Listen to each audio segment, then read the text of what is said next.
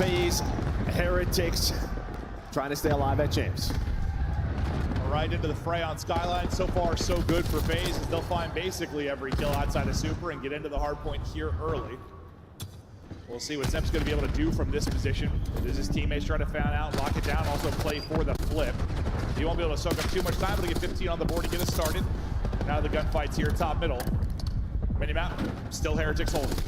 Oh yeah, it's actually aBeZy, right? He gets that quick trade, so you're almost already 30 seconds on this P1 for FaZe. aBeZy's gonna hit another one, so big gunfights by the SMGs winning around the hill. Now 15 seconds left. You're looking for your avenue maybe to push on up, but it's Super, it's Real, who find 3 dead in the feed, but does Simp find the timing? And here we go, he's gonna find that timing. A potential map flip right before this P2 is about to pop. And it's not a potential flip, it is a flip. Simp able to get 2, flip out Heretics, and his teammates get the rest of the kills, and that's about as good as it's going to get early in this Skyline for FaZe.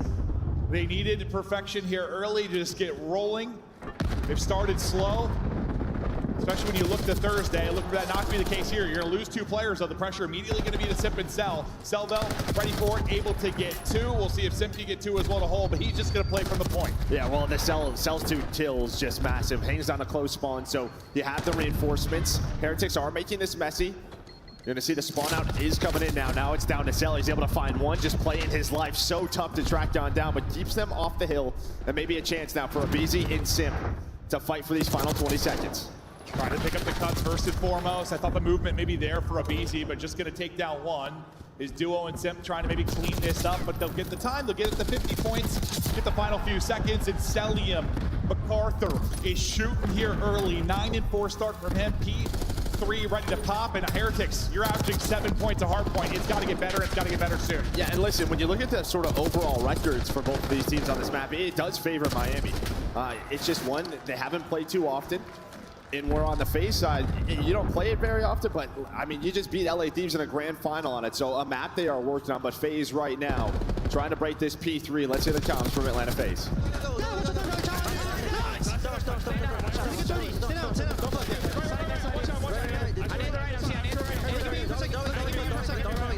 I'm looking at the left. Top mid, right. To me. Flipping too. One shot on you too. And you, Rancor. I don't see you. I'm playing deep. Top mid tag. One shot bottom mid, Rancor. I got him. In closet, missing Super. Closet. One shot low right. Two. Nano, this one is Nano, fail. Behind last guy, the two small behind me. I have top mid. Someone back. One's in kitchen. Top T. Zach, get 2. I'll see you. Top T. Left side, Zach. Two black. I'm on stone, Zach. 5 Zach. Back right. Top stone again. You're better, Zach. You're so much better. Back right. Back right, guys. Back right. Nice. Back right. We can see on the way.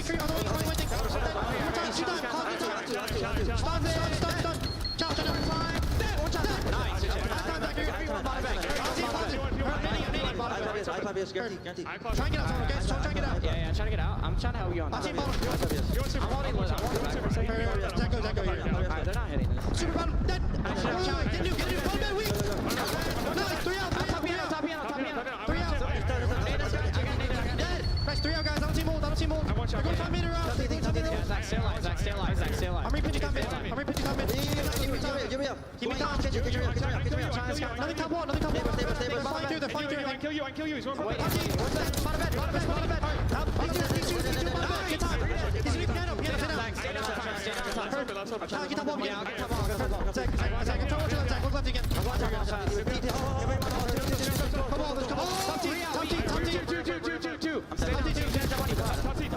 You're good. Listen, the beginning of that listening, I was going to say Dross is getting slammed at 3 and 10, but he's still gassing the boys. The energy is there. It's very clear that was going to be the case. So I think they want to be fired up. And then from then, he doesn't die the rest of the listening. Yeah, showing you why he's one of the best flex players as well on top of it, using the jackal, picking up multiple ARs, earning that streak. And now, with 10 seconds left, they're going to get them off P1 plus 5 spawns. It's just down to Super to play his life. aBeZy's hunting him down, but he should have done enough. Well, actually, all the spawns are here for FaZe. I don't know if you're going to expect this if you're Miami, and no, you are not. So a little bit of help there from the game, and FaZe now set up at P2. One of those crazy situations, but the timing of that first spawn. FaZe get it, blessed a bit, and now battling around the point. You still have bodies here, though, for Heretics. Draza, who's been the hot hand, we'll see what he can do. Simp trying to chain together a couple. He will come up short. The reinforcement's going to get slammed as well. So 4 dead. Good moment for Heretics. The moment they desperately needed. Down about 70. They need to make a run. Yeah, and I think, you know, one of the keys in that listening is, yes, very chaotic, but FaZe they were winning those skirmishes. A lot of the time, someone's dying on the hill. You know, someone over peaks gets caught sprinting. And they were just kind of running away with the game a bit. That's how they want to play. Well, set your guys up. And I mean, just look at the top right? The scoreboard. Everyone is involved, right around the same numbers. So good stuff for FaZe, but Heretics not out of it yet. Yeah, and listen, this FaZe team wants to play like Discipline COD. They want to play the right way, but sometimes when they're at their best, they're just shooters, bro. Like, they're just gassing each other up and they're frying you off the map, trying to do that early, but it seems like Heretics now maybe starting to make a little bit of a run. Slow down this FaZe team. So it's going to be on the FaZe response and how far Heretics can maybe push this. We heard the comms from FaZe. They were fired up, but it's Heretics rallying in the comeback. Let's hear Heretics now. El de la U sigue vivo y Maceta sobrado. Una Maceta es una bala. Maceta es una bala. Macetas, sí, banquear de cara. Soy buen tiempo. Tengo ya el outer, chavales. Outer muerto, otro más outer. Una bala outer. Vamos a liar a espalda, fuera. Outer muerto. Tu bala Maceta, la derecha, tu bala derecha. Maceta, muy tocado. Maceta una bala. Maceta y otro aquí. Falta Maceta ya. Tengo línea, tiene el tocado. Barra derecha, no le veo. Eso es uno.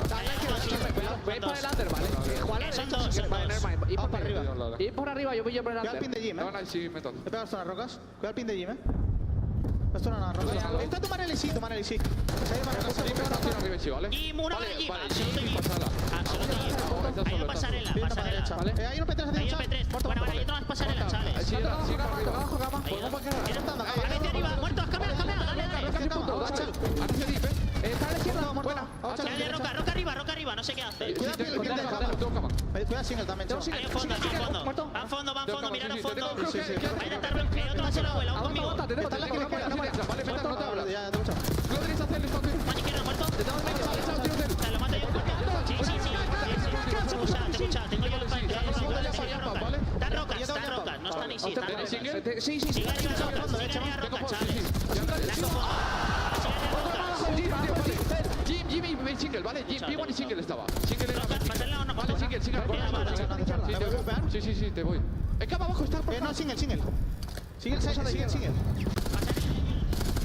15 points separate them. Away we go. Taking her out. It's going to be number 2 in Super, trying to disrupt this setup early on for FaZe, and he's going to do just that. Where do the spawns now come in from FaZe? They're trying to deal with Super. He's still dancing, dipping, and diving. They're able to get away from him for now. Yeah, I mean, you would love to hold on to spawns if you're FaZe, but you also got to break this hill, right? We know how much time you can earn at this P1, and now you are within 10 seconds if you are Heretics. Great job at that P4. 2-2 split spawn. They're able to find all the kills. They read the spawns. That gives them this time. And here we go. Heretics right back into it. Right back into it and taking the lead. They've been trailing throughout the entire game. They're going to go in front now. And Metals battling from the point, but he's going to lose everybody. So now with 20 seconds remaining, FaZe fight back in. They've held spawns throughout this, but now can you get the time and hold the spawn? Simpy's got, 3 or 4 to deal with. On a flank, it's going to be a BZ. How many can he turn this into? It is 2. Can't dance for the third, but Celium there with the reinforcements takes out everybody but Rancor. You still have numbers and spawns if you are FaZe. You'll shut down the last for now. P2 popping, 45 need for the dub. Yeah, can you finally turn this into a little bit of a cleaner hold? I feel like a couple of times we've been here for FaZe, they haven't had map control. Can you get someone pushed out? The answer so far, finally, yes, but Simp's going to get caught, right? What's so difficult about this, you gotta watch the zip, you have to watch so many different entrances, and while Drazi's on 5 in a row, a BZ Simp, they did it, and now look at Celium's position. They know exactly where Miami's coming from. BZ trying to scurry away, can't do it. 20 now needed for the dub. Heretics feeling the pressure and flying forward. Did they have a miracle in the back pocket? Dross has continued to hold on a streak again. Still the Hellstorm in the back pocket. If that's going to be needed, he's finally going to drop. We've only got 15 or so remaining here. We'll see if Heretics can get the rest of the time behind those kills they can. FaZe gonna set up for third. Yeah, I mean, that Hellstorm, it just, I don't know where it's really going to help you, right? 100%. These next couple of hills, it's Real and Rentor starting to get going now. Rentor's on a 5er. You go for it one last time at that P2, maybe to get 10 seconds or so. Well, bites you in the ass if you are FaZe. You have to break your kitchen. Can they break? Can Heretics hold? We get deep into this one. Some big one-on-one gunfights going down. Metal's tagged up but able to win it. A nade gonna hit for Heretics as well. Still inside, still fighting. Maybe a wild finish to another hard point between these teams. You know they had the 250, 249 on Hacienda. It's staggered for FaZe right now. Lead change back to Heretics. Still enough time on the hard point here to get the dub. Trade is in for FaZe. Here comes their next big push. Finally not staggered. Maybe now the moment to get in. They're able to find the kills outside of Rancor. The rookie of the year trying to step up. He's able to get 2, but will that be enough? Not enough time now for FaZe to get the win, but enough time for Heretics to close it out. Yeah, it's down to Celium. He's able to find 2. Maybe that's enough, but it's Rancor with 3. And Miami Heretics looking to steal map 1. FaZe can't get in. Heretics steal it.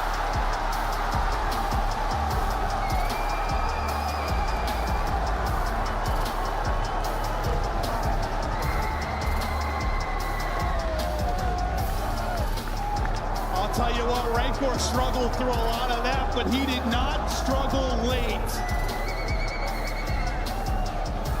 What a hard point, another insane one between these two lineups.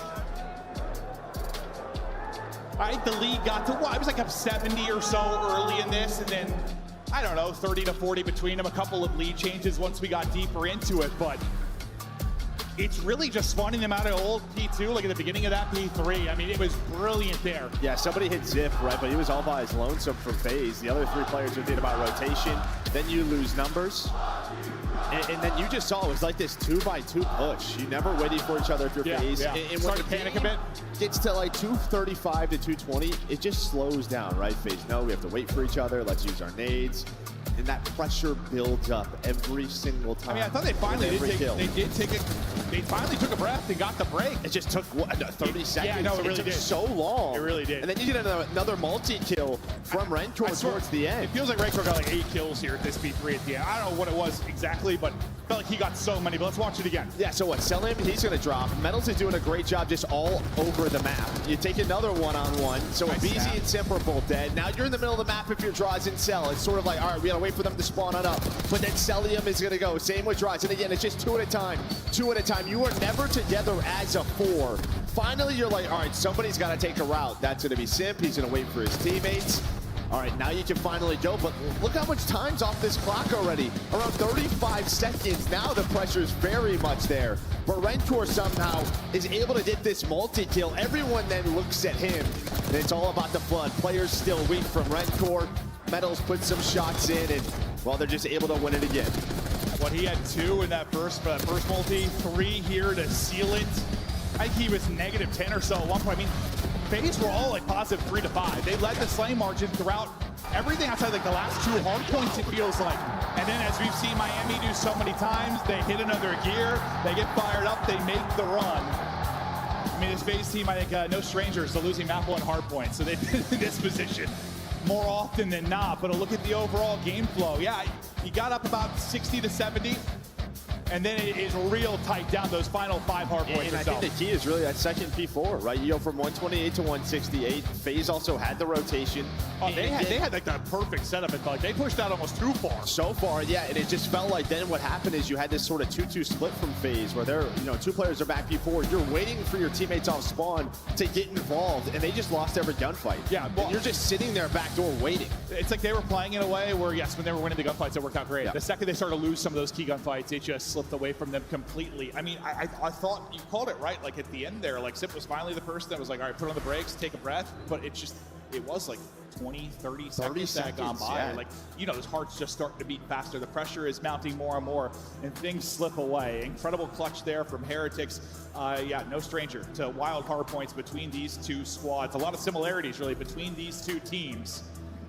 Yeah, and it's now like the search and destroy. thing on the FaZe side, right? I mean, they've lost or won close hard points all year. Yeah, yeah. But this is why they select Team B. When they talk about vetoes, they like 2, 3, and 4 being their map pick. So at the end of the day, that's one way to look at it. It's Miami's map pick. They win it. Yeah, true, Get to your true. stuff. 100%. I mean, that's part of why FaZe like to play Team B. They come and steal that map 1. They feel like they're winning the series without question. But a lot of times they go in the 0-1 hole. That's when they'll bring it back. We've had a lot of series this year where they win it 2, 3, 4, and then the series is done. So nothing that shocking yet. I just think it's shocking just based on how FaZe were up early. You're up 70. You're leading the slang. You come out hot, which I think you need to on a map like Skyline. You just you let Heretics stay in it. You knew they were going to make a run at some point. And It's just been their hard point all year, man. yeah, no, it really has. It really has. All right. Now to Search. Super. Has been a difference maker in Search and Destroy, the shot caller for this Heretics team. The man has been brilliant. Different kinds of pressure on these two teams. You know, like in one way you want to say Heretics, you know, this has been like their best year ever, right? Like you're not feeling a lot, but you are. You've got some young players. The pressure is huge. Listen, for FaZe. both of these teams know Thieves are out. It's right there. Yeah, it's right. That's It's there what for they're the picking. thinking. It's there for the That's what they're picking. thinking. There for the taking, however you want to phrase it. Bye. Proto, back-to-back now in our maps 2 and 3. As good as FaZe have been here, I mean, Optic beat them up on it. They did their homework. They were prepped for it. And Simp couldn't really get anything going where he could be a difference maker here at A.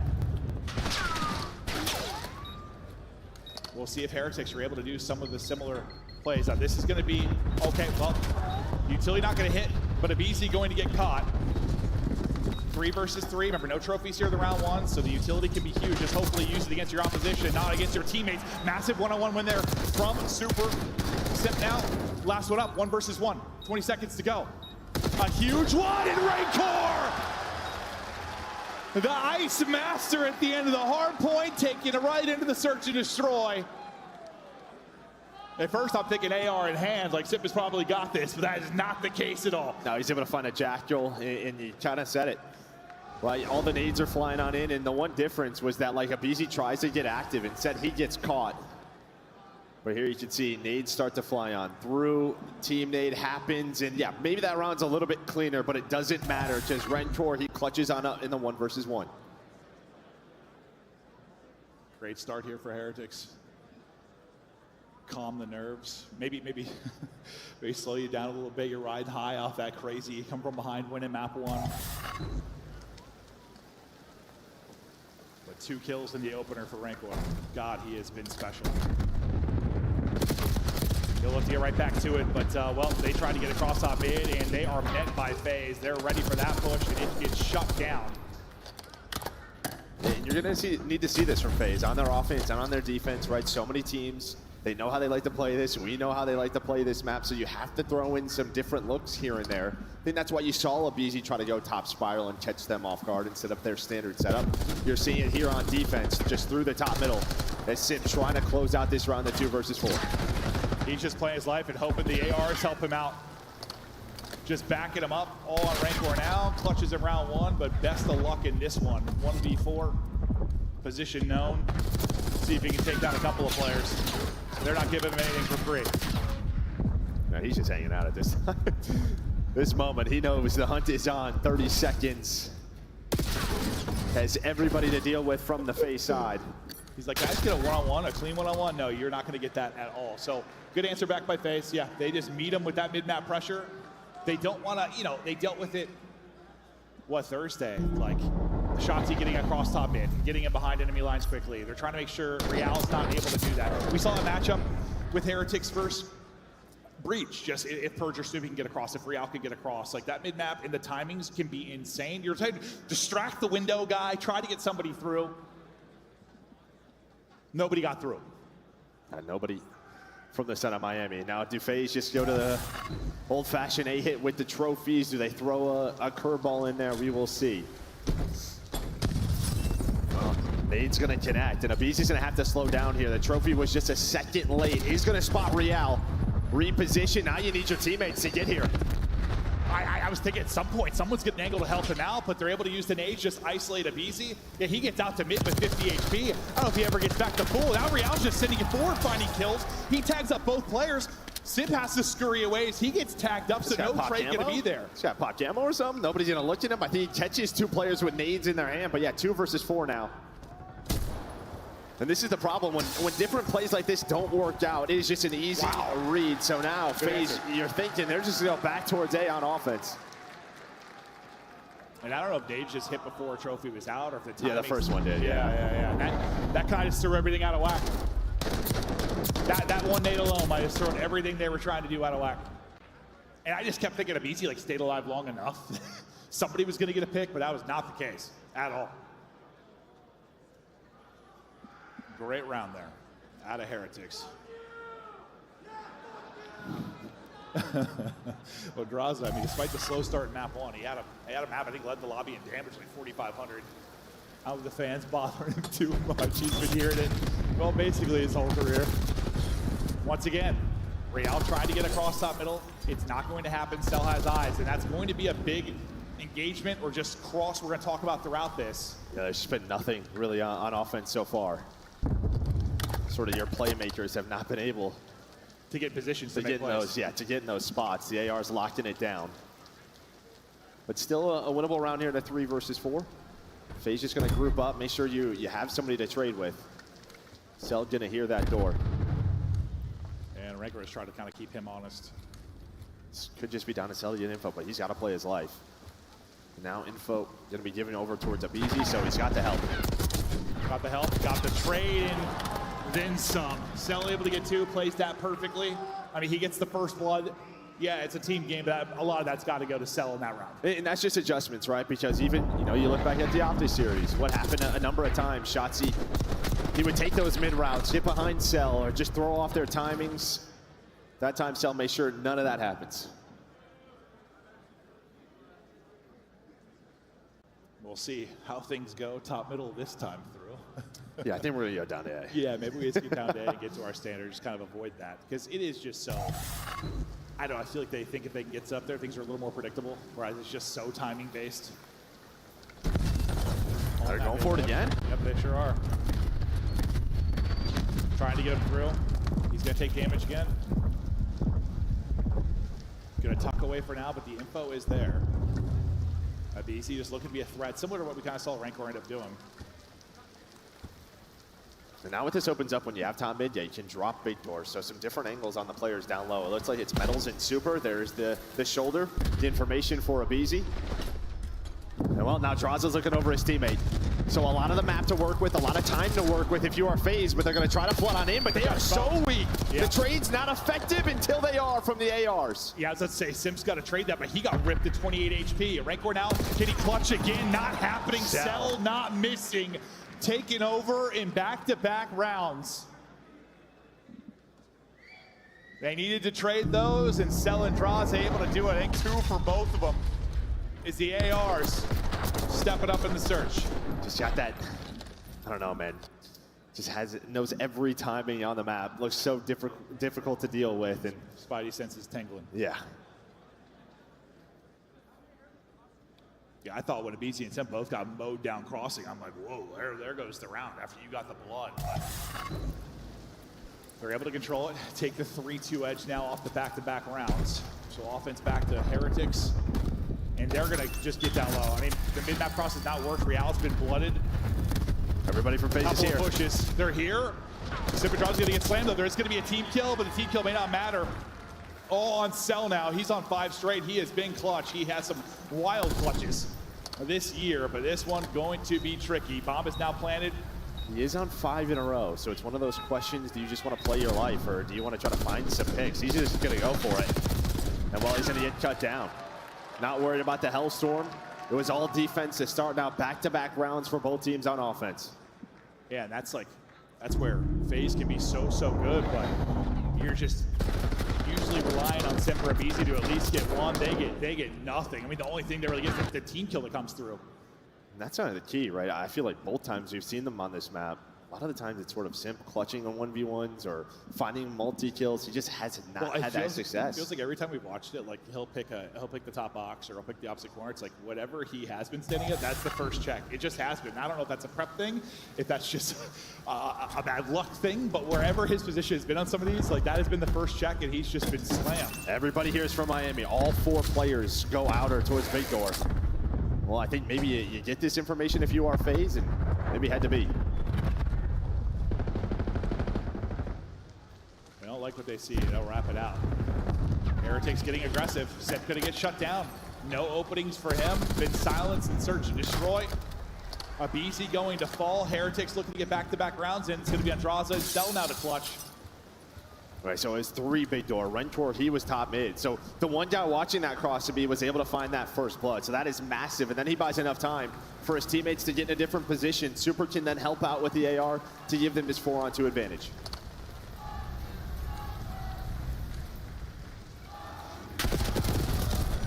Not gonna catch him. Super, almost wins it. Super down to 5 HP, but all on Cell now, just trying to get back to full.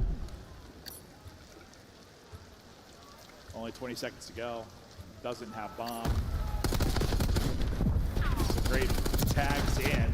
Great free fire in. Sells a little bit more time. Maybe he makes something happen, but gets a couple of kills. Not really going to matter. That is a big round for Heretics. As you said, Rank were the one guy not there. His first blood, everything. That just, yeah, FaZe just not sticking with their sort of A aggression they normally do on offense. If they see some presence here, they've been backing away, trying to wrap maybe towards B or through top mid. The problem with, it's just Rencor. You have to either trade that player or send numbers at it. You just kind of stall out inside of your base. Yeah, I feel like things don't go that well when they have to wrap it out. Well, when they end up like finding opening on B and getting set up, sure, but like when they wrap it out, they're like flirting around plat and stuff, taking their time.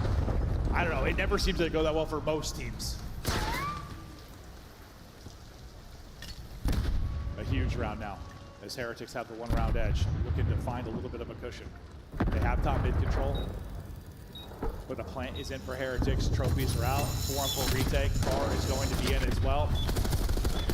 Super trying to get some tags in. Here comes the push and slide. Real trying to find the angle. He's going to get shut down. Numbers going to go back to Heretics with the 2 from Rancor. It's all going to be on Celium. He's going to get tagged from behind. And Heretics now a round away from going up 2-0.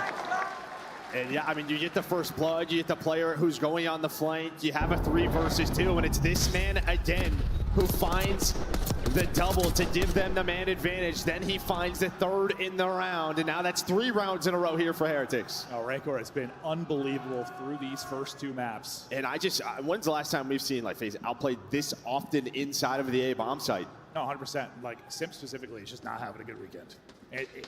On this map and mode, too. Like, not finding the success he's found all year long. They are shutting him down. I mean, his stats have been unbelievable considering he's the bomb carrier, but he's just been silenced. Right into Slide into each other. Slide into each other. Sip already out of it. Abizi is gone. They're getting mowed down. It's an awkward engagement there at A, and all the success they have had is just gone. They're pinched in, trapped in, shut down. Oh, what in the world? 1 versus 1! It doesn't matter. Rancor wins it. He kills everybody on the map, and Heretics go up 2-0. What just happened? I got no idea. He must have just threw it down the elevator shaft to all 3 players there. See Real's reaction. Oh boy. Oh, what are we witnessing? What the hell was that last round? You nailed it. I think they slide into each other. It's just awkward as they go to challenge. Where they have been like synchronized swimmers on that A push. That is not what we saw from FaZe at all. Heretics up. Heretics coming up in the clutch in all these moments. Rancor cementing his Rookie of the Year status. We'll watch it one more time. Yeah, so they're all down low. It's just a nade. It's a nade from Rancor. And yeah, they're all right there. Yep. Whoa. That could not have landed in their pocket any better. But he's like, don't worry, boys, I got us. Nearly 1,200 damage in the search. I mean, just 2 first bloods to go with it. Look at the tiny tears, man. Yeah, no, Sip 1 and 7. Like, dude, he's getting just ever since really he had a really good start to Major 4, but then like the grand final, he couldn't get anything going in Search against Thieves. Like since then, bro, in Search, he's just been getting fried. I don't know what's happening to him, but it's not good. And yeah, we've been kind of questioning. I mean, the last time these two teams played on this map, it was 6-4 FaZe at the last major, but Miami, they stick with their guns. They keep getting better at this. We have the plan, we just have to execute. Well, that time, able to do it now, up 2-0, and FaZe one map away from finishing top 6 once again. Backs against the wall. I mean, I guess the good thing for FaZe is that you got this proto control, but now I'm wondering, is it? I don't know. Maybe it's not. With the way they're playing, with the way Heretics have come out swinging, Heretics seemingly know what they're doing. But the silver line you have is like your best control. Probably you got your hard point pick coming up, maybe your best hard point. Then you can get to a map 5, which Red Card is a solid one for them as well. But like, you're in an 0-2 hole, maybe looking at back-to-back top 6s at Champs. FaZe in trouble. They might be done. We'll see if that's the case. Before the map 3, though, Des, take us through it. Oh, buddy. Nameless is over here smiling up 2-0 as everyone else went with the safe pick Atlanta FaZe. Miami Heretics are kicking. What happened in that search and destroy, Ant? I mean, Miami is unbelievable. Some of the play calls, I mean, we're all going through Lighthouse, going down low, instantly trading everybody. FaZe just look uncomfortable. I mean, you saw some of FaZe's offensive pushes trying to go over towards mid-gun. The Tiny Terrors just getting picked off left and right. Man, Miami came to play today. They're smothering them. Allie, let's take a look at some of the highlights because Rancor has another 2.0 search and destroy game. He makes sure his teammates do not with that final grenade. But along the way, some big picks, some nice first bloods from the Heretics, and some great doubles from Rancor and crew. Guy's a perfect flex. I mean, he is terrifying when it comes to bottom computers, especially if he has that SMG in hand, and it's kind of back to Atlanta FaZe down. There were so many times where FaZe was just full sending it mid, just allowing themselves to get picked off for free from the side of Miami Heretics. This is not the Atlanta FaZe that went 12-5 on protocol search and destroy. Honestly, I'd be a little bit embarrassed if I'm Atlanta FaZe in the sense that you're unable to go to B at all. You try to go to P when you get cut down, try to go to mid gun, you get cut down, and it just like, it puts a bottleneck on the map. It's very easy to defend the A side if you're going to stack it. And the fact that guys like Rancor in the top windows are gunning you down on the cross, like Atlanta FaZe look clueless in a sense on the protocol S&D, at least on the offensive end, and that's going to be a pain point for them all turn. All right, now at times I've seen aBeZy disappear in search and destroys. He's expected to get those first blood shut down early. Here's the grenade one more time from Rancor. But what happened to Simp here? Because this is back-to-back days that we have not said great things about Simp at halftime. Yeah, I mean, I think it's just the way that FaZe approached the game. I mean, we talked about their offense on this map, and I think that this is credit to Miami and their coaching staff coming into the saying like, hey, despite us losing the protocol, we know how Atlanta like to play this. If Atlanta are not finding success down low computers, they don't stand a chance on protocol, and they expose them there. So Miami right now, man, they're just doing it all.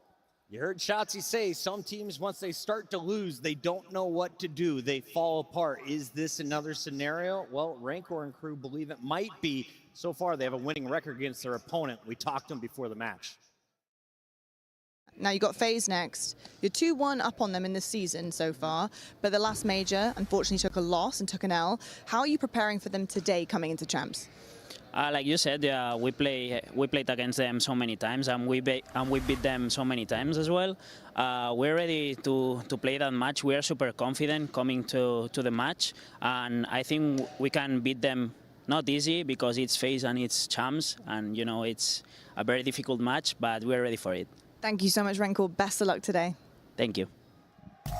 It won't be easy, and game one was not, but game two looked fully in their control. As we take a look at the remainder of this series, Chance, is there an opportunity for a reverse sweep from our number 2 seed, or is this Miami sealing the deal? There is absolutely the possibility for the reverse sweep. They have a 16-4 record on protocol control. They're the best team on the attack. They're the 3rd best team on defense, and they're able to lock it down entirely, and very strong on rewind. Obviously, I'm very shook for my prediction because the 2-0 lead looks great for Heretics and the way that they're competing, right? Like Rancor starting off super slow on the skyline, bounce back goes on a tear, but I'm still sticking with FaZe. Allie, one word, give me a player to watch. Who we got?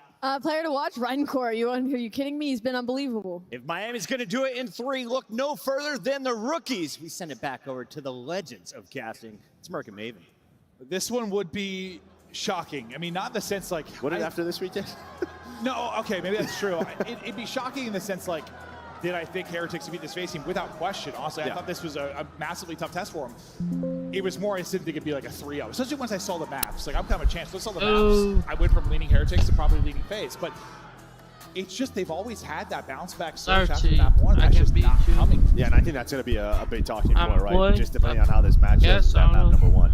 I don't play Black Ops 6. I just watch the. Well, I do play Black Ops 6, but I don't play If finally get a close hardpoint win that they've been looking for in some of these bigger series. And that's the other thing. It's like, yes, protocol controls look great, but they still have to win a hardpoint. And Miami yesterday on Rewind hardpoint looked unbelievable. I was watching and it was the against matches. Breach, and Breach hasn't won a hardpoint. I hope so like, everybody's having having to put in it, but they they looked great. Yeah. They did. Yeah. I mean, they won that by what, 150, This whatever match it ended up crazy. being. Like, it was a dominant FaZe effort. is about to go home. Yeah, one side, like, it looks like a reverse sweep is possible for FaZe because this is solid maps for them the rest of the way. But all the confidence in the world, the Heretics right now. And how many times, how many records have we brought up this weekend? That don't matter at all. It just don't matter. Yeah, I guess just a month-long break, bro. All the stats up to this point mean jack shit. Yeah, I mean, again, yeah, like Proto Control, like nobody has challenged them on this, right? Yep. FaZe have, you know, that was what we kind of talked about with the maps and vetoes. It was, why are they vetoing Hacienda if you're Miami? Like, Hacienda Control for FaZe has fallen off big time the last month. Like, I hear you. Play them on that, but they give them this Proto. Is this what I'm not second guessing anything anymore. No, from I Heretics. don't know. Whatever, bro. They're just gonna come in 3-0 slam them here and be like, all right, okay, well, Heretics, we trust you, we love you, make the run. You see the last 5. I mean, they've looked at Hacienda in his vault. The most recently, last time they played Protocol was a loss versus LA Thieves. But that was a long time ago. Well, they have control of the series and they have so much confidence in each other. They have 1 win on Proto Control in the year, right? Yeah, they're 1-7 on the year. Yeah. But I think you heard in that interview with Gregor, they played them so much. They've matched up so much in prepping for this event. They knew what to expect. They knew where their advantages were. So far, they're playing behind that.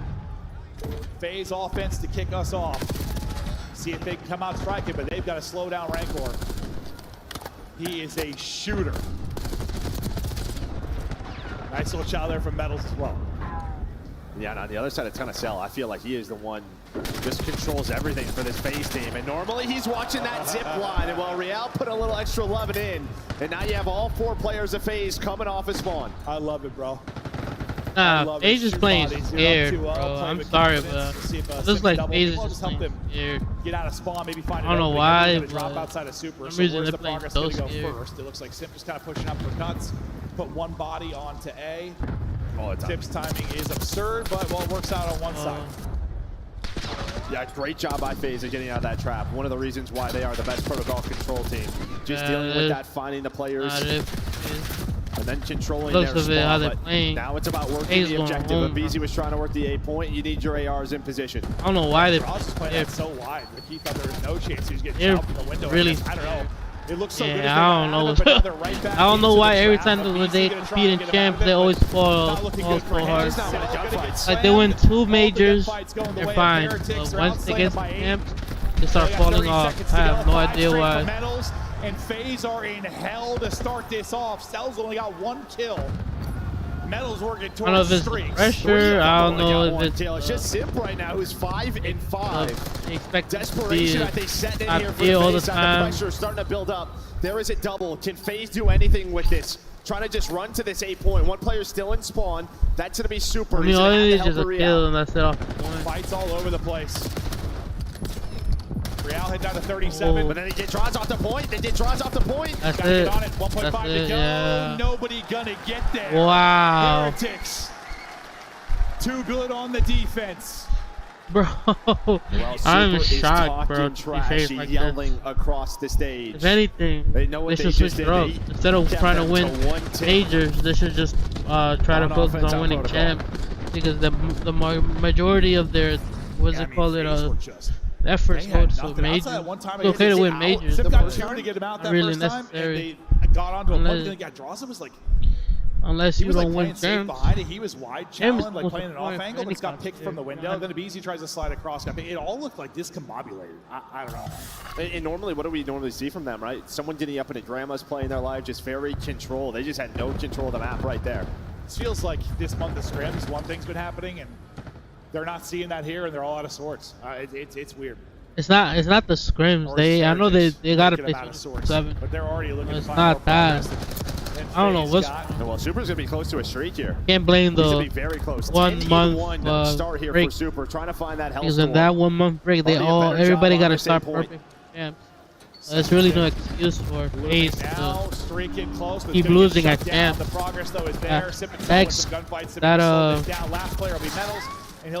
Excuses out the window. Clear it for now and hold, but take advantage already to Heretics. They still have a minute to work with as well. BZ looking to find openings. They'll back him up, chase him out. Cell's gonna pop, and well, I guess at least he gets one. Oh, yeah. You get away with kills again. Super 12-2. Right back onto it. Bro, they're not even defending the point at all. Really good. They're not even defending at all. What the heck? Bro. Transition is here in 2 No minutes. way this is going to be a 3-0 sweep. For Miami, I mean. Finally, yeah, he was the one player from FaZe that, yeah, he was just kind of stuck in an awkward Bro, spot. Optic beat them so bad. It's crazy. Miami's about to beat them. Simp is there for the trade, but at the pace you are playing right now, this is favoring Miami. They have that life advantage, a minute 30. Pressure on here for FaZe. And nah, man. You know it. That might be the way. Yeah, that's it, bro. FaZe is just bodies on it. First tick starting to work. Real trying to cut down the reinforcements, but that's a big pick from Simp to shut it down. Take it around on the other side will be Draws. Draws just turning some heads, making the fight a little bit easier for Simp on the point. They will deal with Draws. There's no reason for FaZe to lose this bad. Going to get a second. Cell going to be the last guy up to try and make a play happen. There's no reason for them to lose this bad. Progress here for Heretics.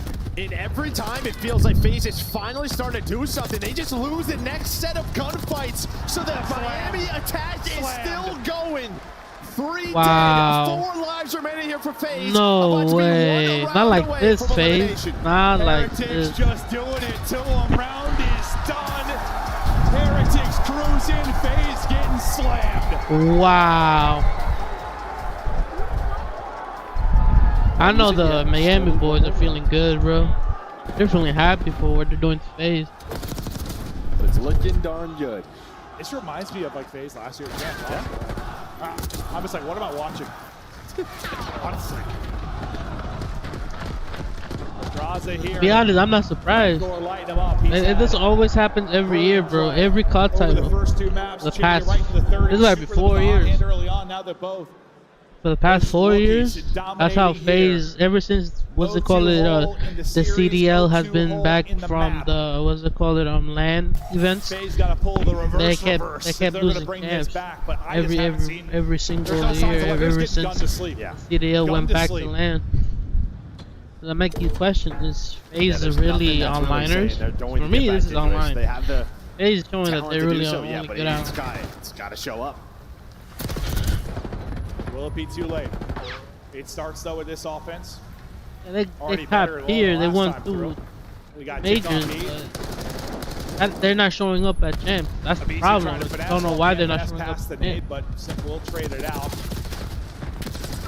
Nice double though again from Rankor. You got a BZ calling it early in his career, saying that 30 is the limit of his talent, but that's not even an excuse, bro. This seems to be a more standard offense. If you're gonna retire at 30, you might as well win a champs, right? Earlier, so you have a good idea, but he does find one.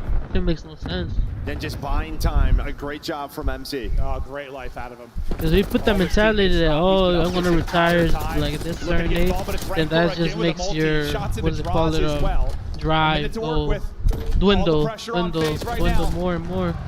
You're not really trying. Straight for Yao with the win. The other sub and Metals getting it done. Staggered right now. Yeah, I think this. Yeah. The pressure is building. All are gonna drop. Yeah, man. Spawn and into the blender. FaZe need to blow it up. I'm sorry. FaZe needs to blow it up. It clearly hasn't been working for the past 4 years. They've been together. Maybe to help his teammates. Here's the reload from Super. The crowd is wild. Real top middle. Now just how quick are the trades from FaZe? Yo, that is wild. Trying to get it here. On A, there's the second tick. The big gunfight's not going to go down. Can Cell walk away with a brilliant multi again? If BZ's going to help the crowd says send them home. That is diabolical, bro. A BZ to get dropped as well. It's another multi-kill from Rancor. He's been the untradeable. As he gets another sip is going to drop. Everybody off the spawn. 10 seconds to go. 7 lives remaining. Heretics holding the line. The Metal's just trying to do what he can.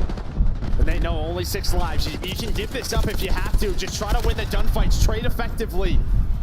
Rancor, he's just gonna back up, play his life. 9 versus 5. He gets into a great spot. Massive 1v1 on the other side of the map. Going down. Sim's gonna win it. The rest of FaZe, they're starting to get pushed on up. Oh my! What is FaZe doing? Miami. They're not playing as a team. Celium is out of it. No response to They're go. not playing 3 as a versus team, 7. bro. All the favor to Heretics to close this out. It's all on Sip. Last one up. Heretics send them home. Crazy.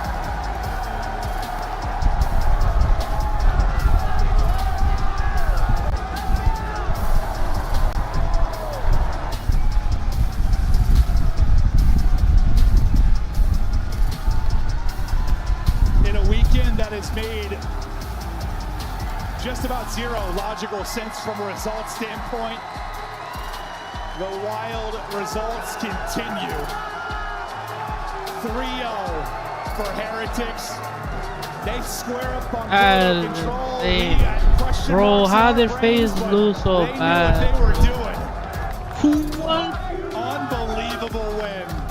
And that's back-to-back top 6s for FaZe. Blow the FaZe team up, here, bro. You win 2 events, but this it's is the first crazy. 2 majors, and then that's a weird year. Yeah, nah, really, the second half of the year, you can just never. Yeah, they won two majors. All the changes. They won 2 majors, and then they just flopped. That should make no sense.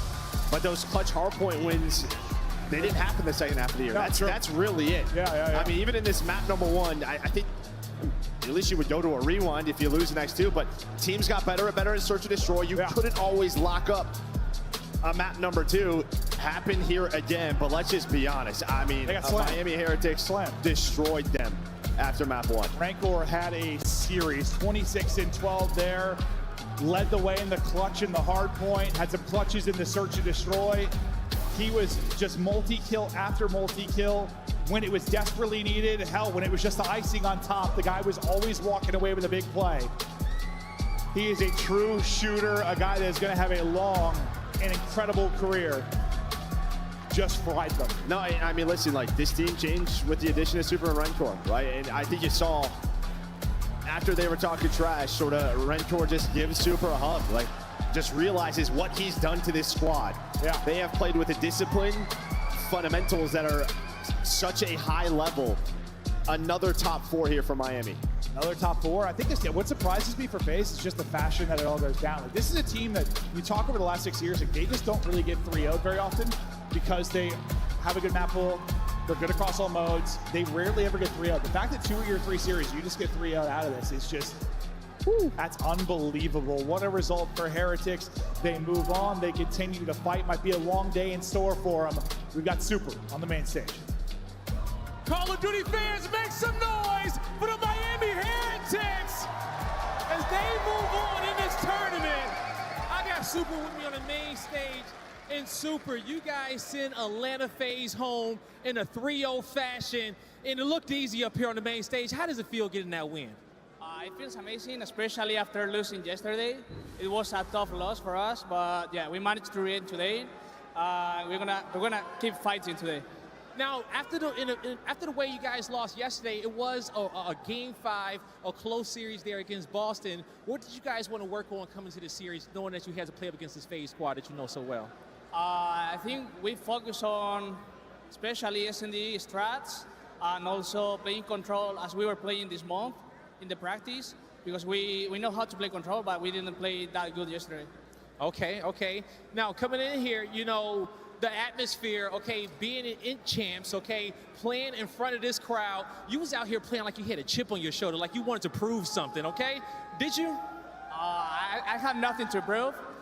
I think we just have to prove like we're a really good team and we deserve to be up there. And yeah, the crowd feels amazing. It's a different aura.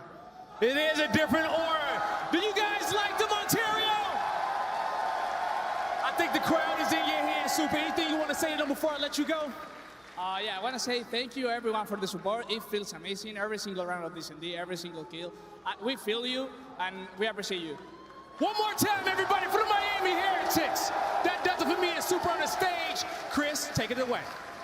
What a ridiculous weekend as the results continue to surprise us here on the desk. There's one man who has been on a heater. He won $1,000 on blackjack before we got here. And over the last 2 days, he's been nothing but right. Nameless, you saw it coming again. Miami Heretics beating Atlanta FaZe.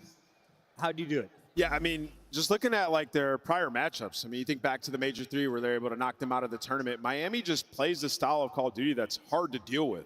We get the map set coming out. I'm like, they must be exceptionally confident. And just speaking with Method Stick, their coach, you know, they meditate before every series. They have great camaraderie, as you see on the stage, every single match. And, you know, the Search and Destroy has been world class. You look back at the match yesterday versus Boston, they could have won that game 5, playing excellent Call of Duty on that protocol. They go back to it today, bringing out some new strats. Miami, they're on top of the world. Some organizations are ran by the players. I feel like the Heretics are built the right way. Yeah, Their management are fully in control of these rookies, and they are prospering. Let's take a look here at the results, because you just handed Simpin Crew, what, a 0.5 KD? Yeah, and listen, in my mind, this is the end of their reign of terror. This is the first year Atlanta FaZe has not been #1 in the CDL point standings, and to get blown out like this, 3-0 not once but twice in this tournament, they fell short at last year's champs, and champs is like what defines your legacy. For guys like Sim, for guys like Ibiza, for guys like Cell, this is everything. And to get throttled like this, to have Real shooting your body right after the jump,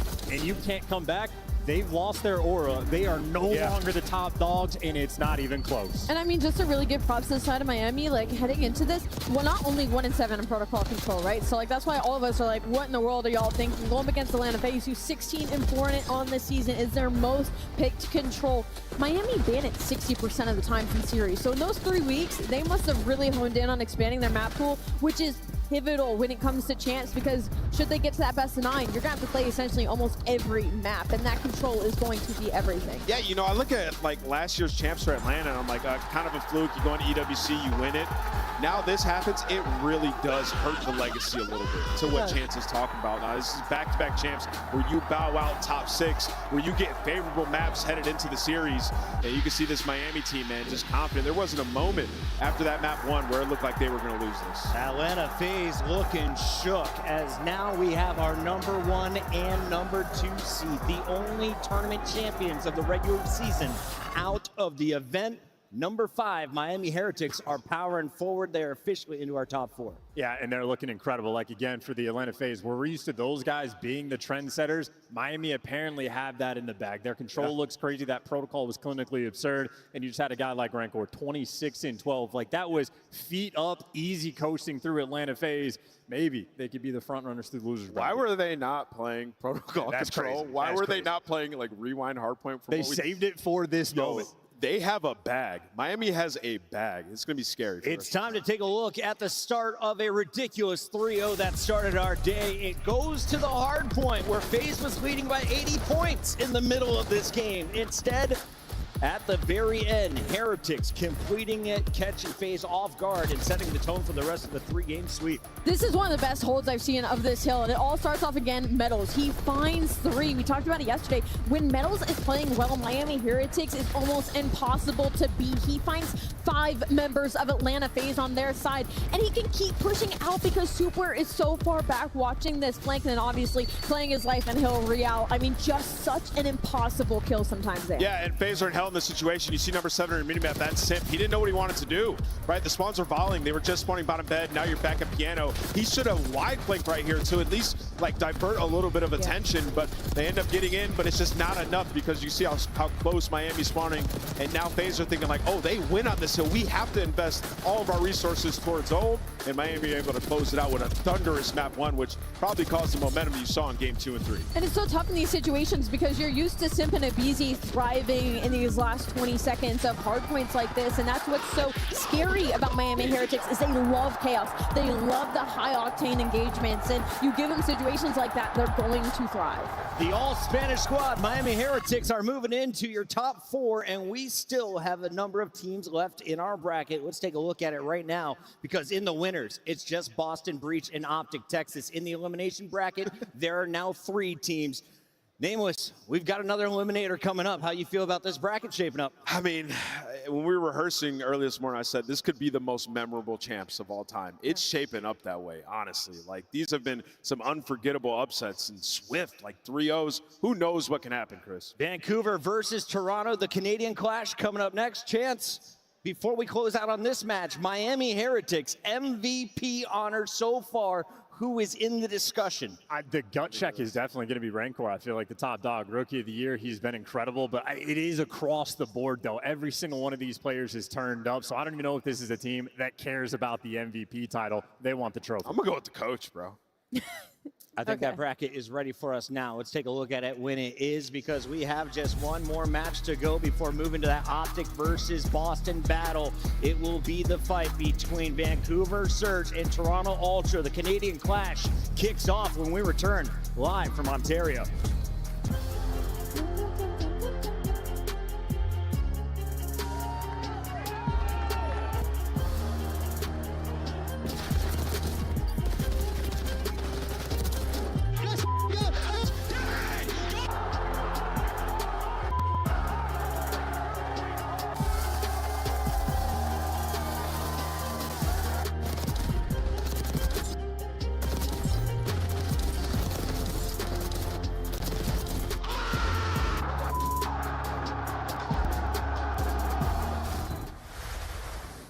The Scuffed Call of Duty collection is $30 off this weekend only. Visit scuff.co/CDL to upgrade your game with a Scuff, the official controller of the Call of Duty League.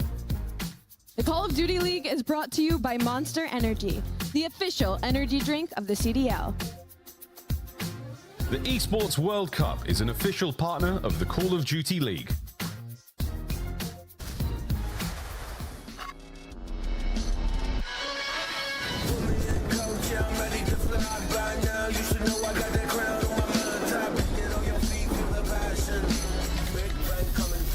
Like a cannon. Blast like a cannon. Big bang coming through. Blast like a cannon.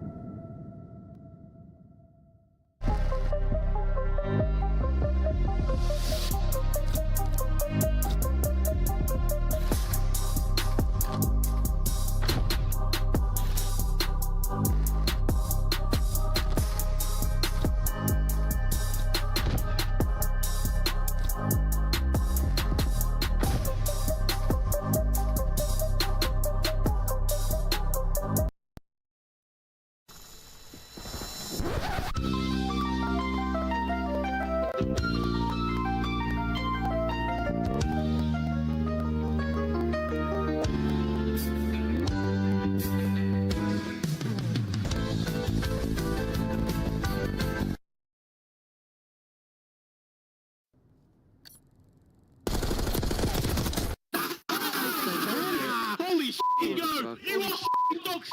F*** your dog! Oh my f***ing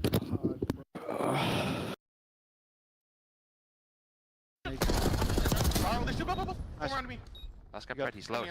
Stay low. I'm 245, I'm sorry. Kleenex gonna get caught off guard, or is he? He gets one. That's a decent 1-for-1 trade. Insight, right back over, looking for a little bit of help from Scrap. 2v3, selling the cross, dealt with by Scrap. Sip also seen on the cross. 22 seconds. Draza trying to work this with Scrap able to turn this down to a 2v1. Just down to Sip. Not gonna happen. Shut your mouth. Toronto in the grand finals here at home. I'm up here on the concourse at Champs, and I found my way to the Scuff booth. If you guys want to get your hands on a brand new controller, maybe support some of your favorite teams or creators, you can go and purchase a brand new Scuff right here at Champs. Now, maybe you're getting a little bit tired of the action that's happening on the main stage, or maybe your team has been knocked out already. You can go and 2v2 the homies while you're waiting for things to get started in the main arena. Make sure you grab your brand new Scuff controller here and go test it out on the 2v2 station. That's it from me. I'll see you guys back on the main stage. And we are back live, day 3 in Canada. This is the Call of Duty Black Ops 6 Championship Weekend, and we are narrowing down our 8 teams to just 4 after this matchup. Vancouver Surge taking on Toronto Ultra in our Canadian Clash. Let's start with the Surge squad, who really has showcased a ton of talent, but also disappointing events, bookended by 9th place finishes. They also went to 2 championship matches. Let's talk about the good. What a crazy, crazy time they've had here. They finally got their lick back against the LA Thieves. They knocked them out of the tournament. I mean, the perfect time to do it. It's an exciting thing to see, man. I mean, this is a team on paper that's so brilliant. They've got all the makings of a championship caliber squad. But they're unable to get a win in the grand finals. Miles Ross locked and loaded for this one. We have Ali and Nameless on the desk as we take a look at Vancouver Surge. Is Neptune the guy? He was the one chirping after beating Hydra in the 1v1 and the 3-0. Absolutely, Neptune's the guy. I mean, you put him into this roster and suddenly they start beating some of the top 4 teams. The scariest thing right now is they're one of the few teams left with a really deep bag when it comes to a map pool. Like, obviously, they didn't have the best performance on day number 1, but when you look at it across the board, Search and Destroy is everything. And Toronto Ultra's maybe working with like 1 or 2 maps in that game mode right now, where Vancouver, that gives them a lot of leeway when it comes to these vetoes. Yeah, I mean, both the teams kind of been struggling in that game mode. Vancouver so far in this tournament looks like they've had some improvements there. And you ask about Neptune, yes, Chris, he loves this matchup. He has fried Toronto. I'm talking 1.3s across the board when he plays up against them. So look to him to have a massive impact here. Does 04 keep running the aims? Do we see a 3rd AR on the map in this series? I mean, that's been such a dynamic change for them, right? I mean, you saw him pulling it out, especially on the Vault Control, a game mode that they have been struggling on, sort of like allowing them to slow down the game, play their life. And it just works so well. So I think we see that whipped out again today, which I believe we're going to Vault again for game 3. Vancouver Surge, a top 4 seed. They come in at number 4. Their opponent, though, one better at number 3. Toronto, with Mercules, were able to make a run with the fill-in. Then they do it at Major 4 again. The squad is always dangerous to make a top 3 run, but they haven't really wowed us so far in this event. Ali, how do they get back to their winning ways? They need to start winning Search and Destroys again. They're still very strong when it comes to the hardpoint and control. They're a good respawn team, which is why they're still in the top 4 conversation, but the S&D is going to be everything. They're on a 4-loss spree in S&D, and they've played all over the place. Rewind, Dealership, Hacienda. There is not a whole lot in their bag, and that makes me look at Joe once again. When they were finding success, it was because he was having to drop double digits. We need to see more out of the core duo. He has not been good in Search, though, since the start of Stage 4. He has been struggling. Yeah. Can they get a first blood? They're literally dead last in first blood, something that they were great at early on. Like, slow it down or something. Toronto have been lost in that game mode. It's honestly shocking from a team of these players who we thought would be Search specialists throughout the entire year. As we take a look at our maps and modes, reminder, Vancouver players, this is just their 2nd ever champs. If you are Insight and Kleenex, you started with solid runs at first 2 champs. Now, you may not be playing together if you don't get this dub. Let's get it done in 3. You don't want to go far in this series. Can Toronto pull it off with 2 vaults in the mix? I mean, they get the Protocol Search and Destroy. It's going to be their best one, 10-5, so I don't hate it. Both these teams suck at retaking right now, so I think it's going to depend a lot on the SMGs and the early engagements of who can get that opening duel. As Ant said, Toronto's got to focus those opening engagements. Okay, Beans hasn't had the best tournament. Insight got shut down last night. The whole team got shut down by Optic Texas. So let's hyper-focus in on two players. Joe Deceives, you mentioned, not the same star that we had in Search and Destroy at the start of the year. He's one of my guys to watch in this matchup. How could he play his best here in front of the Canadian audience? I mean, well, we saw, from Toronto, like Joe is still having some good performances in the respawn. It's really the Search and Destroy. Once again, like him and Kleenex have to have a better dynamic, like taking space on the map. When you look at that series, though, like you'd be hard-pressed to say it's on Joe. It was on the ARs, Miles. Like when we were in the green room talking about Beans and Insight, they had a terrible series yesterday versus Optic. It's tough. KD's really low damage output as well. I mean, these are things that are certainly hurting them. I also want to put a bit of a focus on Kleenex as well. I think he's having to do too much. I think he's having to try to find intel. He's trying to find all kills. He's trying to get all trades. He can't do it all alone. This is where I want to see a tiny bit more cohesion between he and Joe. I think that's going to make a big difference. Chance brought up a good point earlier. Like, if they lose this could be the end of Kleenex and Insight. Like, you really need to He's on a dark run today, man. Yeah. He's not wrong, though. It's an important time in their careers, and maybe something, you're going to make a split. I hadn't thought about that, but yeah, this very well could be. Somebody's going home. 3 of our top 4 will be knocked out after this matchup. It's time to lock in our Scuff pick'ems. And Neptune has had Toronto's number. Yes, he has. He has. 04 has been on fire. Nasty is playing confident, and Abuza may be the hungriest of the 4. I'm going Vancouver Surge in 4. Okay. Okay. I hear you. I think, look, you're not wrong, Chris. All this is objectively true. I do believe that there is one chance and one chance left alone for Toronto Ultra to wow us here in Champs. They are the hosts. They have the makings of a great team. They've got to pull something out, and this is their last chance to do so. I'm going Ultra. Bouncing back. You had me nervous for a second. I thought you were about to pull a very heartbreaking finish there. I do love this Toronto Ultra team. I have to echo that. It just hasn't been clicking for them. And Vancouver Surge, the way they played versus LA Thieves, they're looking unbelievable. I have to go Surge in this one. And 100%, I'm going Vancouver Surge. Toronto looked like the worst team left in this tournament. They're going to have to do something special to win this. Toronto fans, make some noise and get behind your team, because we're about to send one more squad home. Blaze, it's your show. Thank you so much. And now, everybody, it's time to figure out who truly is the best team in Canada this season. It's going to be a chiller on the main stage. One of these squads have to go home. And I'm going to need everybody in here to blow the roof off the odd, because coming out is going to be the home team. Get ready. Champion around these parts, I don't even need to see what other youths are like. Put my life on the line, I ain't losing mine. You better recognize this is where the best is. You don't believe me? Come and test this. I could never back down. How you claiming the king with no crown? Nah, I don't like how that sounds. You better back up and back up right now. Standing tall, no one can rival. In the game, I'm the champ, survival. Won't move an inch, I hold the title. The streets are mine, I'm undeniable. And by the end, they'll know the name. From the block to the top of the game. Standing tall, no one can rival. What do they know about survival? Standing tall, no one can rival. Won't move an inch, I hold the title. These streets are mine, I'm undeniable. And by the end, they'll know the name. From the block to the top of the game. Standing tall, no one can rival. What do they know about survival? Get loud, Ontario, for the Toronto Ultra!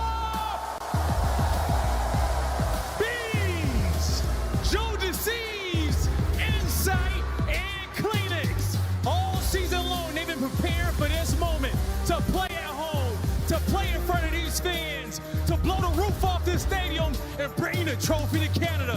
One more time, everybody, make some noise for the home team, the Toronto Ultra.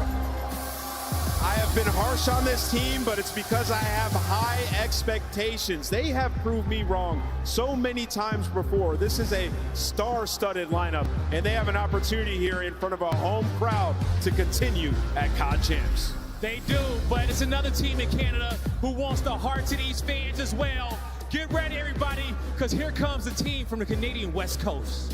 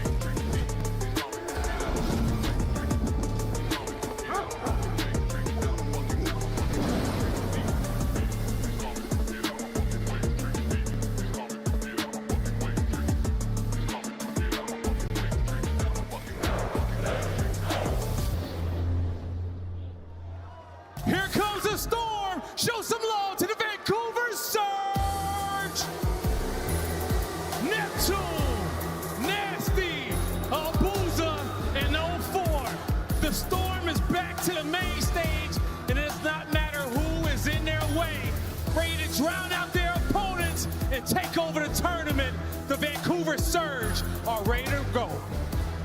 Let us not forget, this is a top 4 team over this season. DreamHack did not go the way they wanted to, but this is a squad that was putting all the top teams to the test. And of course, in this matchup, they win it 4-1 in the last 5 times they've had to go up against Toronto Ultra. These boys are feeling good, guys.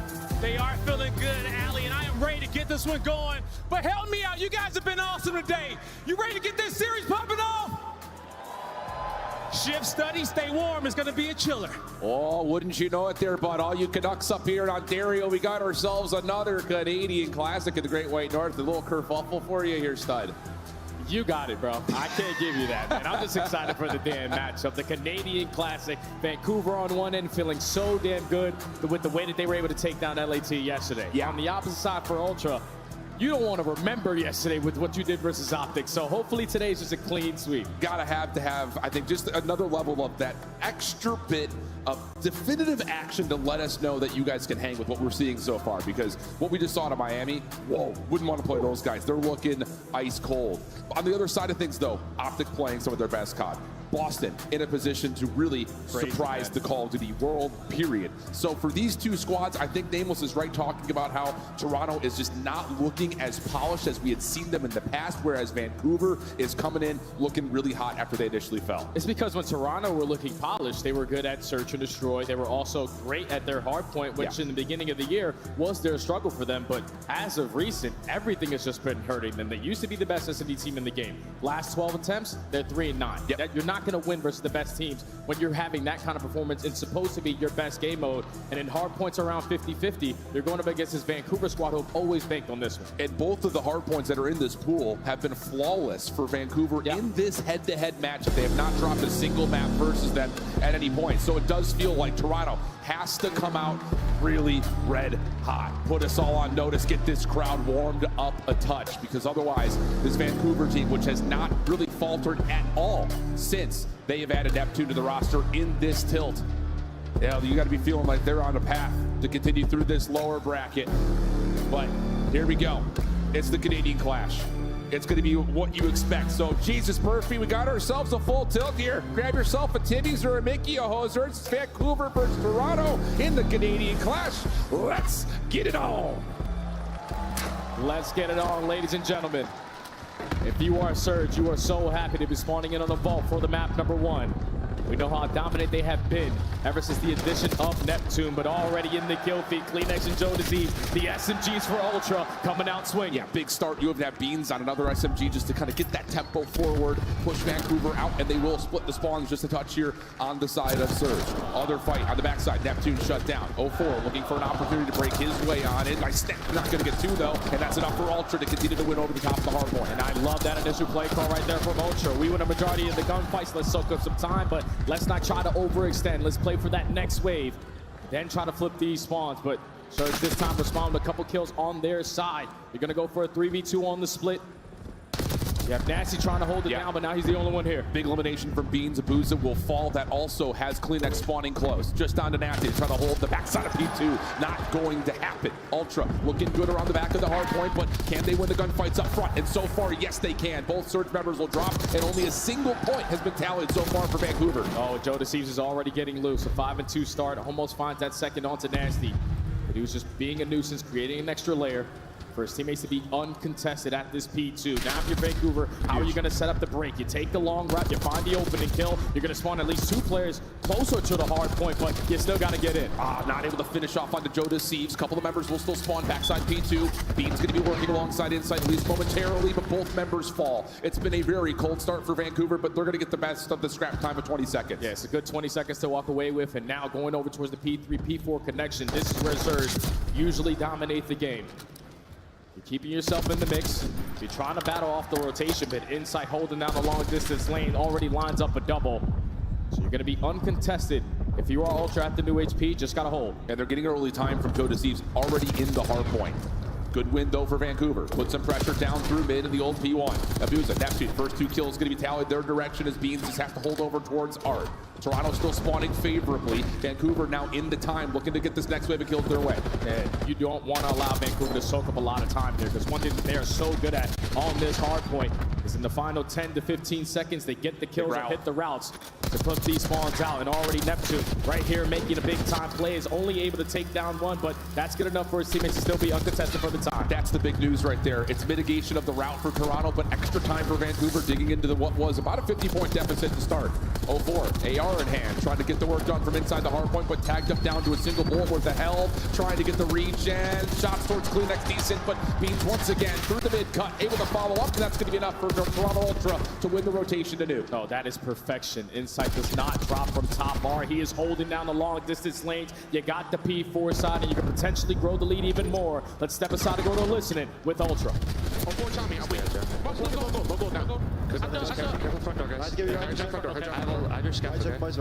Yeah, watch front, go two for two, go two. Blind, really weak, go. They're hitting the back, they're playing to the back. That's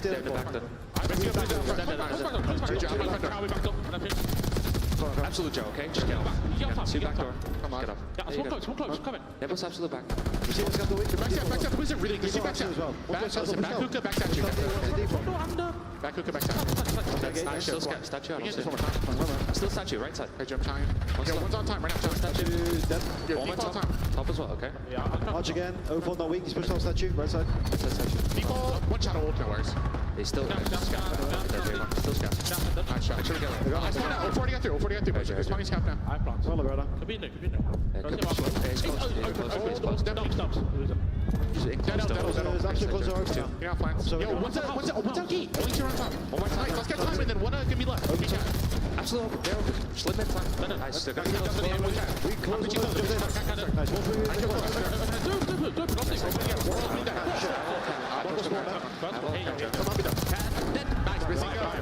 Yep. I'm 20 right. 20 right. I have a car. Go left. Dead right. Nice shot. That's first guy. Behind you. Let me hit what? He's low. I'm leaving. Nice shit, Toby. Weak, my bad. This one house. By the way, double side close. One behind you guys. Dub's coming now. Wait, one spot next to us, Joe. He's close heading out on time. Blind. I was in line. I'm taking a weird route. Go left, right? Yo, one's already out new. Yo, catch up, dead. Yo, one out of pumps, Yeah, really weak. One's probably left as well. Rest of them out of pumps, by the way. Give me deep oil, you guys. Push it. One spawn out. They want oil. Back push two, yeah. Give it a second. I'm in there. Get back forward. One shot, dude. He went in front near. He's in the pool. One's out of pumps. Spawn house as well. That's his deep house, though. One single Neptune, okay? We're gonna go top house. Yo, they're catch up for now, and then one single. Still low cap. That's stunned. Probably out front. You're out of pumps. Single dead. Catch up. Low pool. Going out single weak is went down. Nice there. Who's the shot on top? Out of pumps. They went back. Back the weak. There's one more. Out of pumps, by the way. Back door. Out of pumps. Dead. One shot. Last two time. Challenger out front. Hot start for Ultra, but the breakthrough P4, and now the follow-up from Abuza staying alive inside of P2 has Vancouver in the lead. Yeah, that's an unbelievable play right there. The 2v4 scenario for Vancouver. As soon as that P2 pops, you're simply outnumbered, but the heads-up play for no one to hop the objective, let them fill that time, get that first kill, and then play the bait and switch for your teammates to get back into the play, allow Vancouver to make something out of nothing. But Insight is beaming. Again, on 2 in a row. You just don't have the side of the map that you want, so you need to find more. And this is the Jamie Craven that Ultra fans want to see show up today. Tie game, 117, headed over to the most heated hard point in Black Ops 6, P3. Who's going to be able to get any time at all as we start to battle over towards the left side of the map. Neptune stopping the play in front of him. Neptune gets 3 from front side palm. 0-4 keeps him alive from the trade, and a key 1v1 backside art potentially to come through. He's been causing Ultra so many nightmares ever since he's entered the Surge lineup. And he has a massive play there to control the right side of the map, but at the wrong time, everyone is going to fall. Final 15 seconds, Ultra are in, and all they're looking for now is where Nasty is gone. And they're not just looking, they're on the hunt. The man prowls on. Joda sees him to take down Nasty. Joda sees following up good gunfight win versus Abuza. Side door play from Neptune, though. He's going to find the first. He's got help on the way. 0-4 trying to play through Art. Nice shots from Neptune. Ultra trying to play recovery. Hardpoint open, but no one's in. 129, 124, and a battle for spawn's about to ensue. Yeah, Neptune's just trying to hold, waiting for the teammates to get closer into the play. Finally, Abuza opens up with the first kill. You get the trades around the back end, you instantly spawn them out. And Vancouver have an opportunity again to dominate the P4 HP. And if you're Ultra, you need to find a break and find it quick. Big swing moment in this map right here potentially for Vancouver. Insight dropping on rotation, but has Joe Deceived snuck around. Nade comes out. What timing is that for Nasty? Holy cow, 150, 126. Vancouver cooking as we head to a surge listen-in. One marble, okay? I'm gonna take Jamie out. Get a good box. Marble weak Kleenex, okay? Get inside, you just sitting there, guys. Good fucking read, Charlie, get inside, Donnie. Vote dive, guys. Charlie, you're up. One marble, guys. Marble, beans. Beans, coming down. Marble. Bring your book, Charlie. Bring your book, Charlie. Bring your book, Charlie. One back with two guys. This is James. Open on top. One's playing for you, Jordan. Yeah, one back with you. One's open, okay? One is guys. Yeah, watch out. We're trying line. Open, no, two twice open, time open, Charlie. One's close. Light. He's in light. We swap a go. Open. I'm trying to door. I'm going this one. It's coming, I think. Center PT shirt. I'm jumping.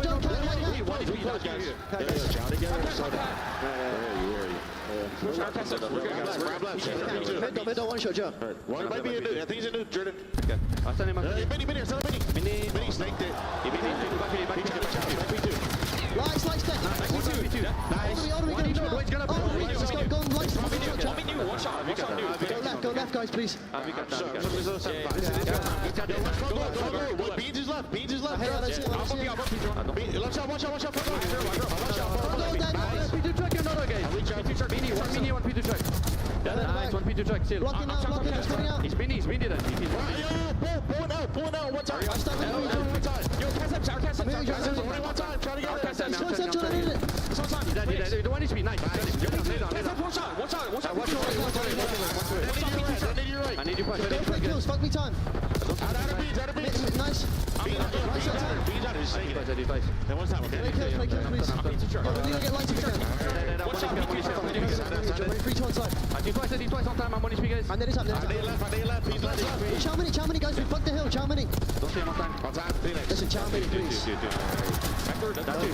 Don't bang time like that. Go right. Time Joseph. He's gonna be here. That's fine. You're gonna be in P3 or maybe out. You're gonna play fucking safe. Middle, beats. One shot. Free kill. Ready. I'm in you. Middle. Big bounce back for Ultra over the 200-point mark. About a 20-point game heading back into P3. Currently, Ultra in the favorable position over the top of Art, but Vancouver are stacked up on B Street. Yeah, they're stacked up over towards B Street. You're trying to find the kills to enter your way back into the HB. It's the SMG, and Joe Deceives. Lines up a double through double door. 0-4 knows I cannot allow him to soak up this time for free. Gotta push on up. Allow my teammates to fill behind me. You're trying to get to that 190-point mark, but you need to flip the spawn. Big 1v1 here, and Kleenex weakened up by the initial gunfight, finds himself a double-double. And now he's got an opportunity to back on up. It's 215 to 190 Vancouver playing from the back foot. Need to find an opening. Pressure going to be through the middle of the map. It looks like 0-4 got really good timing, at least for the first kill. Make it a double, and this is where it gets scary, because now they're going to start to get aggressive. 2 players from Ultra spawning on the opposite side of the map. Double agent, though. You've got Joe Deceased behind the play. Able to find the first. Can he find more? No, 0-4 up top shuts him down. Insight next one up.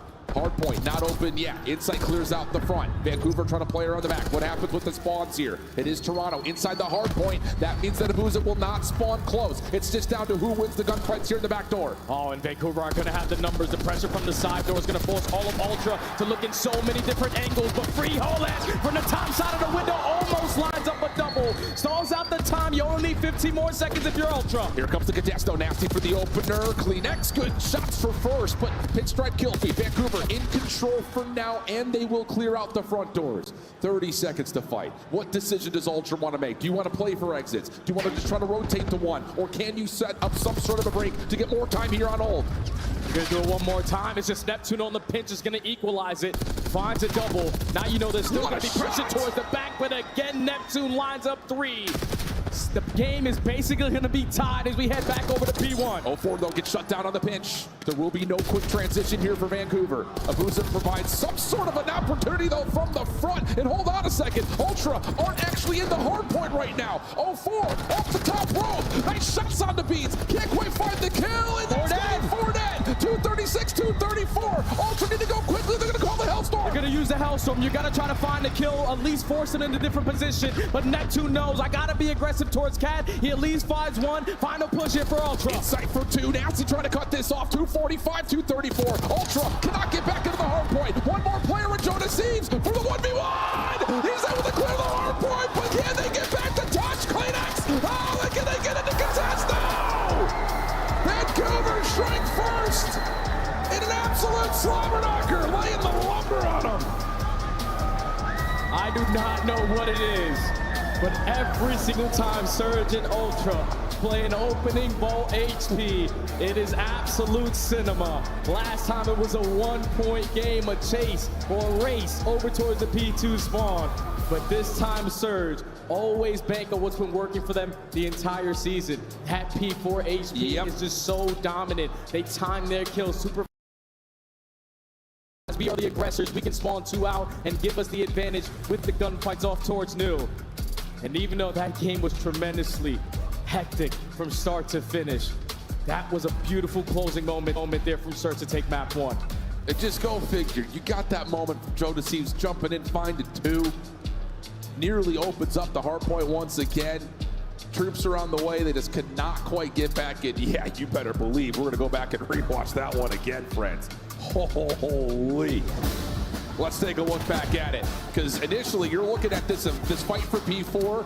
This is the moment of pause. This is where it's like, okay, no more action for Ultra. They try to commit for a bit of a break. Doesn't happen. But then Kleenex gets 2. Insight's going to follow up for a double of his own here in a minute. And you're thinking, hold on a second, Ultra in a good spot. Yeah, and this is where it all changes, though. With Abusa finding 2 of his own, he allows at least 1 player from Ultra to spawn behind them. So you give your teammates the numbers advantage to flood their way through the map. 1 player spawns out. 0-4 is going to take care of him. We have the hard block on the P2 side. So all your focus is going to be towards Lion. 1 more wave of kills with Neptune creating an extra layer is all you need. Yeah, that little bit of extra space is big. But there's the double from Insight.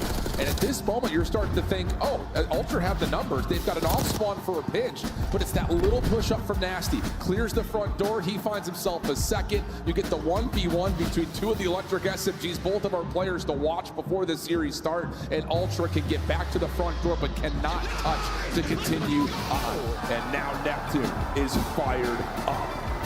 What an absolute stunner in map number 1. If that tells you how this tournament has gone, you've missed some days. I'll tell you what, because wow. You just never know what's going to happen out of COD Champs, man. If you even think about the end of that P4, Bees pops that 2-piece from topside window, they probably stand a better chance of closing out the game there, but just simply getting outnumbered. Surge plays to their advantages. The teamwork always makes the dream work. And when you take a look at the game flow, it was anyone's game till the final moments. But Surge are able to ice up, take the map number 1. And now, going into a protocol search and destroy, this is the most important map for me, without question, for both of these teams, because they have both been struggling in S&D. That's very true. In the head-to-head matchup, though, Ultra do hold a slight edge. It's like 6-3, I think, in head-to-head map count between them in the search and destroys. Protocol has not been like a common place that they've squared up, though. It's been here a couple of times in this particular matchup. And again, that number still favors that of Toronto, but it doesn't feel like numbers make much of a difference in this tournament. We've got number 1 seeds out. We've got the number 7 seed, number 8 seed in the winner's final.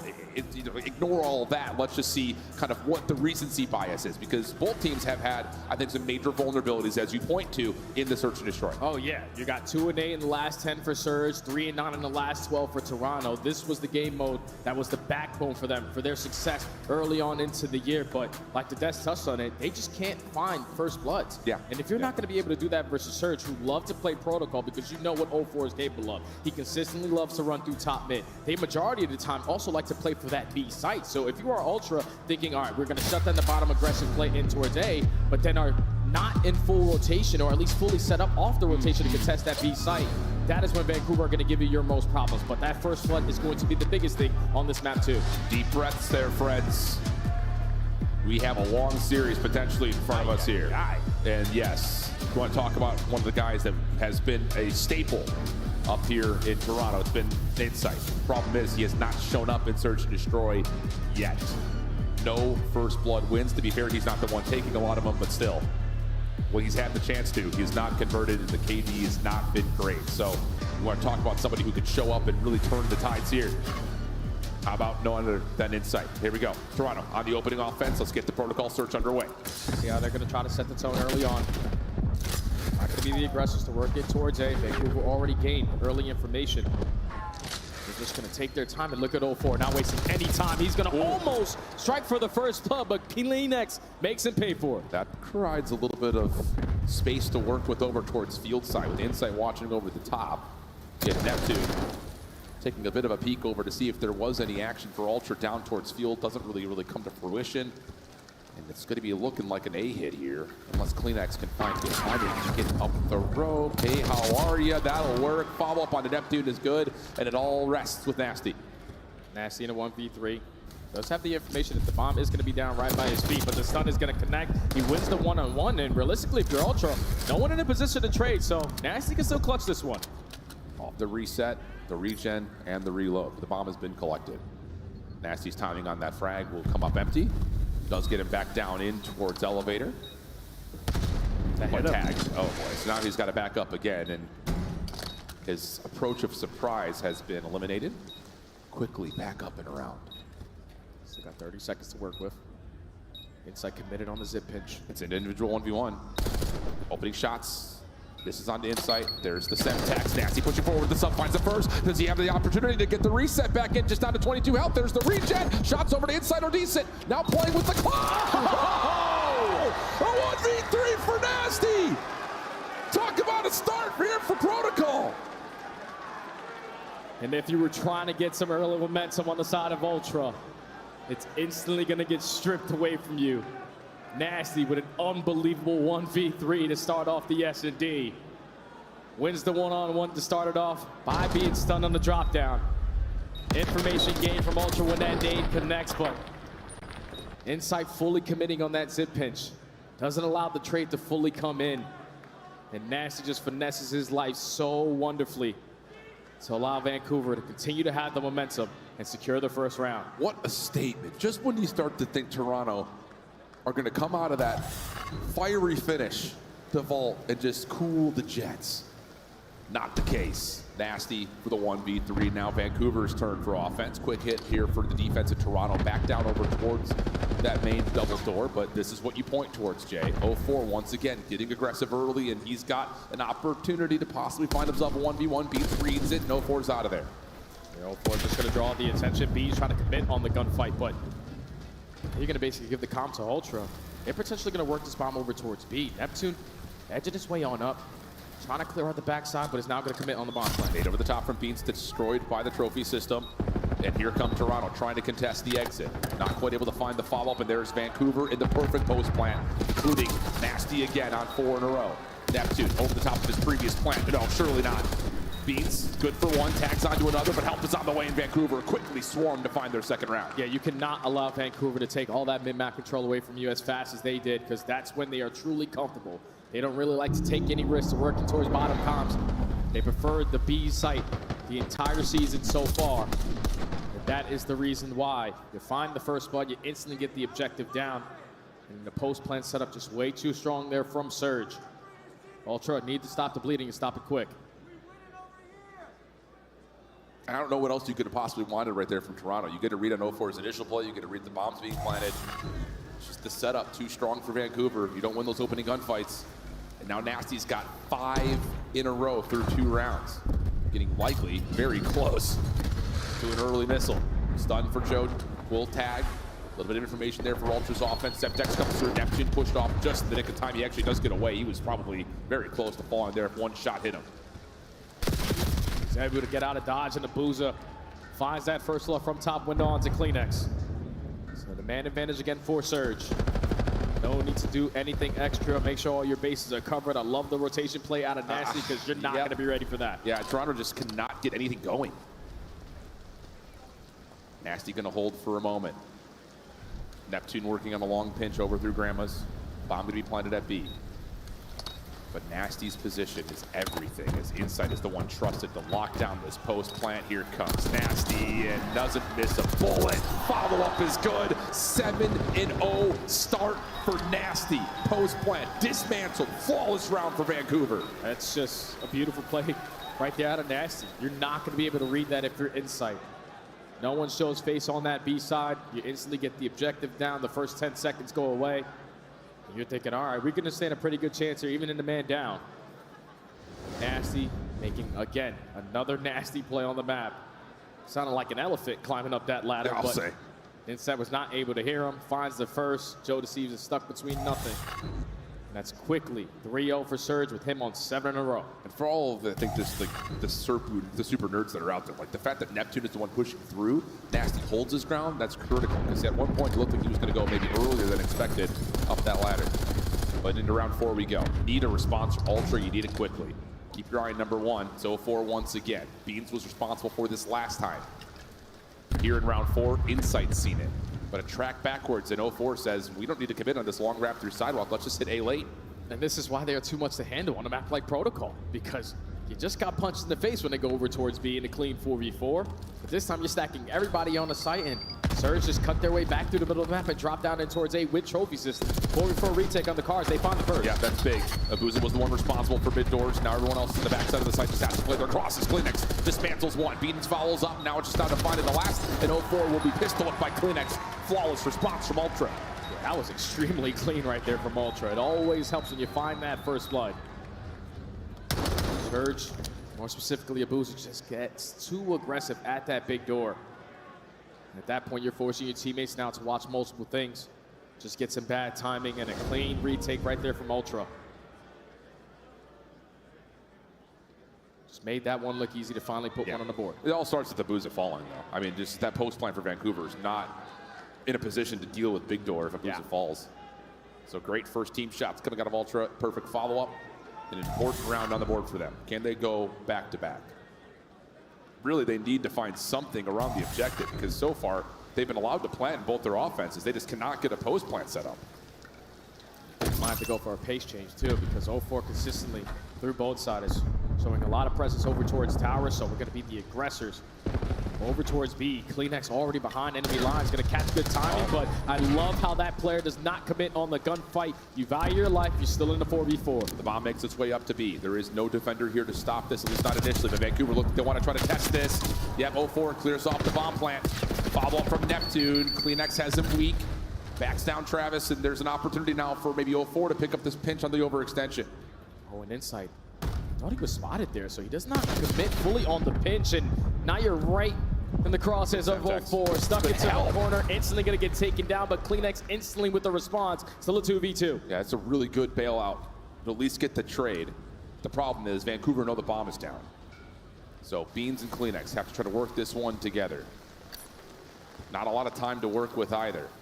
Neptune, oh boy. That is one bold choice. Nasty from helicopter, going to give him the information early. Here comes the follow-up over towards sidewalk to try to clear this out. Neptune maybe has missed his window. He's got to hurry. Yeah, now you've got Ultra already re-clearing over towards helicopter. Neptune playing up top. Here comes the check down low. Sees the feet of Bean. Stops the plant. 1v1. Kleenex tag. Bang! Travis for the 1v2. That's just so well played right there out of Neptune. Only 10 seconds left. I was able to sneak by the player over at Heli, so I take care of the bomb carrier. I got a deadly head glitch that Kleenex is not going to have the advantage in. Thought initially he was taking his sweet time to get back into the play. But if you're going to make up for it a 1v2 clutch, who cares? Vancouver, 4-1. Oh, man, it's just another one of those that you feel like Ultra's about to just wiggle their way back into the round. Get that to a 3-2 tally. The search and destroy feels like it's turning on its head, but not the case. A combined 1-8 for Joe Deceives and Insight. Just has not been good for Insight in the search and destroy this weekend. Stun check comes through. Look at a quick route this time from 0-4. Shut down, though, by Beans. Early numbers for Ultra. That's a beautiful read right there out of Beans. Double out of Beans gives them the early man advantage. Unreal. Nasty and Neptune already respond with 2. They gain information as well onto Joe Deceives. Nasty is going to be trapped. But Kleenex is not going to commit. He's got help on the way. Joe Deceives is right there. Neptune, another 1v2 opportunity for him. Surely not. Sees Kleenex. Good opening tags. Has Joey. Can't finish the gunfight, though. Too much to deal with here in round number 6, and Ultra get their second. Yeah, it's good plays early on from Beans. Find the first blood and the second. The SMG's getting aggressive on the pinch. Staying as an army of 2. Not fully commit on gunfights unless your teammate is going to be there, and that works out there for Ultra. Secure their second round. You have found 4 first bloods in this S&D. It's been a struggle in that category. We just got to start playing our man-up advantages a little bit better. Absolutely. Next offensive attempt for Ultra. After the aggression they showed last round, they're going to stick with it in at least certain ways for Kleenex. Already front grandmas and immediately around towards sidewalk. Vancouver aware of the timing. Not going to try to peek through the backside of the staircase. Instead, going to commit their numbers forward. Look at 04. Look how far fast he's gotten. And I just don't know if you expect this if you're Ultra. 04 is getting all the information, but the bomb is planted. He needs to find this first one, though. Kleenex gets one before dropping. Not bad news here. 3v3. The late pinch on inside is what his teammates are waiting for. It's already worked as well. Tilge Cobble steps 30 seconds to go, but he is going to get picked off. Man advantage Vancouver. Beans toss a grenade. Abuza not able to connect. Gets tagged in his own right. They don't know where the post plant had exited from Joe, but now they're going to find them. 04 over the top. Just down to Beans. He's found the first 2. 1v1. He's got Nasty in front of him. Doesn't get the initial read. Down to 64 HP. The shots are decent, but he can't get back. Another 1v3 comes through. This time it brings Ultra back to within 1. Oh, and I've just been waiting for Mr. Benjamin Beans to make a big-time play in Search and Destroy to potentially provide a spark on the side of Ultra and a 1v3 in the swing round. He's going to do wonders now for his confidence. Massive round there from Beans. Gets the game even closer as we take a look at it again. Time is ticking. So you got to understand Abuza still being weak, has to try to commit on the gunfight. The Nasty, just not enough time there to find the kill and get the defuse. Ultra, 2 in a row now. Different look here for Vancouver, trying to play aggressively through field side. They find Beans for first blood. He has been playing that position in just about almost every single defense. Insight keeps 04 at bay. Stun makes sure he stays at about 1 HP. Bomb, though, gets planted at A all the meanwhile. Insight able to find his second elimination, just down to what these 3 members for Surge can find around Spiral and inside A. The fact that 04 got caught right there is not what you were expecting, but the RC is going to force Neptune out of position. And all of Ultra are not instantly going to pounce on that, so the RC is going to be responding on the opposite side. You still know where the pressure's coming. Kleenex first couple of shots onto Abuza, but the problem is the SMG's in the back of the site. Nasty and Neptune sliding and working together. Neptune drops. Abuza still being held. Nasty able to respond with one of his own. Kleenex down to the 1v1 once again. Nasty from a 1v3 earlier, trying to play off the clock. Gonna give enough separation to just run forward, check it. Not gonna have time for the defuse, and Vancouver will find themselves on map point. Just a switch up right there. It's too hard to read if you are Ultra. Vancouver, every single round on their offensives, have never been aggressive in towards bottom comms, but when you send everyone through tower, you find that first blood, you instantly drop down with the man advantage. It's just a trade fest after that. Vancouver with the mid-round adjustment now puts them at game point. Ultra need to be able to shut them down. Yeah. At least make plays in towards bottom end. This is just one of those offensive rounds you square up into a 5-3 and say, what do we even call right now? Same thing pretty much as usual. This time, Neptune is going to play an aggressive spot over towards P1. Haven't seen this yet, but 04 falls over towards the outside. Now Neptune has to make a play. Found the first. Going to see a couple of tags that are in. Neptune just dancing. Joe has no idea where he's gone. Finds another. Oh my goodness. Now it's just down to Beans. 1v2 opportunity. Finds the first cleanly. And it's a 1v1 with none other than Nasty, who has been incredible this search. Nasty wants the challenge. First shots are good. Frag, cooked up. Is it perfect? Not quite. Resets in and we re-go. We're running on a 1v1. 45 seconds to play with. Bomb not in the hands of Beans. He's just going to wait for him potentially to run right in front of him, and Nasty's going to get spotted. And the shots are perfect. Beans for another massive clutch. Keep Ultra alive. This guy is giving them lifeline after lifeline. A 1v3 followed up by a 1v2. He is starting to make big-time plays in the big-time moments. Still need one more round to try to force the round 11. Adjustments need to come on in. Do not allow SMGs to sneak on by.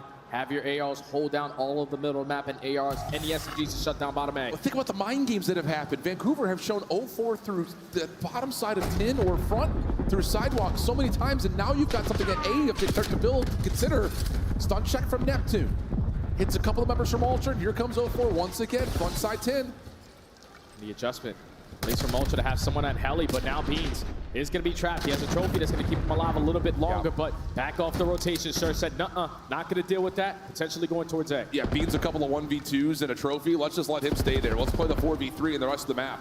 0-4, feeling frisky. Gets forward. A little bit of information, though, for Beans. Kleenex able to assist. And this is all. Surge is playing for the isolation. Doesn't fully come through. Trade is in, though, to a 3v3. Bomb dropping down over to A. Yeah, that's all the information gained right there. They realize, okay, one bottom blue, one Heli. There can only be one player in towards the A site. No one is here, so the bomb is going to go down for 3. Do you have tax to potentially work your way back on in? There is a trophy for Surge to keep them alive a little longer. But you have an extra AR on the field here. Joe Deceives, with an aim as in hand, has 3 ARs out. RCXD for Beans going to get called. You have to clear out Spiral. They will successfully do that. Also some information on a player playing inside the front side of PC, but Nasty's going to strike first to the 2v3. Joe, Semtex over the top, no trophy to keep that safe. Does not tag though. Now you check the corner. Here's the follow-up from Nasty. He started it off with a 1v3. He'll finish with the final, and Vancouver is up 2-0.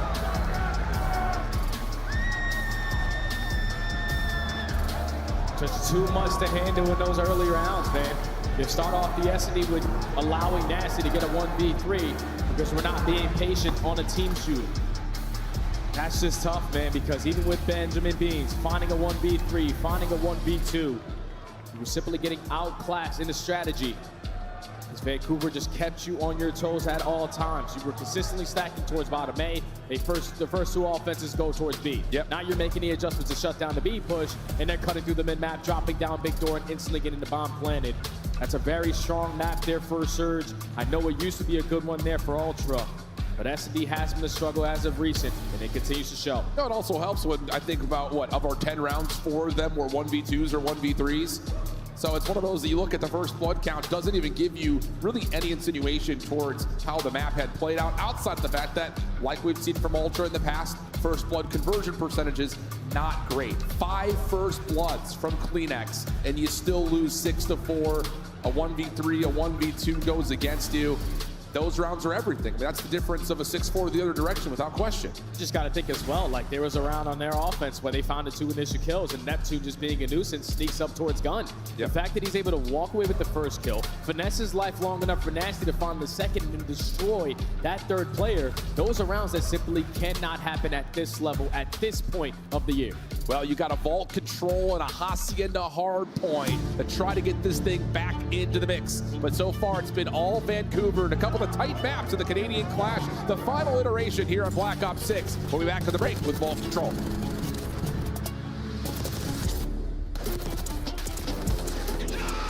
Let's fucking go! Away, man.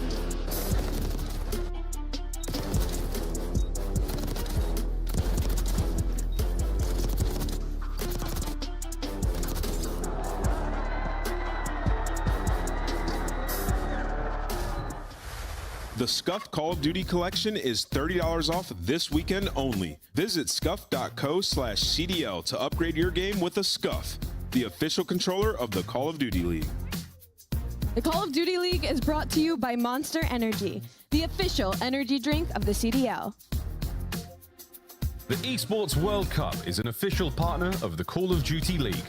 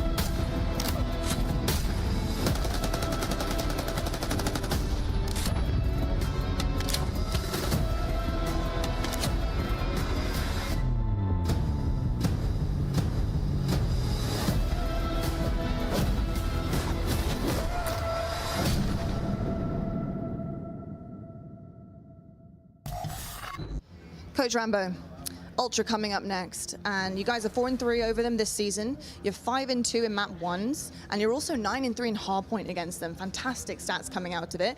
Obviously, I think you guys have the hottest start when it comes to facing them. Are you going to try and use that to try and close them out early on? I think if anything yesterday proved is that stats at this point in the season mean absolutely nothing. They had a 2-minute montage of them just slamming us and talking about how great they've been all year against us with the T's. But again, it's nice to know that we match up against Toronto well. We know our play style is suited to beat how they play and how they go about things. But again, the knowledge gap at this point here is null. It's about who shows up on the day and who plays their best. If all 4 of us can show up like we played yesterday, then we're looking really good, especially in a day where you potentially play 3 matches to make it to Sunday. It's important that all 4 of us are firing all cylinders. So again, good stats to know, but really at this point, we are not using that to any kind of our advantage. Well, fill your boots, you buttes. We've got ourselves what has been a very entertaining 2 maps. Vancouver currently up on the home squad here in championship weekend for Black Ops 6, but 2 tight maps. I mean, it could not really be much closer than what we've got, but Vancouver still hold the edge. Flex your Molson muscle right there, Jay. Tell me how these guys reverse sweep. Oh, it's going to be tough, man, because if you are Ultra, obviously you're spawning into your best control on the season. 14-8 overall record on Bo. You're great on both the attacking and the defensive side. But if they're able to get through this, the next 2 maps are heavily in favor of Surge. You got a Hasi hardpoint and a dealership S&D, which you are 1-9 on the entire season if you manage to get to that game number 5. But they're probably not even worried about that game 5. They want to take it map by map, and this young man on that side, Mr. Joe Deceives, he has to be an X factor because he didn't bring it in at S&D. Yeah, I think the thing about this, and we've told this story a million times, kind of looking between the SMGs, between the individuals on either side, but one of the things we've often said, and maybe not pointed to directly in a very specific moment, is Neptune is not just individually being great. He's helping set up his teammates for success and vice versa. We have not seen really throughout consistently the rest of the year where Joe Deceives is getting the supporting roles that he needs from players like Insight and Kleenex. I think you saw that, of course, in that most recent stat line from Insight, just not really being able to find things in the search and destroy. So it can't just be Joe. That's what I'm getting at. It has to be all 4 guys as a part of the success that Joe is already starting to create. Oh yeah, without question, man. Every single player needs to step up to a whole different level because your backs are against the wall. Here at COD Champs in Ontario, you do not want to try to bomb out here, potentially end your season on not winning a single map in the last 2 days. Ultra are a lot better than this. They just got to show it right here, right now. And I think I'm more focused on what the ARs are going to be able to bring on a map like Vault, where you need to be able to dominate those long distance lanes. Insight and Beans are going to be the deciding factors. Let's see what we get. We got Toronto on the offense, trying to frame up the reverse sweep. Can they find a way to kick us off with an opening attack? Already on to A. First blood good, up to up 4, and that's now an opportunity to likely get this first tick of progress, but Neptune fights back, and you got Nasty working on a bit of a pinch. Oh, and they already find the second kill as well, so Vancouver, no, we have the numbers advantage. We can still try to find our way back in towards A before this first segment gets locked. They do just that. Now the map control in their favor. You already have players like Nasty working the OE through B Street, and Ultra got to take their time working out of the spawn. So many critical 1v1s being won by Vancouver right there. I mean, it's just the trust that Nasty in a 2v4 essentially can still run through B Street, know that Abusa's got his too. Unbelievable. Ultra work out of the early spawn trap quickly, though. Back onto A we go. Secondary fight good for Ultra. Finding Nasty is critical, but 0-4 up top. Now has the pressure mounting for Vancouver for a quick response. Stun in. Here comes the take. Neptune shut down immediately. Nice shots from Joe Deceive. 3 in a row, and the first tick is locked. And the second segment also could potentially be locked in. 0-4 does find one on the pinch, but second segment gets locked. You're still trying to extend the time early on if you can. You're finding trade after trade, but Insight, you need a double. Can only get 1. And Surge take mid-map again. They do get the second tick lock, though. 45 seconds, just a 2-life deficit. 0-4, slippery in the pool. Shuts down one route, but the quick trade is in. Neptune also found before he can push up, so that should be enough to try to flood through. But Nasty! Oh my God! Are you kidding me? He gets another triple. Now you're under 30 seconds, and the rest of Surge's defense is here. They have the advantage again. Already find the initial kill. 0-4 strikes for number 2. Now it's a 2v2 for the mid-map control. Kleenex wins a 1-on-1. Actually finds a double, so it's all on 0-4. Stop it. 9-3. Both weapons to play with. Clock pauses at 14.5. Here's 04 looking for more. Has the AR up, able to slam onto one, not quite more. Kleenex inside the longtime duo, keeping the play alive. 9v8, keep that in mind as we so fight over the top of the A zone. Nice set text coming through, extra 60 seconds, 8v7.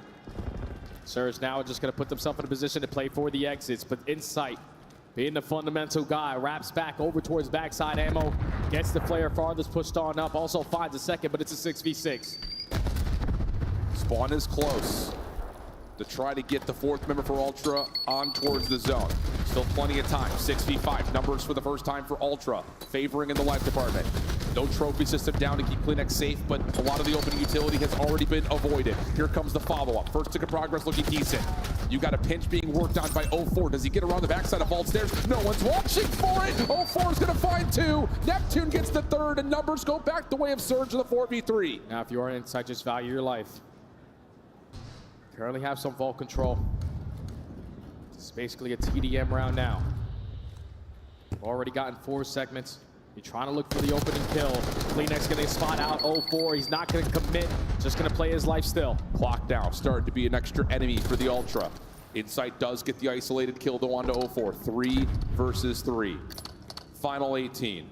This next move is the most gritty for Ultra. How do you get onto the zone? You haven't really even looked towards B Street. You don't know if anyone's playing off of a pinch. And now it's on to Nasty again. Number 4 in teal, playing around the back. There's the stopping of the clock. Nasty finds the first. Semtex out, setting up his teammates for more. Joe sees the last one left for the 1v3. Cannot go anywhere. Oh, what are we talking about? What a round for Vancouver. Yeah, Toronto was just trying to play for the information on what the setup was going to look like. You throw a shoulder at line, you spot out Neptune. But you realize there's only 10 seconds left. We have to commit on the objective. And that's what allows Nasty, the player who was originally sitting at the statue, to know no one's working the pinch. They're all got to be walking from the front side. And times that flank to perfection to allow Surge to not let that defense slip away. So many individual heroic moments. So many. Abuza starts us off. Nasty follows up with 3. And then you also get the long pinches coming through for Neptune and 04 over and over again, just keeping Ultra on their heels. Still, decent progress had been made for Ultra on the offensive side. So not the end of the world with 4 ticks already confirmed. Now, Surge, your opportunity for the offense. Everything about control is usually off the break-off. You find the initial 2 kills, a team kill is going to go down, so you still have presence around this mid-map area. Now all of Ultra off the respawn. This is some guaranteed segments for Surge. Yeah, just give Nasty credit for that team kill supplied by Beans. So much damage has already been tallied. Opportunity for Joe to try to pop up through the hole in the vault. Nope, checked out by Neptune. Kleenex though, a little bit of a pinch set up with Beans. Finds 3, pistol out, Abusa with the whip. But again, already an extra 60 had been tallied. Big news though, 2:10 on the clock and 3 life edge for Surge. Now that 3-piece from Kleenex is not going to be felt. Boozer still holding down the mid-map pressure. You already find the initial kill on the OE for Joe. You're looking for this trade on the Insight. All of B Street is cleared out. Let's pause the game clock. Beans up top, good damage. Neptune pushing forward. No, not going to get the second. Ultra will stabilize. Fades out, keep Abuza down for cover. 22 plays 19, still a 3 life, make it 4 life, make it 5 life edge now for Surge. Able to win in the kill feed. Nasty's got some outside palm control. Now you've got to pause the clock to a minute 44, but Insight gets 1. Opportunity for a pinch on the other side for Joe for Ultra. That's a big kill from Insight and a bigger kill there from Beans. Wow, what an exit. Working on the pinch. Wins the one-on-one, secures ammo side for his team. Is now going to force Surge to either work the OE or waste time on the rat back. 1:30 left to play with. Kleenex whip house an extra AR to take down Neptune. But all the map control in favor of Ultra currently. 04 trying to work on the red dot hunt. Can't quite get the mantle up top through ammo. Instead, goes the more traditional route. Finds Joe. Now it's an SMG to play with. Neptune cleans up. That's going to lead to open to the middle of the map. Nasty sees the rear end of Insight. Can't quite finish, but Neptune's right there to supply the kill. Beans the last one standing as Surge now make their way forward. How do they not know where this guy just went? He was just in front of Art. All of a sudden, you lose track of him, and he makes a very impactful kill, making it double. All 4 coming off the respawn. You only have 1 player on the objective. Nasty setting up the repinch. Surge are dominating right now. What'd you say at the beginning of the year, Jay? Slide, slide, slippery slide. Neptune all over the place in the back line. Second tick done, third on the way. Can anyone get here to touch? Beans gets the first, but cannot stop the progress from coming through. Surge up 2-0 in the control. It's just too much pressure on the side of Surge. The AR's drawing the attention, the SMG's hitting the open lanes. If you're not finding trades, the game is only going to be more and more difficult. Now backs completely against the wall here for Ultra. Down 0-2 in the series, down 0-2 in the control. You got to put it together right here, right now. A mountain to climb, though. Break off, super critical just to getting an edge early and trying to turn this series for maybe a first time in favor of Ultra since we were here on P1 in map 1. Kleenex on the corner. 0-4 gets first blood. And here comes Surge from the catwalk position. Trying to work their way in to stop the progress immediately. Kleenex wins his first battle, but has so much more in front. Decent snap, but Surge, too much help nearby. Keep the A zone safe. All the map control as well in their favor. First segment does not get locked in, and Joe is going to be trapped into a corner. Or not. But wins the one-on-one gunfight, so you have the numbers advantage to still reinforce your way back to the middle of the map. But 0-4 with the Semtex evens it up. Inside and Beans, though, combined for 2, and it's still a mixy battle around mid-map. Clock slips underneath, a minute left remaining in the fight, though. Neptune down low. What a snap that was on the Insight. Beans overwhelmed, and now Surge start to make their move forward. Kleenex holding off the spawn trap as long as simply possible, but Neptune in and out just like a ghost. Finds himself his 20th elimination. He's 20 and 13, making 21 with 4 in a row. Travis McCloud has arrived. He's dominating the Great White North. But Ultra stop him in his tracks and have a chance at 30 seconds to try to get more progress done today. That's a big 2 exit kills, but now we need to try to extend this game clock. Everyone, let's stack in towards A. Try to value your life, because here comes 0-4 from Top Cat. You know he's not going to shy away from a chow. Sets up Neptune for the second. You got the numbers to reinforce your way back through mid. Ultra, last push. Kleenex just kind of finding some opportunity to stop the clock at B.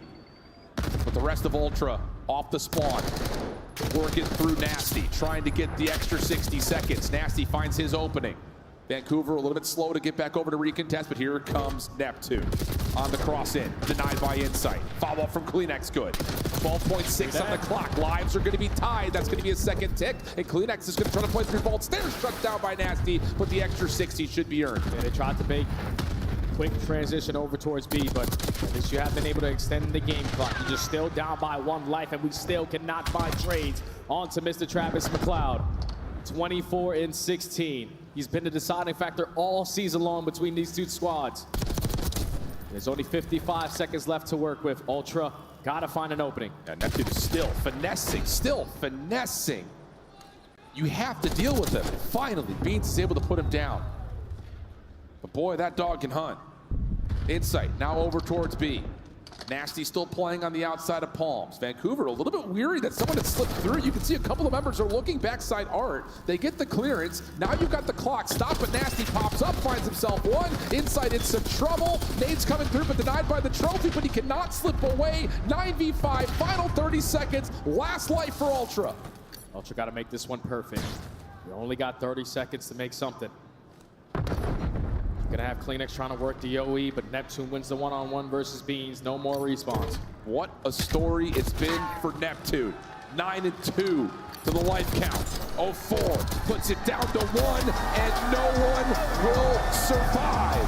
Vancouver, they dominated Toronto a number of times this season, but this time here at World Champs, the most definitive of 3-0 as Vancouver move on. Ever since the addition of Mr. McCloud, the squad in purple have yet to be able to beat this squad on Vancouver's side. They have just been unreal. So far in the season, he averages a 1.3, and I think he just one-upped that entire 3-0. He was just simply untradeable, unnoticeable on the map, and just way too much to handle for the opposing SMGs on the other end. Vancouver are starting to rally. They finally get over that hump of beating LAT for the very first time this season, and so far they're making the most of it every match after. It's just been one hell of a tournament. I mean, this year you could go back and you could classify the fact that we had a top 2 teams and then there was a battle of who wanted to be the 3rd best team in this game. We wasn't sure if it was going to be Toronto. We weren't sure if it was going to be Carolina early on in the year. And then Travis comes into the mix, picked up from challengers, having one of his best years by far, and instantly turns a group of guys that, let's be honest, we're not looking at this Vancouver team on paper at the beginning of the year and saying, oh, these guys are going to be a top 4 squad. They've made it to 2 grand finals. To the 3rd credit, not able to win any maps here, but still 2 grand finals, and now you've dominated the Canadian Clash and a chance to possibly be more than the 3rd best team in the game here at Champs. Yeah, it's insane, man, because when you think about this Vancouver squad, they made it to, like you said, 2 grand finals, lost to Atlanta, lost to LAT, have yet to be able to beat LAT throughout this entire season, but sometimes all you realistically need is one opportunity. They found their opportunity this past weekend to get over that hump. Now they feel like no one can beat them. Correct. It's got to be a good feeling there for Surge. The 2 teams that beat them in grand finals aren't in the tournament anymore, Jay. Not sitting here trying to sell the farm to Surge, but they're buying, it looks like. 3-0 here against Toronto. Don't worry, my grandma's couch is still fine as we've got ourselves still a full slate of games, and who knows what's going to happen at this point. You don't want to go anywhere, but for us, we're going to head things down over to the stage with Blaze as we're going to have our post-game interview there. And I think the thing, too, about this, and I'm curious to see who's going to pull and what he's going to ask, is simply down to, does this team feel like they have a chance to continue what is going to be a long day today, Jay? I don't expect them not to say no. Like you're expecting as a player, I'm going to spawn into every single series. I'm going all the way to the distance as we take a look at the bracket again. They secure themselves in towards the top 4. That's what you are trying to do, but we know them and Miami is going to be an absolute cinema matchup.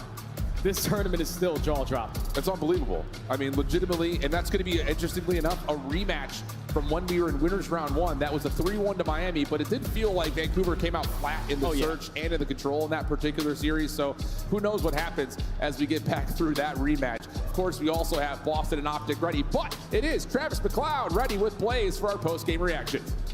Yes, sir. I got Lightning McLeod with me on the main stage. Make some noise, everybody, for the Vancouver Surge as they come out and show that they are the rural kings of the North here, all right? Now, Neptune, I got you on the main stage. This was a quick 3-0, all right, for you guys to kick off the day. Did that feel like an easy 3-0, difficult 3-0? And if so, why? It felt like an easy 3-0. It was, besides first map was really close, but we were able to close it out, and that's all I'm happy about. There you go. And in that first map, it was a point in which you guys got down to, it was about 202 to 179, and I believe the deciding factor was around P4. You know, what changed right there for you guys to really kind of close out that first map? Because it was a back-and-forth battle to the end. The last P4, when we were down, we knew that all we had to do was just win that fight with them. Once I killed Bean's top P4, I knew that like we were good, and that hill is a pretty easy hill to hold. So going into P1, it's normally 50-50, and we were able to close it out. There you go. Okay, you played phenomenal on that first map, okay? Ontario, did he play well out there? I know y'all got to show him some love. Popping off, running all over the map, but another player on your team that popped off was Nasty in map 2, dropping 14 kills to pull out that win. What you want to say about him there? I mean, Nasty's a beast. Good shit. I'm really happy that he was able to hold us down to S&D.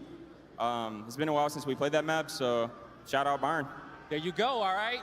Now, you guys got 2 more matches today to make it to Sunday, and we know how important that is. What do you want to say in here to your fans that came in here and supporting you against this tough crowd today? I mean, thank you guys for all the support. The job's not finished, but we're going to keep this momentum going, and we're looking to win this tournament. You heard him, the job's not finished, and they want it all, trying to make it to Sunday. Chris, take us away. Things are heating up in Kitchener as Vancouver knocks out the home team. Toronto Ultra exits with a 6th place and $80,000 prize. It's not what they were looking for this weekend, coming in with the top 3, but I don't think anything has gone to plan. No, Chris, it hasn't, man. I mean, there's the wrong kind of wow for Ultra for me. I mean, just deflated, I think, after a while. It seemed like after map 1, there was a lot of fights to win them. The search and destroy, a couple of big moments go against them. And then in control, broken and beaten. Of course, we'll see them a little bit later on in EWC, but until then, tough way to end the year. Let's take a look at some of the highlights. 0-4, I expect to be in a number of them, and so will this, man. Neptune was popping off. Early on, though, Toronto showing some life after failing in the search and destroy. We thought, all right, maybe Vault, control is where they can bounce back. Historically, Vancouver sucks at control. Yeah, and historically, Vault should have been pretty good for Toronto Ultra. 14-8 in the season. They pick it over half the time when it's left open in series. But from the side of Vancouver Surge, they've just been putting work in that game mode, right? It's been the one thing that kind of kept them on the outside looking in some of these top teams. And obviously, I mean, Neptune played with a chip on his shoulder. And the response, he was absolutely unbelievable. He ends with a 2-point-something in this final map number 3. I mean, he clearly wants to make it to that grand final. Yeah, you know, just a different control from Vancouver than what we've seen in the last stage and a half. I mean, a little more slow and controlled, and when they need to erupt and try to put teams in a spawn trap, they're doing it together now. It's not as individual. So for Vancouver, I mean, this is a team that, like, Search and Destroy could not win recently. They've been figuring that out. That protocol now seemingly added to their map pool. This team can absolutely make the run. You look at, like, their competition, it's teams that they have had a lot of success against in the past. So, yeah, it could get real interesting. After a day one stumble, Vancouver has bounced back. They have 3-0'd LA Thieves, and now they take care of business against Toronto Ultra. And I have to ask, who's in the MVP discussion? They are officially a top 4 squad here at Champs so far. You have to say Neptune just because numbers he put up, but I think Nasty is pretty close behind. I think he's kind of their X factor right now. I mean, he goes 14-5 in that Search and Destroy, wins some impossible 1Vs. I think he's everything for Vancouver right now. The best. One of those 1v3s earned our Scuff play of the game. Go ahead, gas him up over this, Miles. I was going to say, it's the 1v3. Hey, he's the best red-headed Call of Duty player in the world right now, active at the very least. I mean, that's just the absolute facts. But hey, Nasty, a sensational performance in the Search and Destroy. Obviously a reason why they pull away the win. And this is the round 1. It set the tone. And it was just unbelievable his thought process through this, because second he eats that stun, he's like, all right, they know where we are. He books it to the other entrance. Toronto Ultra's just not thinking about this at this point, right? He ends up winning this first gunfight, slams the second guy. I mean, just unbelievable. Nobody thought Nasty would be able to close out this 1v3 and get the momentum going at. Yeah, I mean, the Search and Destroy, just massive plays for him. And there are a couple other rounds where he almost clutched 1v2s if it weren't for the bomb timer. Yeah, Nasty just has these massive impact plays, and when you couple it with a guy like Neptune, when he can perform on a world-class level in the respawns, you're going to find success. Vancouver Surge with this win are now guaranteed $160,000, a top 4 finish, and for a lot of these guys, you have to think it's a contract year. Let's take a look at our bracket, because after starting with 8, we are down to our final 4, and we are headed to that winner's bracket finals next. Optic Texas taking on Boston Breach. A little bit later, though, Vancouver going round 2 against Miami Heretics. It should be a good one, Ant. Yeah, I mean, if you remember that series, that map number 1, we're sitting there like, okay, Surge, Heretics with the instant response. But since that match, both these teams have just been sensational. We're halfway through day number 3, a 5-match Saturday lock-in, ladies and gentlemen. The Call of Duty Championship Weekend 2025 continues after this.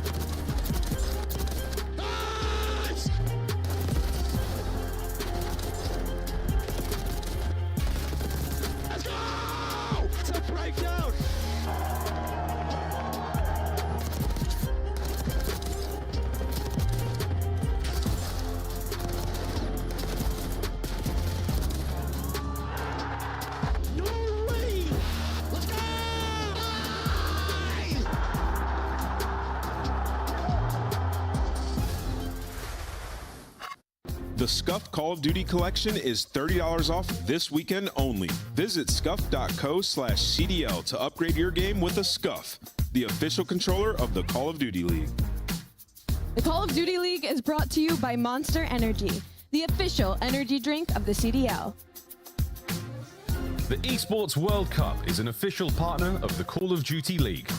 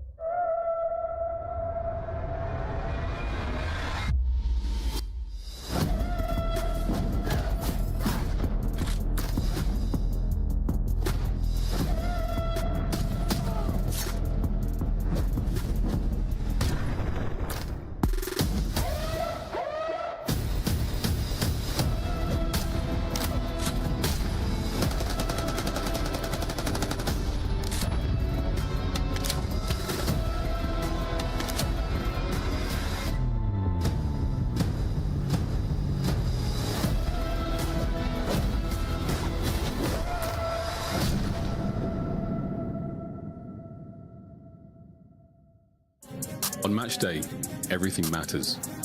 What you focused on the night before, how you slept, what you ate. Players gather in the arena, ready to go toe-to-toe, fueled by the dedication, passion, and love of the sport. The mind has to be focused, clear, locked in. Any unknown variable can mean the difference between winning and losing. And when you have your pride on the line, every decision has to be perfect.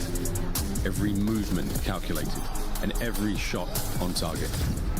If you want to be remembered here, you have to make them believe.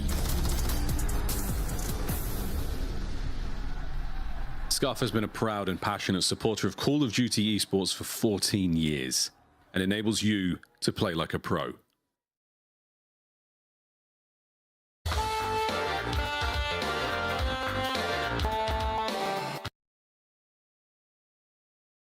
You're gonna check it, right? You're gonna check it. Oh, it looks one way. Envoy's on the other. The magic bench continues. Envoy gets two. Scrap gets another. It's all on Nasty 1v3. I promise you, he's in that corner. It's in the 10's corner. It's Envoy's corner. Oh my God! Pleasantries exchanged between squads. Not being in respawn? I do personally, yeah. You do personally? I do too. I think it would make the viewing experience worse. What did I just see on my screen? Who was that guy? Did you see that? No. Who the fuck was that guy? I don't know. Welcome to the citizens over there on YouTube. There was some random guy, like, see how they have the quad box? Like, there was some random guy just like in the all four boxes, and he looked like he was going crazy. Yeah. Yeah.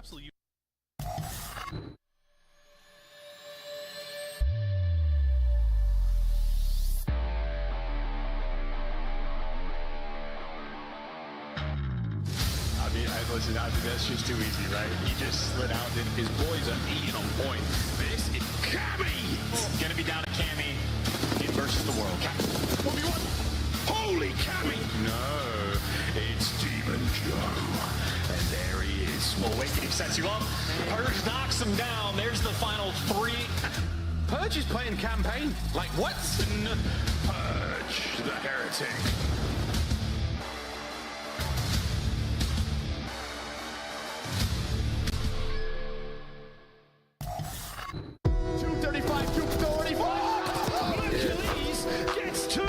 So crucial now moment. Dashi Lost for a minute, but I'm back. Now stand on business, never sat down. Going to the limit, I don't tap out. If you said I couldn't do it, where you at? Now hey, damn, the shot beat takeover. This kid is a monster. What a beautiful sequence.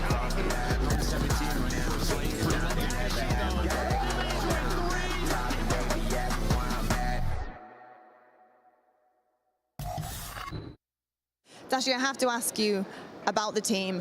I've heard so much. This team's just insane. Like, we're flowing, we're doing great. I'm just so interested in exactly what it is. Like, for you specifically, you have been so good recently, so good. I love to see, like, the Go come back, and it's incredible. But what does the pickup of Merc do for you, like, personally and individually? Yeah, Mason's been unreal ever since we picked him up. We've only gotten better every single day in practice ever since we got him. Just a lot more reps, a lot more chemistry. It's starting to flow a lot more. We kind of understand each other's tendencies and stuff like that. So it's been going. We're still getting better even right now. So it's just a matter of just making every rep count. And I'm excited to play today. I love to hear it, Dashi. Thank you so much, and best of luck. Thank you.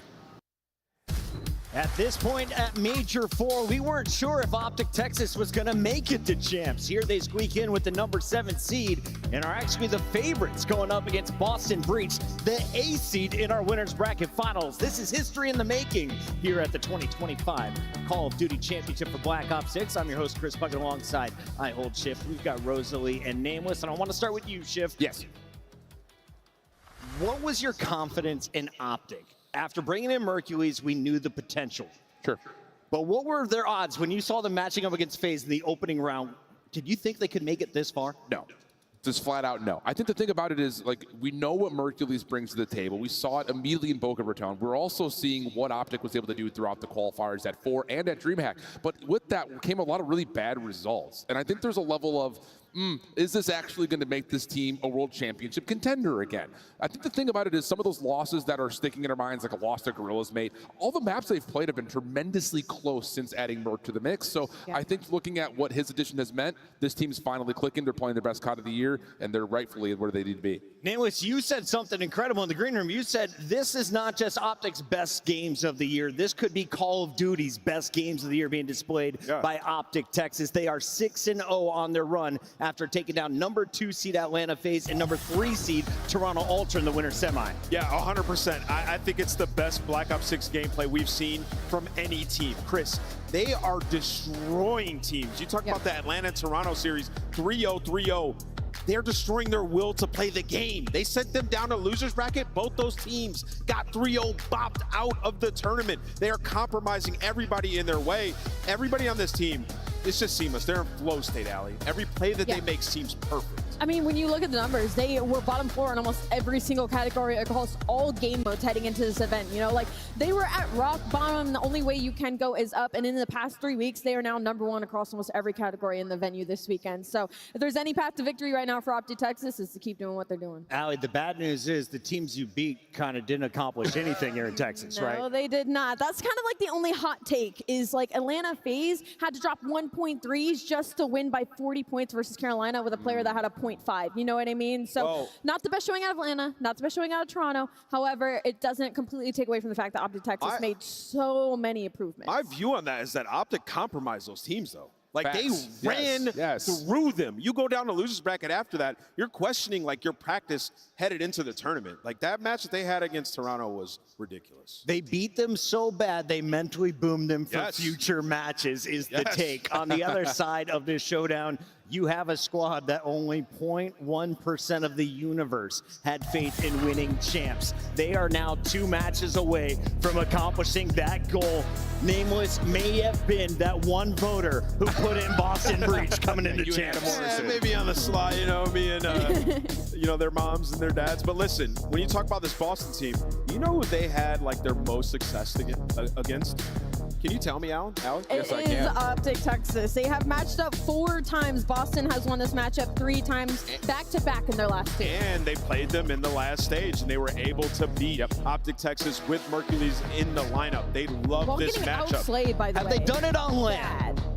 Yeah, they did at Major 3, not with Mercules in the lineup, though. The thing is, there's also a level of, like, remember back in the beginning of the year when everyone was like, dude, this Optic team is disgusting? The only team that beat them in the online qualifier stage 1 was Boston. Yeah.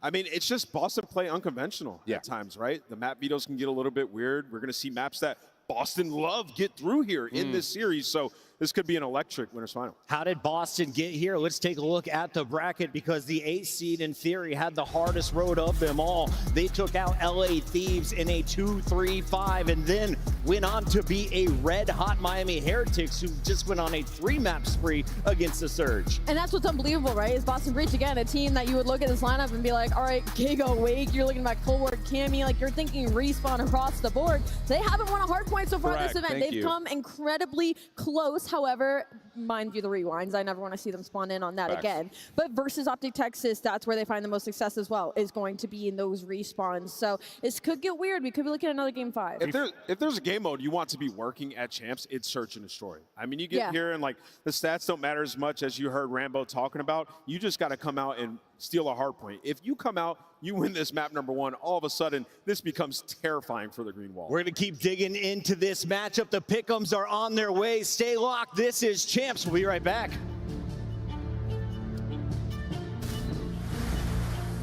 The Scuffed Call of Duty is $30 off this weekend only. Visit scuff.co/CDL to upgrade your game with a Scuff, the official controller of the Call of Duty League. The Call of Duty League is brought to you by Monster Energy, the official energy drink of the CDL. The Esports World Cup is an official partner of the Call of Duty League.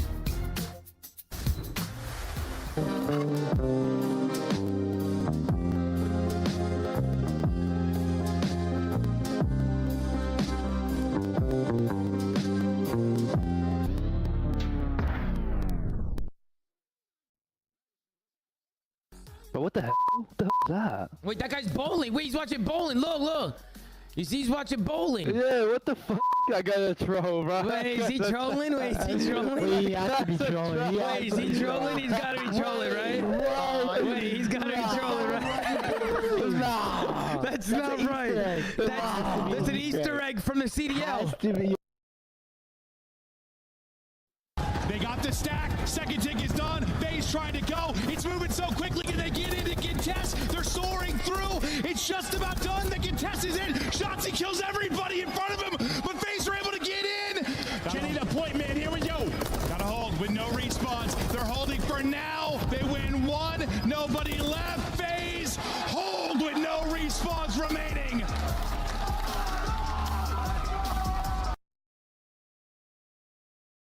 Like the worst time.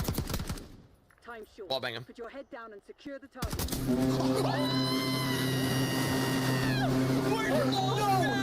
We're so back, baby! No way! We're so back! Deranged Native! baby! Deranged Native with 100 gifted subs!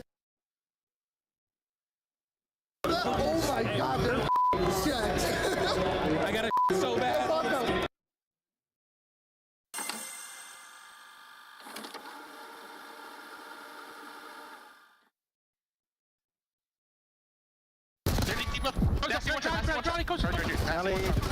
I'm one shot, guys. Last kid deep left. That's just don't even charge then. Look up.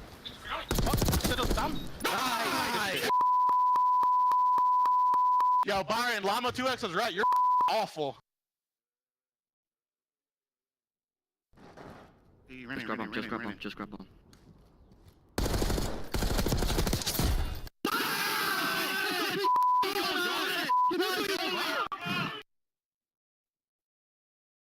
Record for most kills dropped in a single match. It's 115, and it's Gwyn. On the collapse, he gets the angle, he gets the kill. His series continues. Gwyn's here.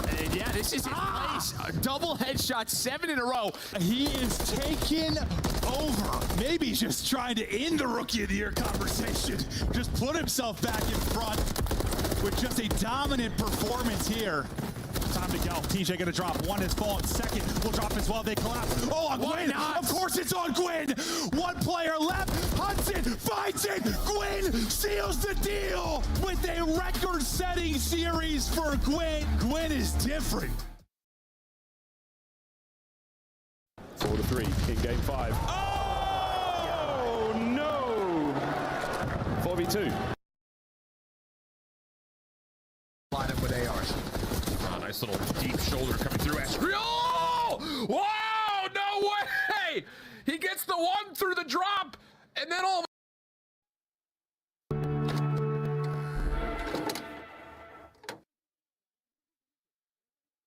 Welcome to the Esports Report. On this week's show, we cover the current COD League standings. Help me. What's wrong? Yeah, two backside. One shot. Let's go. Let's go, baby. Come on. Did I get an ace 5-5? Willa. Hey. On the line, it's like, you know, a lot more bragging rights. I think the very first map is the most important map. If you go down that first map to Optic, chances are you're not going to win the series. I think they have like over 90% win rate after they win the first map, so it just really comes down to that first map, I think. When you go up 2-0, it's really hard to come back, and we're really good at sealing the deal and just closing the... We've been practicing pretty hard and, you know, watching a lot of film and stuff like that, so I'm just fully confident we're going to walk away with the W. One up. He's got a trophy though, right? He threw a trophy out. He threw a trophy out. I think this might be too slow. Either way, he got it. Oh, he does get it. Yeah, it was too slow. He gets it. He just hops it right away. Nobody checks the bomb. Nice pickle. The pickle's like close to on you somewhere. He's on the door. It's gonna be close. Yep. Alright. Oh my god, come on. Good all game. You like that. That Dante takeover.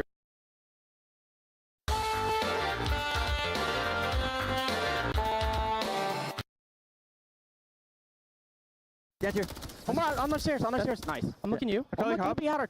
Outer. Nice. 3v1. See, I know. Nice, baby. Oh my god. I mean, I'm trying to scam it. They won't even kill me.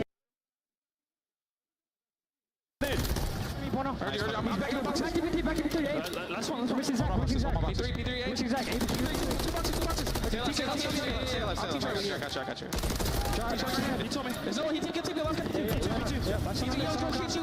My bad if I need you. You're good. Yo, come weak. There's 3 on 3. Short steps.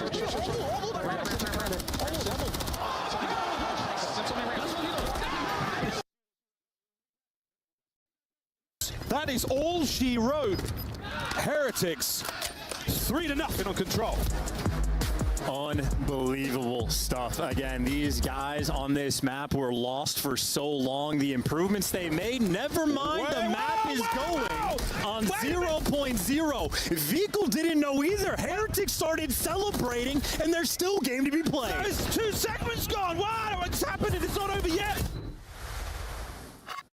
Now, Snoopy, you are an incredible individual player. You have been doing some crazy things, even here at Champs, but for the rest of the season too.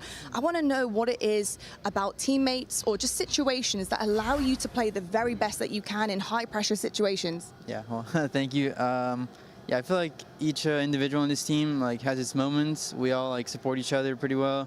We believe in each other, which is the most important thing. And I feel like when someone has to shine, do his thing, we let him shine. We let him.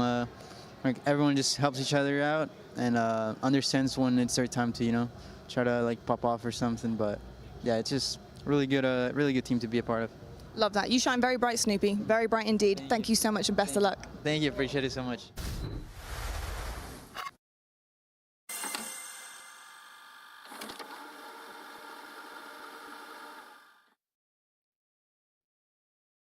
Close. Nice. Good job. Yeah, I'm on. Tempus Freezer. Tempus Freezer when he killed him. Okay, I'm chilling in. Oh. TK. Hold on.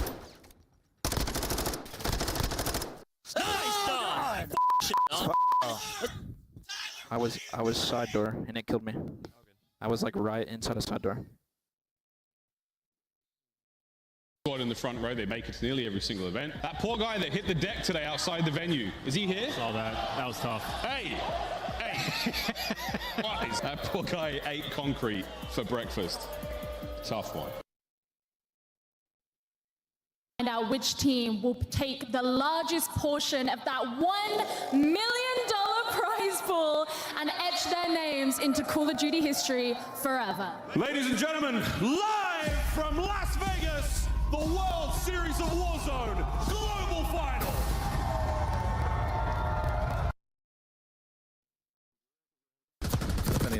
Draws on mid, guys. Oh my god. Draws on mid.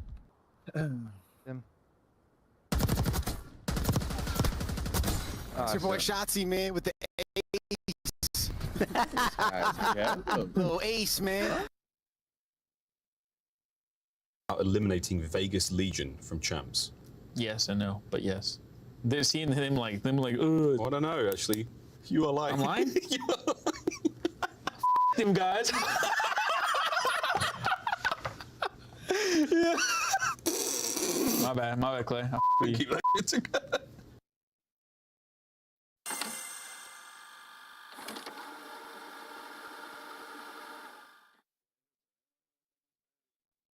Well, it is not the Ravens. It is a Phoenix that has risen from the ashes here at the Major. They take flight. They break the curse. London can finally weep tears of just joy and not despair. Oh my goodness! Vamos Heretics! I cannot believe what we've seen. Simply unbelievable. The madness in Madrid continues.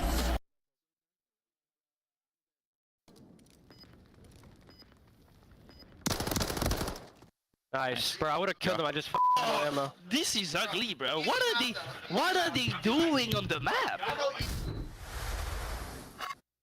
I'm over at Club Bell, supported by Scuff, where I'm so excited to show you something that you guys can get your hands on here at Champs. And it's this bad boy, a limited edition Scuff controller, only for Champs. And you can get your hands on it by signing up for Bell's 1.5 gigabit internet. It's as easy as that. Now you might say, well, I have no access to any of my emails, to any of my info, because my phone is dead. Well, don't worry, because Bell has you covered as well. Because over here, we have an incredible charging station. If your phone's dead or it's getting low and you want to keep on all the updates here at Champs, you can go and charge it right here, right now. I'm going to go test out this bad boy over at the 2v2 station with Scuff, and I'll see you guys back on the floor.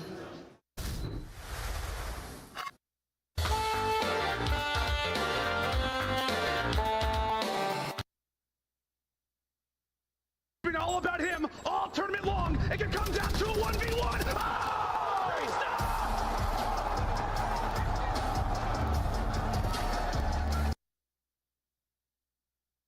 Dead. One more. Dead. All four. One more. He's really right there.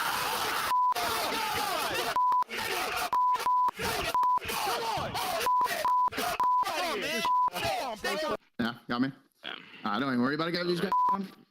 So go next. Don't worry about it. Yeah, Did you go next?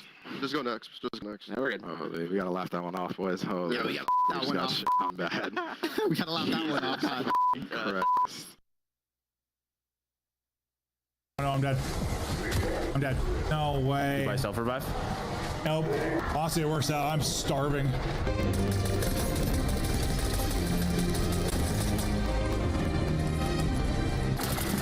Krista calls these my old man ship.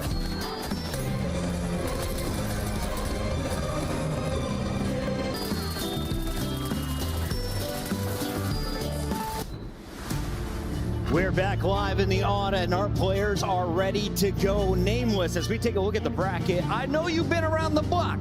You've seen some people, some skeptics out there, some that are a little superstitious. Do you know what could have possibly caused the delay before this match? Listen, all I know is this is the first time Optic's on that side of the stage. Clint walks over, he let me know, and I know back in the day, that was something that used to get in my head a little bit when it would happen to me. So maybe they just had to lock in, but we're going to have a great series. One side of the stage is cursed here in Kitchener. Let's take a look at this map pool, though. Is Optic in trouble, or are they vibing with the triple dose of Hacienda? We'll get it for games 3, 4, and 5, Alley Cat. Yeah, no, I don't hate the beginning of this for Optic Texas. I think this opening vault is going to be really important for them. They've been a great map 1 team so far this weekend to set them up early, because that triple Hacienda near the tail end, we know that has been Boston Breach's bread and butter this weekend. So Optic looking to take an early lead. I know we're very excited for this matchup for 2 stars in particular. They go by the name of Snoopy and Shotzi, and they have been studs in their role. Talk to me a little bit about the SMGs and what they're expected to do in this series, Alan. Yeah, I mean, it's interesting because at the beginning of the year, it looked like this was going to be a season that was going to build towards a Shotzi MVP season. It did. And then everything started to fall apart. There was no pacing, there was no tempo. They tried it with Hook, didn't really work out. Who would have figured that Mercules was the one to now enable not just Shotzi, but Hook in particular, I think has been undeniable in the first 2 matches that they've played. I'm really keeping an eye on the Nuke. Yeah, 100%. And then on the other side of that, Snoopy, his player comp is Shotzi, right? Like, coming into the league, we thought he has elusive movement. He can take over in search and destroy, get lost behind enemy lines. So stylistically, it's a very interesting matchup to watch Shotzi and Snoop go up against each other.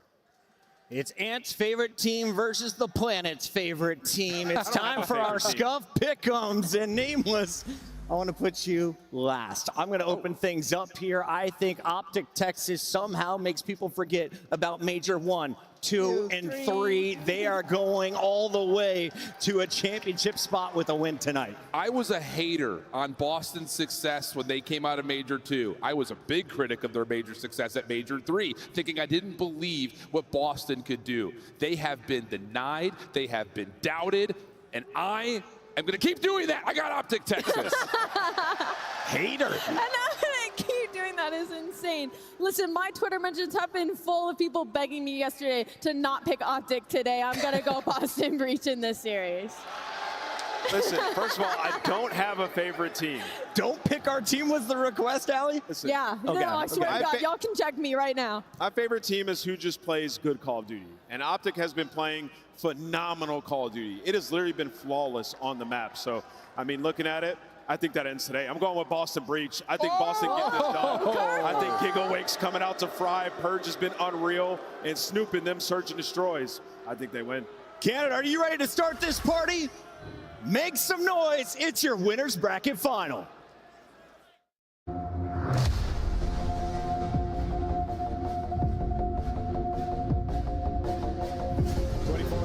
4 shots himself, 24-17 from Luke. Unbelievable stat lines. 26-12 for Dashi. And Shotzi keeps running the kill. Snoopy with another pick. 7 straight for Snoopy. 4 straight rounds for Breach. Round away for the winner's final. And their hearts are pumping. More pumping, absolutely suffocating here on Skyline. What a bit or is it Numbers? Front of the hill, but Numbers are going to be here, and Tammy finds all 3. No, we're not leaving nothing behind. Better believe it. Come out and see, we drawing the line. I want it all. I don't need a reason. I am the one that they really believe in. I want it all. This is COD Champs, everybody, and our winners finals. A big money matchup coming to the stage. 160,000 on the line, in which only our best superstars of the league can handle this pressure. And our next 2 teams coming to the stage, we're about to send one to the grand finals. Now, you guys can boo, you can cheer, but I need you all up on your feet and make some noise for Optic Texas and the Boston Breach. It's a battle of the green teams, and you look at this matchup, Boston have dominated it over the course of the season, but with how Optic has looked recently, it's going to be the hardest one yet. Yeah, both teams exceeding expectations, and now it's time to see which one powers through into Sunday. This should be the best matchup on the day so far. Let's get it going, guy. I'm ready to find out who's the meanest in green on the main stage. Who wants to go to the grand finals first? You ready to get this one popped off? Merc, Maven, I hope you're heavily caffeinated because this one is going to be a wild ride. Ready to get twisted. Listen, this is what we all expected, right? 8 teams here. Your 7 and 8 seed in the winner's bracket final. Of course, it has been a chaotic and unpredictable weekend. This is not the winner's final anybody had in their brackets. Brackets were busted day 1. The busting kept on happening. I got no idea what to expect. I mean, my gut, my heart tells me this is one that Optic should handle with ease with the way they have been playing. But the Boston Neslos, bro, never count them out. Yeah, I mean, this is just a tale of 2 very different teams throughout their weekend. You have an Optic team who is perfect, 2 3-0s, they look dominant. You have another side of Boston Breach who have just survived, 2 3-5s, the pressure on in a game 5. Can they win a hard point? But these 2 very similar play styles, Snoopy versus Shotzi. Well, one's going to look a lot different, but you can see the key here is Snoopy's S&D KD. Oh, yeah. That's the key for the team. They got 1-5 overall, because if you look at the stats, I mean, back to the Heretic series, I think they outslayed like 50 across the hard your stats are going to look pretty ugly when you're 0-4 in hard. Oh, 100%. 100% they are, but that's why sometimes those overall KDs just don't tell that much of the story when you talk about an event, when you talk about the entire event, because Search and Destroy, well, it can win championships, and maybe it will this weekend. Winner's bracket final, already guaranteed top 3, battling for a grand finals appearance and a chance at that first place, $800,000. Who will get there first? Who will get their crack at it? Breach, Optic, their hardpoint record are champs. Yeah, it's a little bit different, Joe, how you said they got here, huh? And it's like, look at the averages, right? Yeah, I mean, you're getting smoked on the Boston side. You are flying. That's absurd, dude. On the Optic side, absurd. I think just the question is, like, did Boston finally get on a board? This is an Optic team with the crowd behind them. You do not want them to win this map 1 and get that momentum, but you have dealt with it throughout the weekend if you are Breach.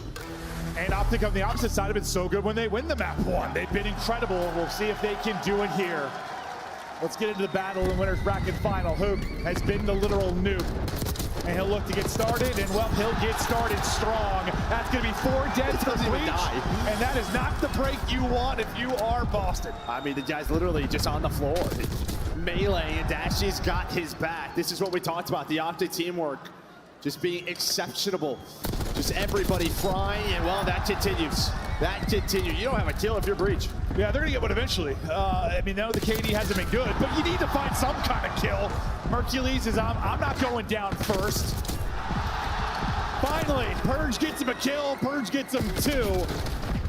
Oh, nearly a third, but Mercules there with the bailout. 30 seconds already on the board for Optic. A perfect start. I mean, this is just two teams in this scenario who have, I mean, you're Boston, you've never played on a winners final at Champs Sunday, or for a Champs Sunday. On the other side for Optic, you have been in this position before outside of Mercules. You have world champions on your team. You know how to handle this scenario. They are playing with so much confidence. Well, he's not that worried. He has died for the first time. 7-1 start for Mercules. He has been nothing short of exceptional. Purge, the only person really finding kills right now for Boston Breach, but Mercules there with a clean snapper. Somebody's got to help out Purge. Somebody's got to do it quick. On the other side, Mercules continues to take over. 10-1 out of him. A double from Shotzi with the nade. You only have 8 points if you're Breach. You're getting hit by a sledgehammer. That is the green wall early. And again, it's Hook right off his spawn. He's going to back up and play rotation for P3 and P4. And Shotzi just continues to shoot through the door. The pre-fires connect. He's getting loud, yelling across the stage. And again, it's just the fundamentals. You are already here if you are Optic.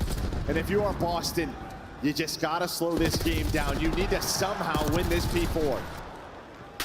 A double from Cammy, Purge through as well. Finally, maybe numbers near an objective, but then Dashy gets 2, and the Cape Crusader backs you up and shuts you down. I thought it was gonna be a third with the pistol, but Snoopy will come out on top of that. But you're just looking for any kind of points, and Shotzi is looking for cheeks, on the hunt, finding kills, setting up his squad for success. They've still got spawns.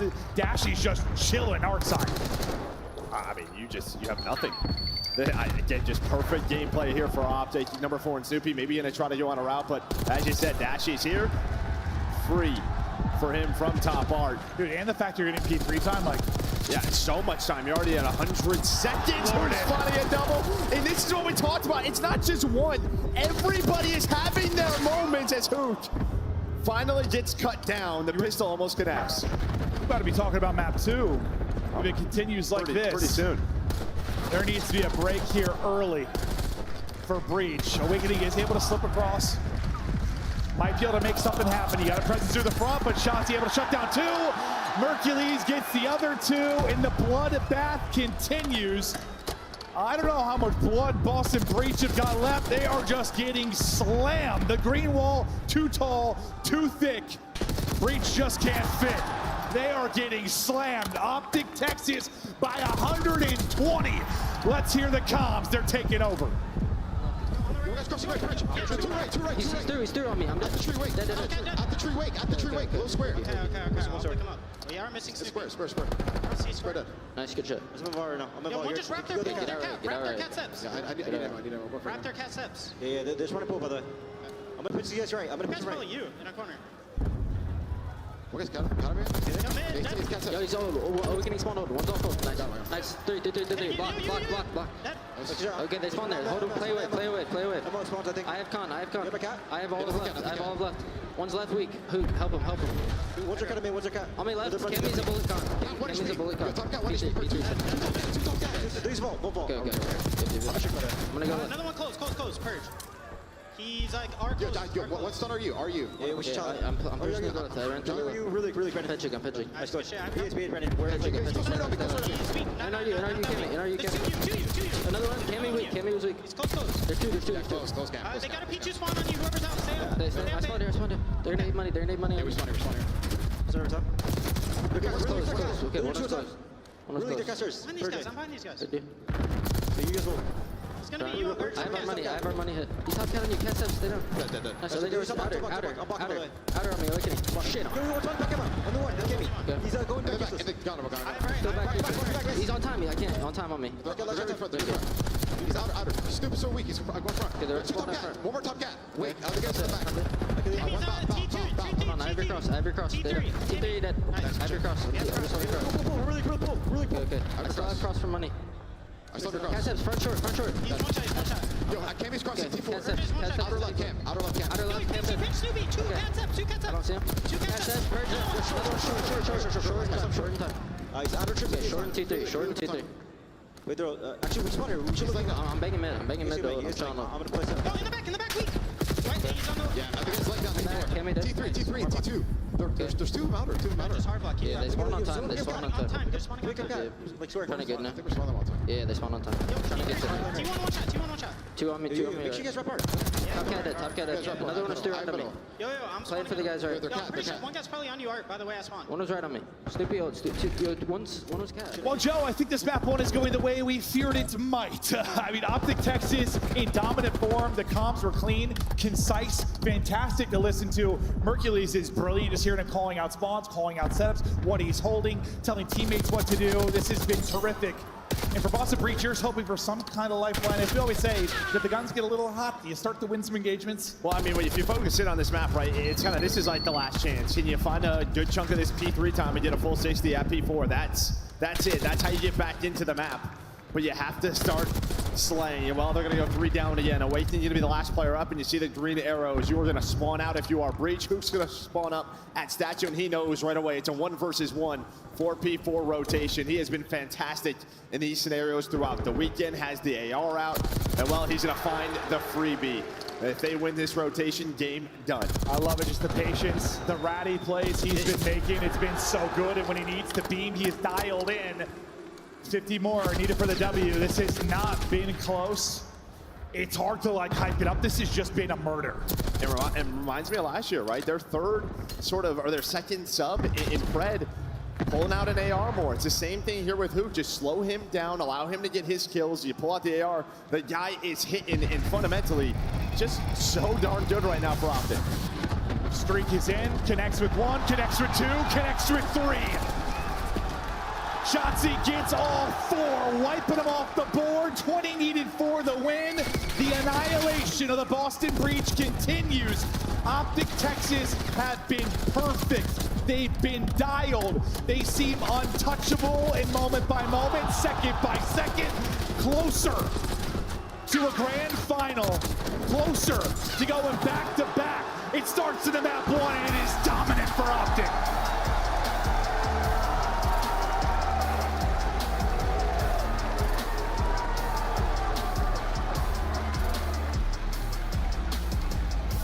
And I'm just going to talk about it, like, you know, if you're an Optic fan, like, you knew your team had the potential, but, like, they've hardly shown anything even close to this. I think that's what's been frustrating. Anything close to this. It's been frustrating all year with this team. Like, we kept hoping this was the turning point. This was the turning point. This change was the turning point.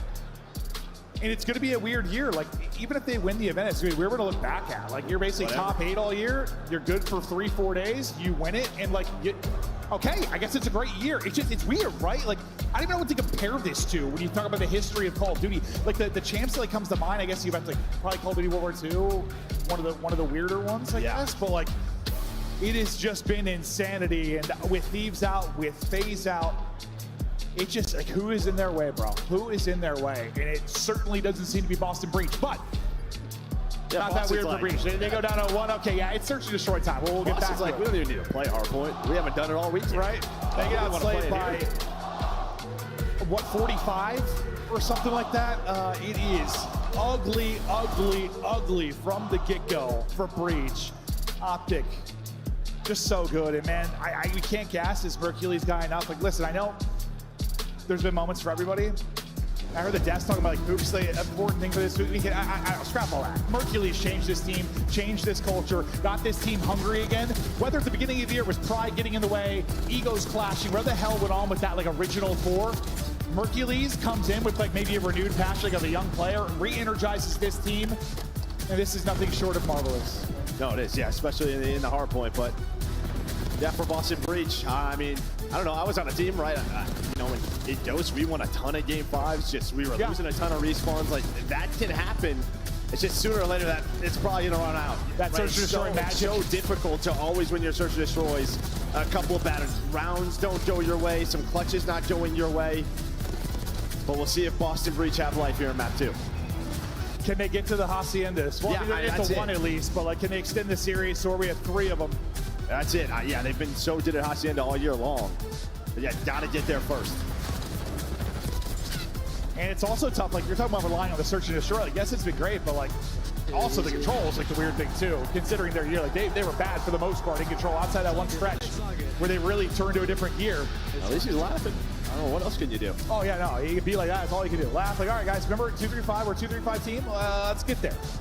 But that attitude might change if you suddenly go in a hole early in this map too. The game flow, yeah. It is mostly a flat line for Breach. They got shit on, man. No way around that. Laugh it off. Yeah, it just reminded me of like, I don't know, back with like the Optic Dynasty, right? Like they would come out, crowd behind them, and it just felt like the first gunfights went their way. Like it was over. And that is literally that break off.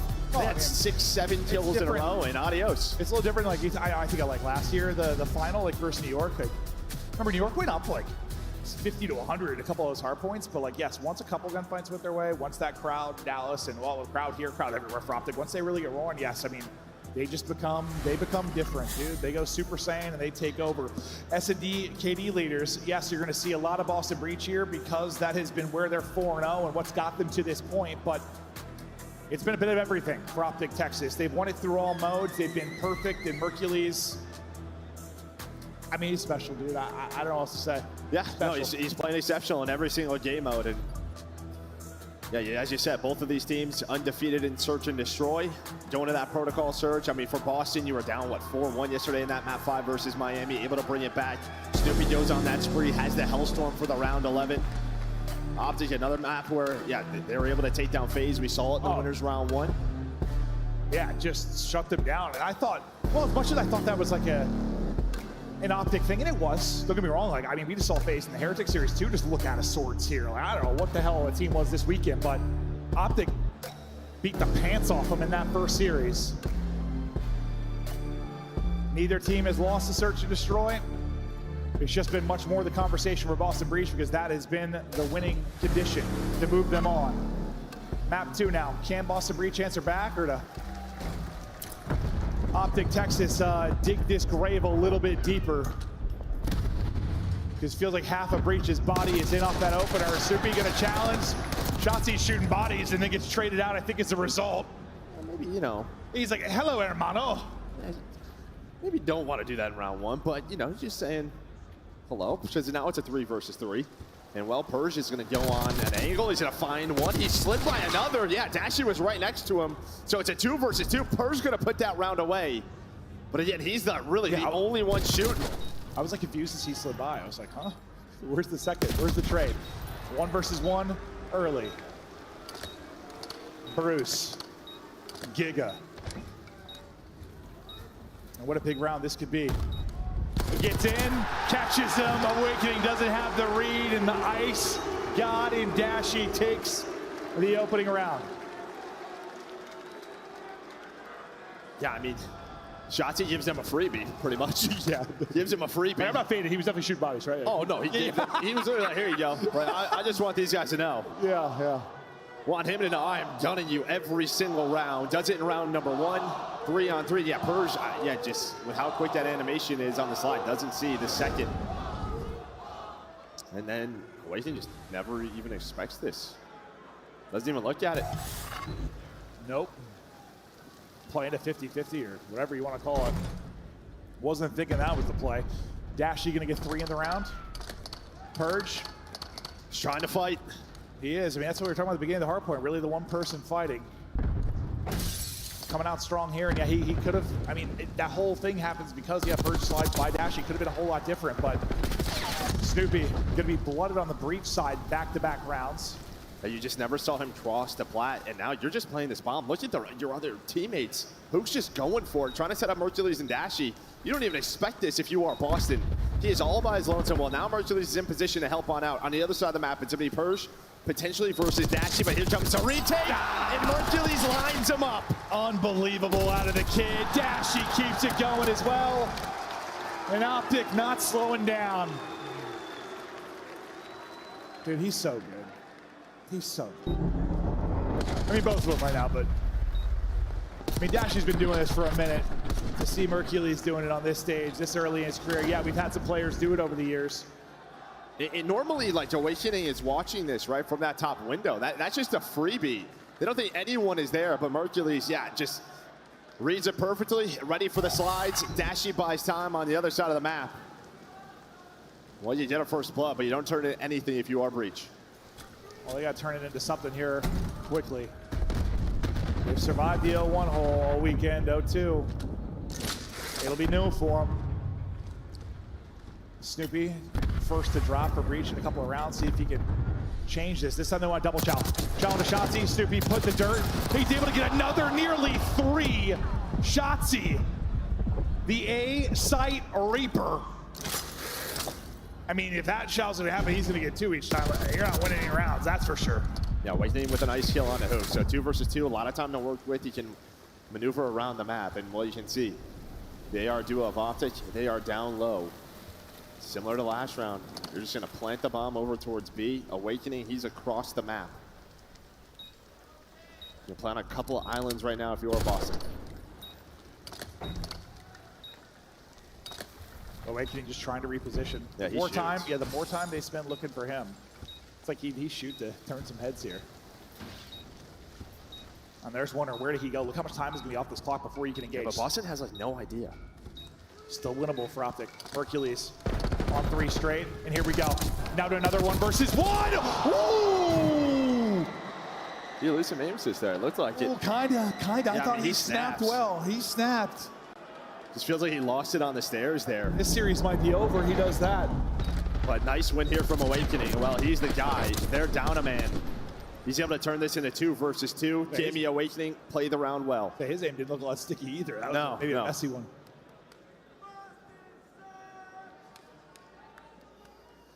Needed the round. Yeah, Giga's pick to get into the 2v2. Probably the biggest. But at first I didn't know if it was like panic shots or he got shots. So we like switched like right after he shot, or if he was No, really he saw trying. him zip. He saw him on the zip. Oh, okay. So this guy is trying to get to the turn.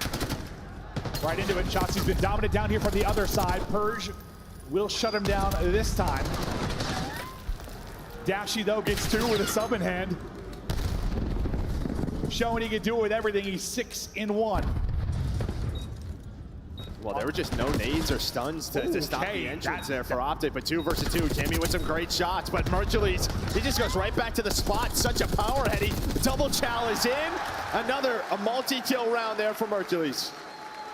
Hook made me a little nervous. Once he just got rinsed off the heady, I was like, wait, this gets way more interesting, but yeah, but think how often, right? Like, Shotzi just runs into computers and hops up top. There were no nades. Like, Snoopy, he's just screwed in that scenario 10 out of 10 times. And as you said, Dashy finds a sub, and he's like, this thing is easy.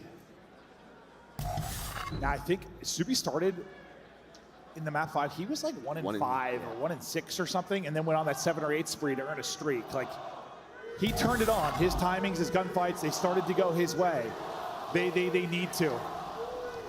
Purge has got 2 first bloods, but looking at 1 round victory. He's looking for another first blood if possible, but they'll just take position for now. Back up Shotzi into stairwell. Optic looking at play the 4-on-4 retakes. This will come down to the trophy placement. Are there any trophies? I don't see any. So Boston's going to go. Yeah, Boston's going to try to push Spiral. Instead, Shotzi wins the gunfight. Because they have no trophies, they try to take a fight, and well, they just get cut down. Nobody dies on the side of Optic. Yeah, what I was saying was coming down to the trophy placement. I assumed they had one. No, nothing. And that makes sense why they tried to just push it out. No trophy. I think they end up having 1. But I feel like you gotta trade that on to Shotzi then, right? You can't just back down. If the call's to go, you gotta go. Gotta go. Part of the reason they started out 4-0 in S&D has been they've been so decisive. Not decisive enough there, and Shotzi continues to play with confidence. Dashy 7-1, leading the lobby. Up 4-1, and we might be looking at a day of 3-0 as the way this continues. I mean, Super 0-5, like, yeah, that's rough, but also 27 damage. Like, he's not even putting shots in. He's got a bullet in, bro. What? Yeah, legitimately one. What do you do? Maybe an 8. You just got to slow down. Like, it's hard. Well, it's hard to on Proto. And just the way he plays, it's just... His body got shot. It might have been an effective mental game there out of Shotzi because Snoopy has done nothing. So that's a trophy, so that'll be helpful. Boston reached their turn to try the retake. Shotzzy has 3 first bloods. 3 of his first 4 have been openers. He has been crucial. Well, they're gonna check this. Someone pre-fires it. Checks it, and it doesn't matter. Give him 4 first bloods.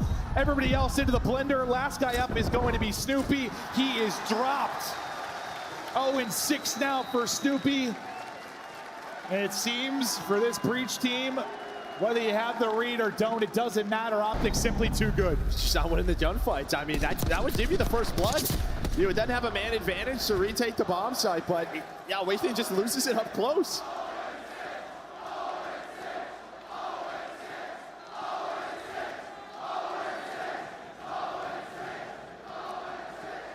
Well, Shotzzy let him know early in round 1. The crowd letting Snoopy know now. Welcome to Winners Bracket Final. Yeah, I mean, that's the mental side of this, right? I mean, Winners Bracket Final versus Optic team. They have not been in a scenario like this. The young Boston side. See if they can continue to fight.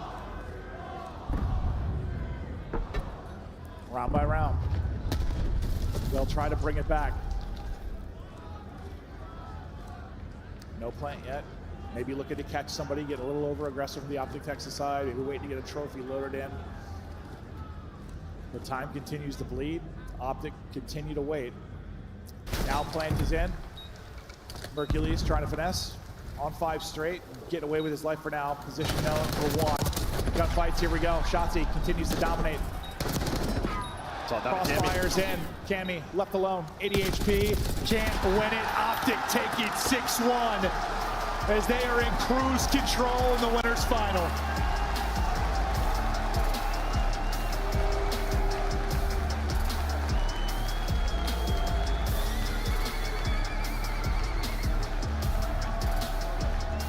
Listen, the fact is, I mean, Breach, this tournament's a win getting to this point.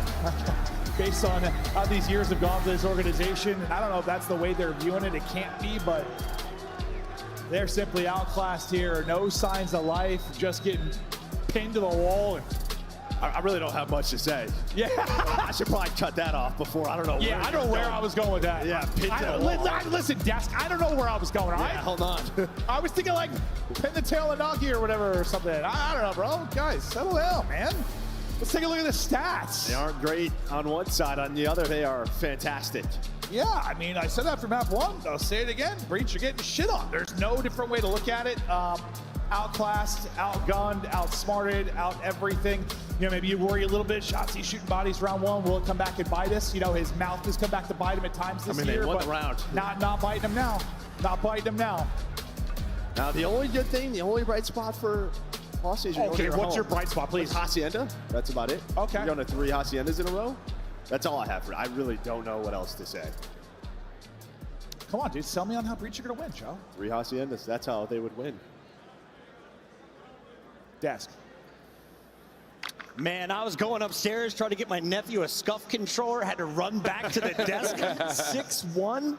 Dashy, slow down, son. This is a takeover series. You 100-point club in the hard point. You embarrass in the search. How do you bounce back if you're Boston Breach, or are they cooked? They need Jesus. That's about all I can We all do sometimes. Let's take a look at some of the highlights here, Alley Cat, because these boys on the green side are frying. That's, of course, the Texas side. My God, they're not losing. It's not only that they're not losing their ones, is they're all finding seconds. It's unbelievable. The ARs completely took over, and that's not number 2 on the side of Merc and Dashi, and that's not often what you say when it comes to protocol. They're winning impossibles up close with the AR, and also just the aggression. Like, it doesn't feel like Boston Breach has any map control at all throughout the entirety of this series. Yeah, I mean, it just feels like every time it comes down to a 1v1, like Optics making the perfect play. Yeah. I mean, early on in the search and destroy, you saw Shotzzy basically shut down bottom computers. Nobody wanted to go there for Boston on the offensive side because you had to deal with that man. I mean, Optics like a freight train right now, running through everyone. I wanted to ask in particular about Snoopy, because coming into the match, he was the guy we highlighted, dropped a 3-point in both of their searches yesterday. to get to this winner's bracket finals. How do they silence the man? He exits round 7 with a 1-7 record. You just don't give him any space to do anything. That has always been kind of the linchpin for either success or failure for Snoopy. Beginning of the year, we were like, wow, Boston's going to be a nasty red card team, and Snoopy can keep running around. Then all of a sudden, teams started shutting down lanes. He's not able to find any space. Obviously, right here, he ends up 0-6 at one point, and you're like, he just cannot get anything going. He's got nowhere to work. Yeah, I mean, a couple different things. Like you send Shotzzy right at him early, get the first blood on him when you need it, and then when Optic are retaking, when Boston actually do get an offensive push going, it's instant. All the trades come in so fast, so Snoopy has no opportunity to make massive impact plays. And, you know, as we go back to this map number 1, I mean, this is flawless. I mean, every rotation seemingly won by Optic Texas.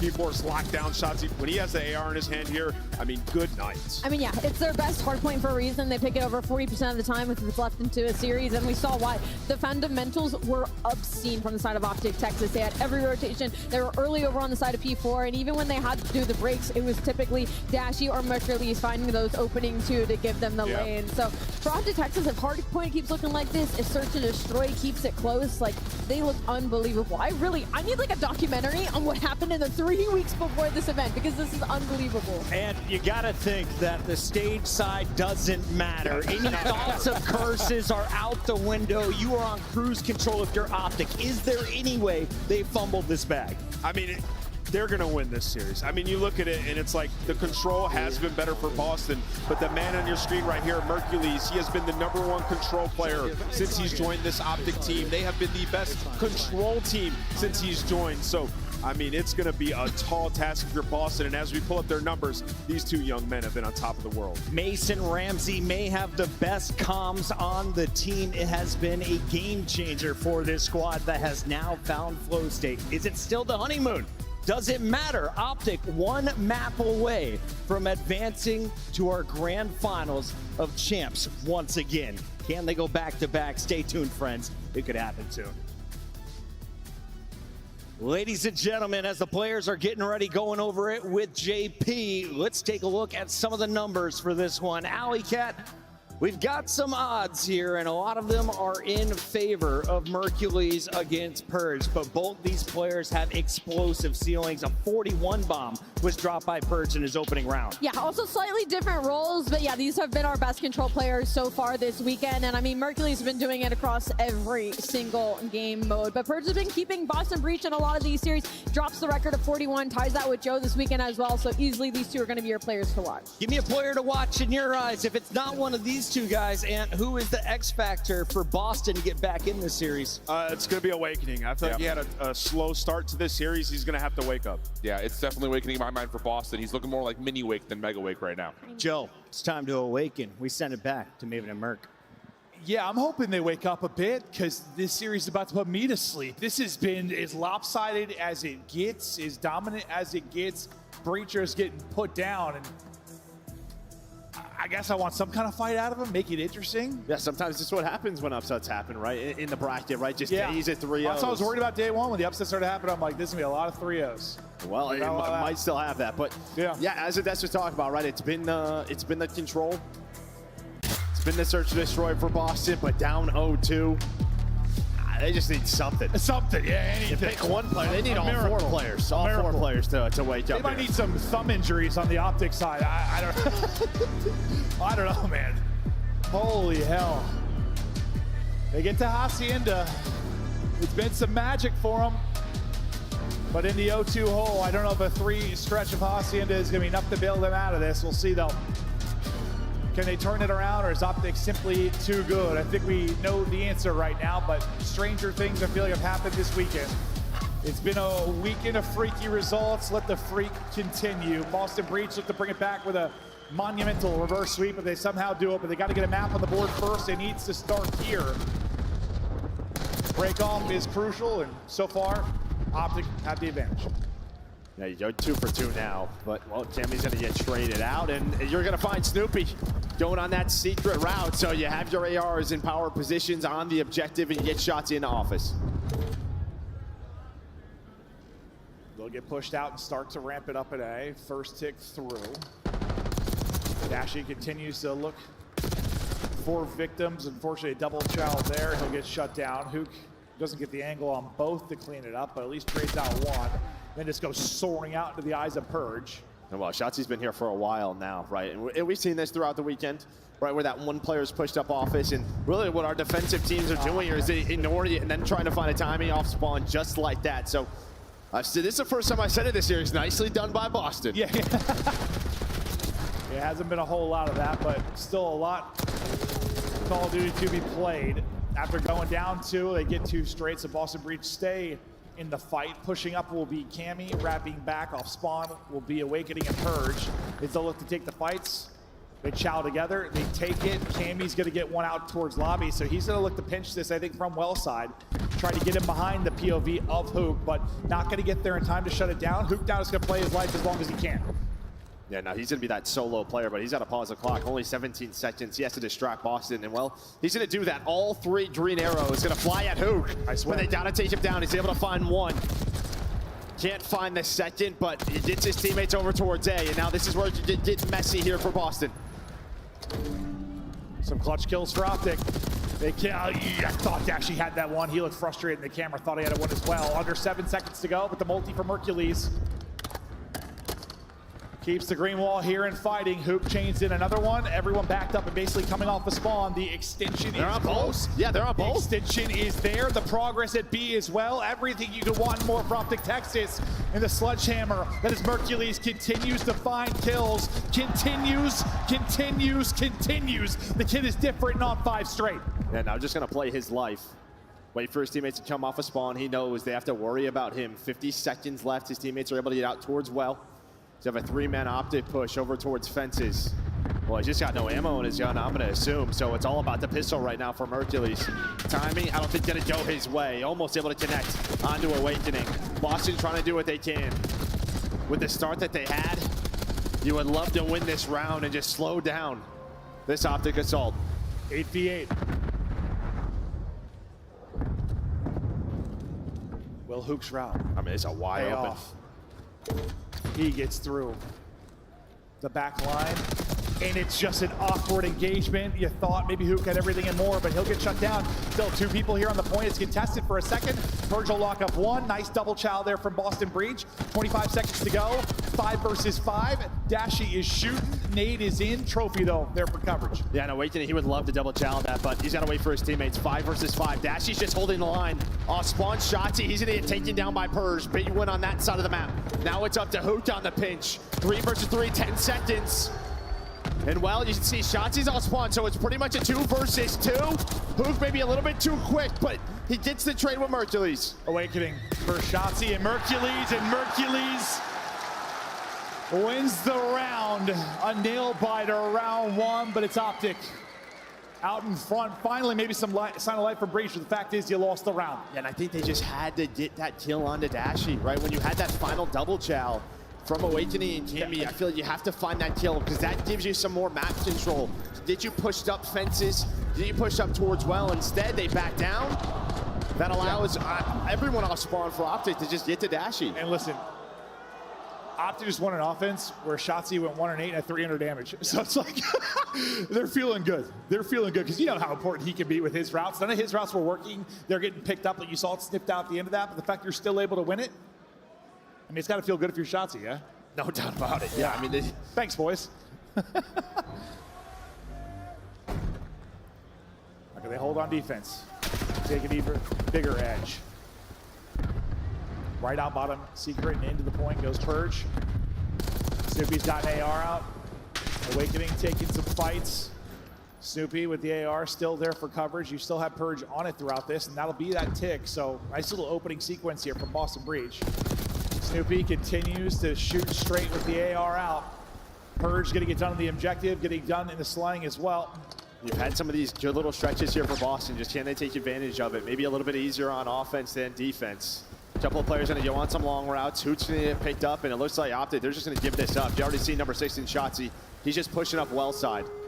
So a nice start here in round number 2 for Boston Breach. They only lose 3 lives, 8-point done. That's a hell of an opener. Backs against the wall, beautiful there. Out of Boston Breach. Now Optic Texas, this green wall defense needs to be terrific for 2 minutes plus some when you talk about pause time. The kind of slow this down for a bit. Well, that's the players out of their spawn. It's Mercules and Shotzzy.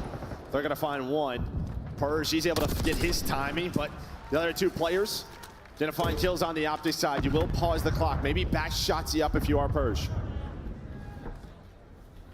Yeah, I mean, you're trying to rat it up and get tucked away if you're Shotzzy. Purge trying to do the same thing on the other side. Just a game of timing, game of luck sometimes from this position now. He's getting trailed. And there's the timing, and the luck does not go Purge's way. Hook sniffs it out and shuts him down. Progress in at B. Snoopy with a double. Snoopy was terrific to start this. Awakening maybe thought he had the kill. Dips out of it, relies on a little bit of help. The stun hits before the trophy does, but Snoopy continues to win fights. 11-11, the AR has been everything for him within this round. But we're not done yet. Some gunfights you really need to win if you are Breach. Yeah, that's what I'm gonna say. Just that one gunfight, right? Gets a little bit sloppy for Awakening. You would have had 3 on the point, maybe round over instead. Optic still have life in this round. Still a lot of time though. But a round that Breach have got to win, considering the break-off that you had and where you are in the bigger picture for this best of 5. Breach on it. Gonna have 2 dead. Mercules gonna try and play spoiler. He's able to get away with his life as well, and he gets a second. How does that happen? Just catches 2 timings, and now if you're Cammy, you have to try to make a play. They don't finish the tick. Don't finish the tick now, and Mercules in the spawn, playing his life, and this man is gone! Everybody! Just flips the round on its head. Mr. Takeover going crazy in the control. Finally falls, but that bleeds, what, 30, 40 seconds? Finally, Breach able to get out to pause the clock. It'll be Purge. Somehow, despite that stretch, it's still winnable. It's still winnable. You just gotta win it if you're Boston. Finally, Purge is the only one that can take down Mercules. Awakening is there. There was a chance, Jesus but Boston Christ. They got a point on the board. Mercules made him work for it, huh? Jeez, that kid is something. I actually can't believe they won the round after that sequence. Like, it just speaks to the advantage they had. Like, really, what does that come down to? Yeah, 2 minutes, 20 seconds. Yes, that first point. They got the first point, but they're losing 3 people. Purge was on that within the first 10 seconds of the round and never stepped off it. He was there through the complete capture, right? So that was about as perfect a break as you can have. If that break wasn't that perfect, you lose that round. You lose that round without question. I mean, I think obviously, but like, wow. Despite the perfect break, Breach barely pushed through. Showing signs of life, though. They are. Could have won round 1. I don't know if Mercules is seeing signs of life. He's just seeing dead bodies, dude. Everywhere. Bodies hitting the floor as Mercules just deep in his rookie bag of tricks. Dashy the guy to stay up. Contest is through, and they'll push him out of it behind the stuns. Shotzi's weak as well. Now turn into 2 for Cammy. So defensive clearance there for the moment for Breach, but Mercules is still lost. Seems to be always somebody, and he's just simply not missing. 22 and 14. Yeah, no, why does it feel like every gunfight, regardless of go for that shot too? Why does it feel like he's always has a chance? I swear, man. And well, now a chance again where, I mean, if you are Boston, or sorry, Optic, you're working both points. You have players on A, players on B. Boston don't know where to go, a little bit staggered. Snoopy does get on through. And well, now Optic, they want to go towards this B point. But Snoopy trying to do what he can. Get his team back into this round, and well, he has done enough. 3 gonna go down. Dash to the last player here. I mean, I think he was the playmaker in that last round with the AR. Here with the sub. Just enough to keep them in it. Lives about even, but time ticking, 50 seconds to go. Optic need a big moment, like a 3-down type scenario. Snoopy says, nah, not yet. He's starting to really lock it in. That's a double for Snoopy now as he's out to 20 and 19. And I like that last round, right, where he pulls out an AR, just slows the game down a little bit, right? We've seen that from some of our subs this weekend. I don't know, just get you some easier kills, maybe slows down your timings a bit. Or, you know, he's had a rough series, so yeah, just pulls out a round, starts getting some easy kills, then goes back to the sub, and maybe everything comes a little bit easier to you. Yeah, I think nothing's easy to Shotzzy right now, unfortunately. No. 8 and 18, started real slow, but maybe it's his chance to pounce. The timing is here. The shots hit nothing but shed.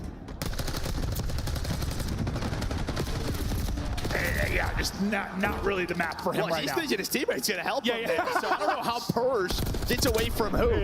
But 10 seconds now. Optic have to go. Big one-on-one rock side. That's Persian and Shotzi. Well, there's the first. But Cammy is there for that quick trade. Can you hold the line? Hook just going to slide on through. Does get a little bit of help. Not quite done yet. Now we are as well. Breach. Okay. The second on the board. Okay. Well, that's what we talked about, Hacienda. Boston Breach showing some resilience, and yeah, that was the one. Listen, we gotta spin some webs sometimes, spin some stories. We're trying to sell the Breach having a chance in this series. Despite the fact, listen, we think Optic are playing sensational COD, and they were the favorite by a mile coming into this. But yes, the Haciendas were the one silver lining. The control gameplay has been good for Breach this weekend, and they have been a resilient bunch. You think about it, listen, they stuck together through thick and thin throughout the course of this year, through the highs, through the lows, a lot more lows than highs, but trying to end it on a high note. Well, you already ended on a high note, trying to end it on a real high note. Yeah, both these teams had quite the roller coaster. No, yeah. A weird year. I mean, similar years from a result standpoint, right? Dashy, well, he's shooting in this one. Great break-off win for Optic Texas as Dashy guns both in that top hall battle. So it's going to be instant pressure from Optic Texas. How clean can you get out of this? And it's looking like it's going to be pretty clean. You still have 2 players there because all 4 got pushed up. This might end up punishing Optic a little bit. Yeah, Shotzi's there, though. Can he get a second? Right, just then he can flank well. No, not able to do so. And that's where Breach have done a really good job, is winning that gunfight onto Shotzi, or at least trading it. So now he can pause this clock. Purge trying to get active. He knows his teammates would be stuck out fences. So he's hoping to find one. Now Snoopy gonna distract. Cammy off spawn gonna work rock side. But he's just not maybe buying enough time.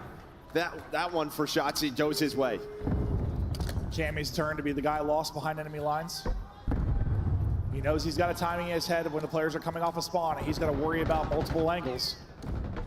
You can see he's kind of snapping around, wondering when the hit's going to come. Sub 30 seconds to go. We're going to around 5. Cammy's going to pause the clock. How long can he now survive? He's got to worry about pressure from just about everywhere, and he's going to get swarmed out and flooded. The rest of his teammates over towards A. Yeah, at least gets his teammates towards A, right through the middle of the map. And well, they want to take the gunfights on the fences, but Dashy is just going to destroy Awakening there. Now you can see Mercules is dealing with 2 off a spawn, but you're just getting picked apart. Yeah, Dashy's having a round, bro. He is not losing fights. Dashy has been remarkable in this round 4. 3 seconds to go. No, it's going to be I didn't know what happened for a second there. They hold him to 0. Yeah, as you said, Optic get defense now in this final round, a round away from a grand final. Well, so far it's been about the breaks, right? Because when Boston are winning the break-offs, they just seem like a different team. That time it was, yeah, the Dashy multi-kill sets up the Optic to just have map control. Keep Boston in their spawn, and they just couldn't find the flow throughout that round.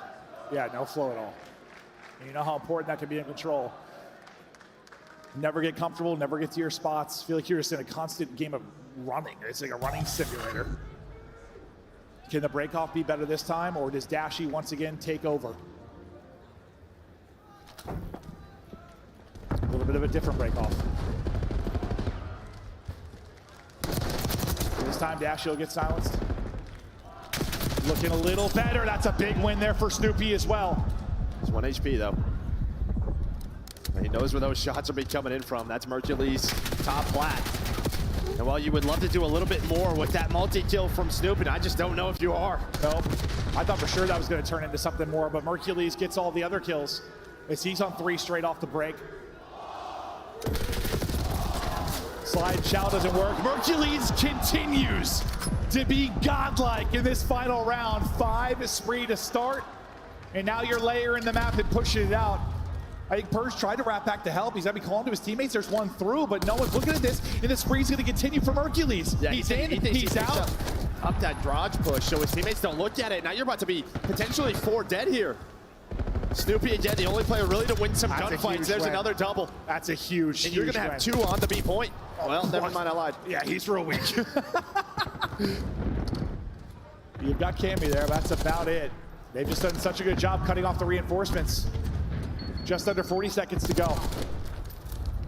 Breach need one good sequence, something to get them out. They've just not been finding it.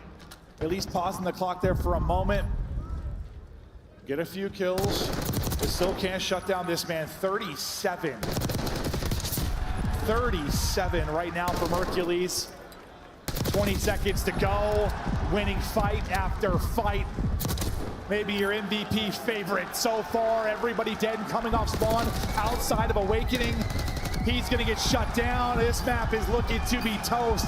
I don't know if anybody can get there in time. Breach, last ditch effort.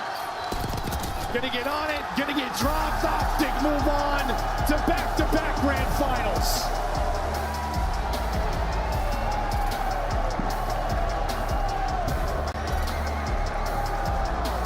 Well, they do it without dropping a map. Perfect 9-0 throughout the weekend.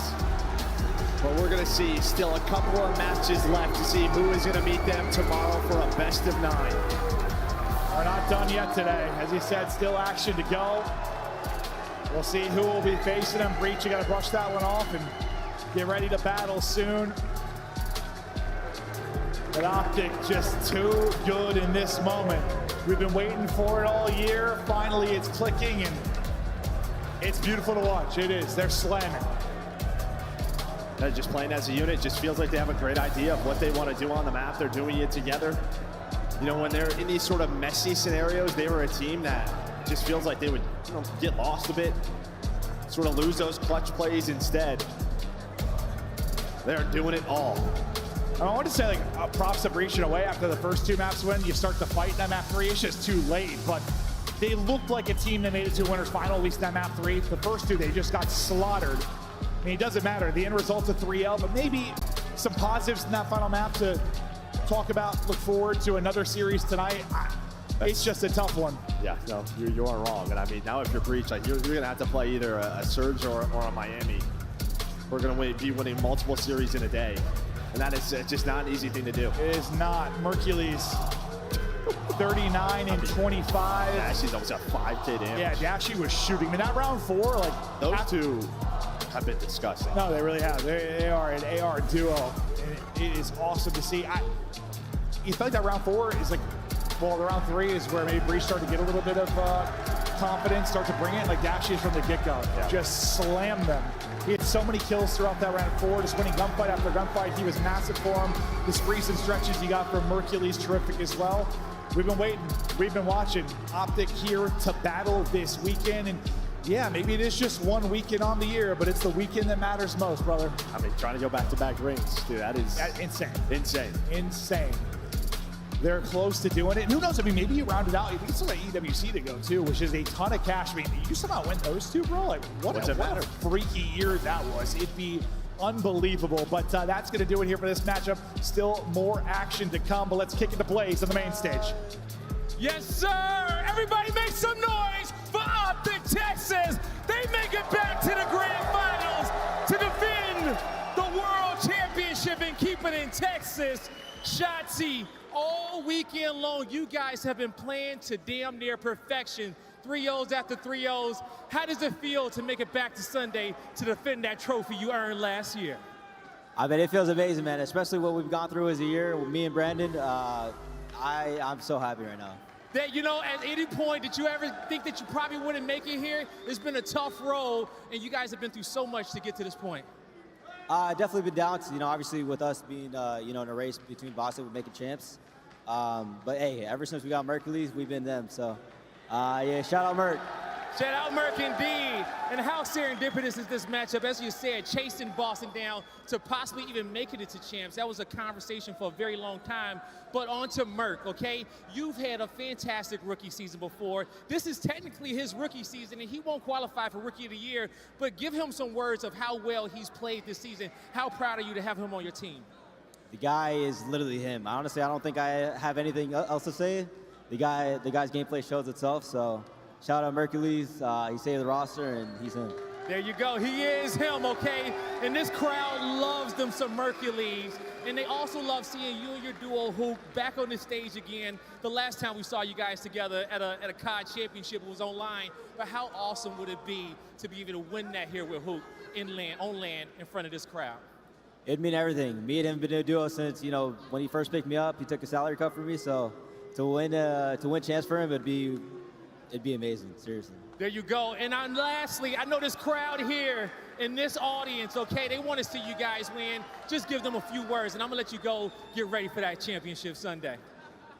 Everyone that showed out to Kitchener, we love you guys. Shout out to the Green Wall or any fans in general.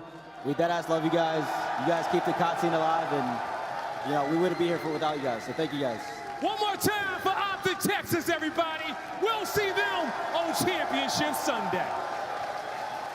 Always gracious in the win. Shotzi with another great interview, dropping a little knowledge nugget on us that Hook took a pay cut for Shotzi to join that original team. We talked about Mercules and what he's done this weekend, but I think I am happiest for Hook.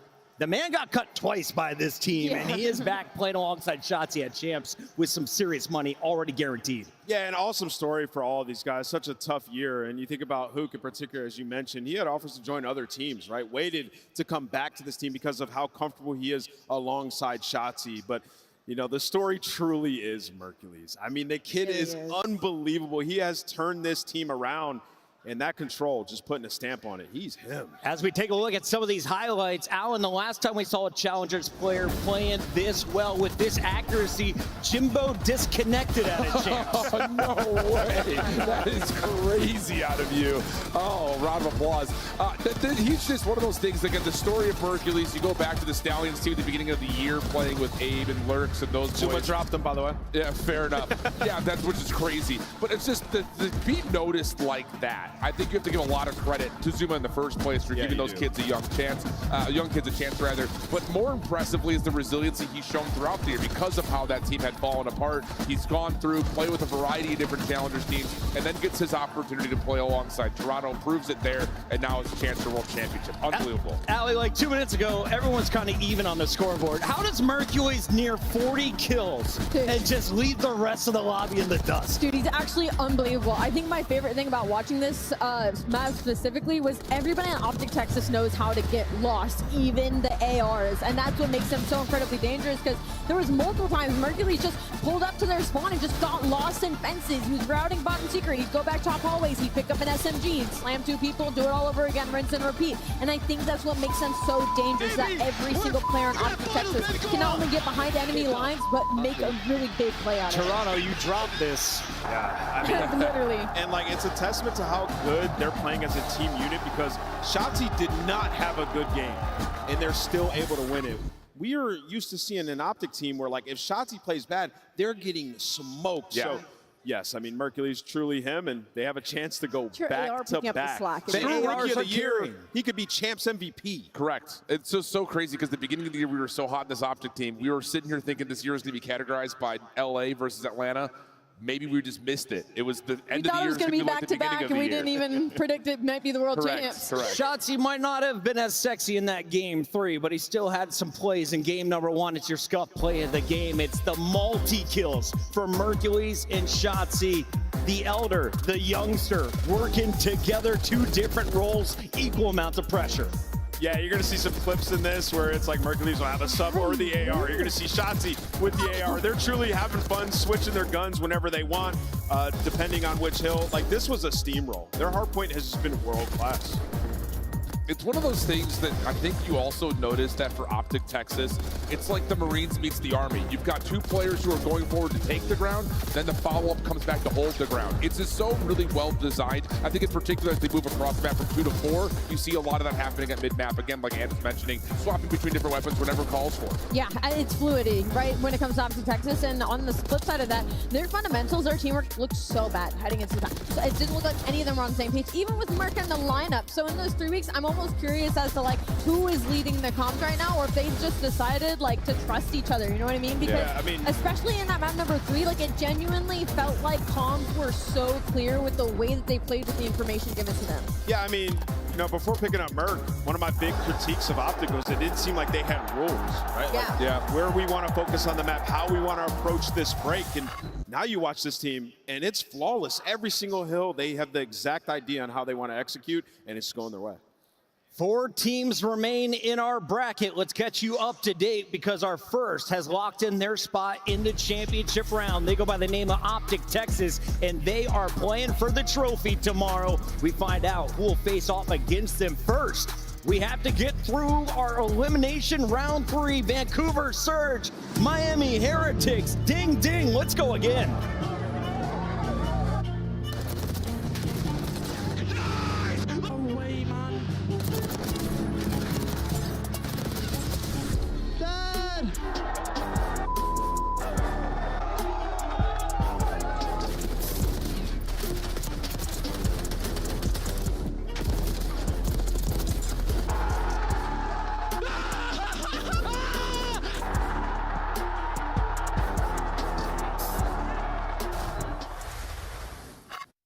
The Scuffed Call of Duty collection is $30 off this weekend only. Visit scuff.co/CDL to upgrade your game with a Scuff, the official controller of the Call of Duty League.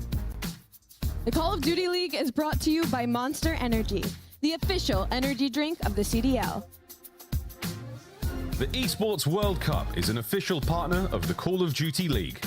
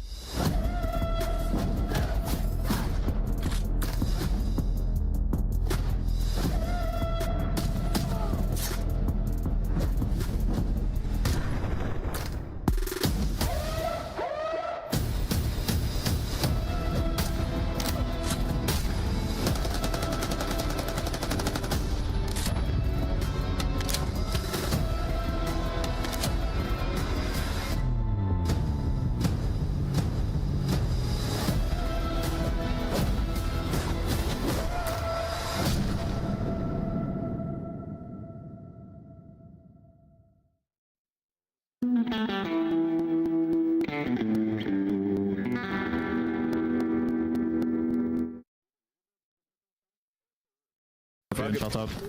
Oh, we can't travel this? Well, that's tragic. At least let him middle. Oh yeah, I forgot. I think that Nate hit one a couple times and stunned mid cut. What am I doing, bro? One guy's at 17. And backdoor. Oh no, I'm coming alley. Oh my god. Oh my god! Oh, the paternity test is in. I am the father. Someone. We're gonna reset the lobby here. Someone. Whoa! That is horrible. Do it again. What's up, man? Just gonna get the lobby reset, and we'll get back into this S&D as soon as we possibly can.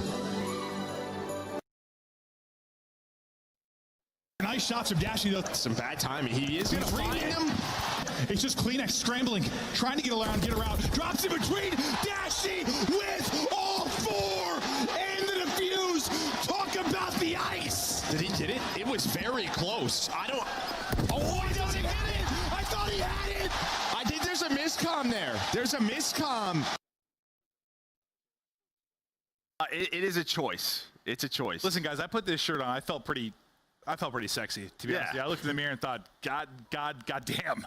And then I got into the green room and everyone said, your shirt's too tight, you look like an idiot. I was like, it's just a little too small, but it works.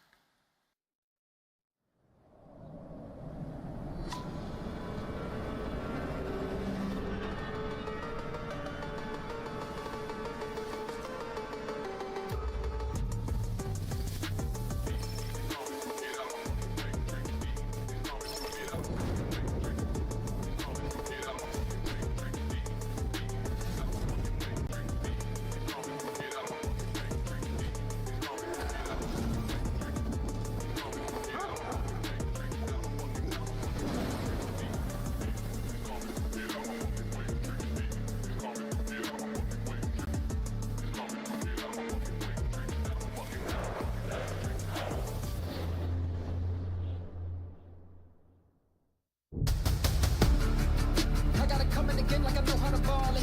Check out my tactics, we in the frame and know they don't know how to call it. Hold up, we raising the bar, now we on the roof. Leaving no room for discussion, already know who we are, yo, we the truth.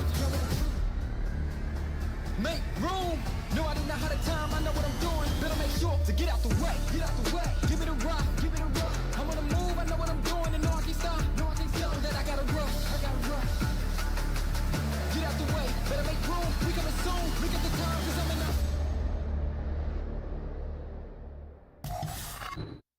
Metals, you just 3-0'd FaZe at Champs and sent them home. How are you feeling right now?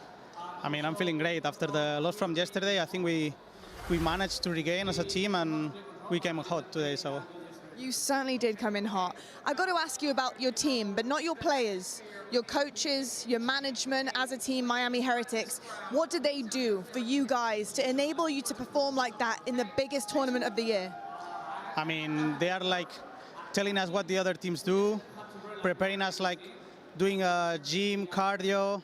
We are doing everything like to be prepared and we just play, you know?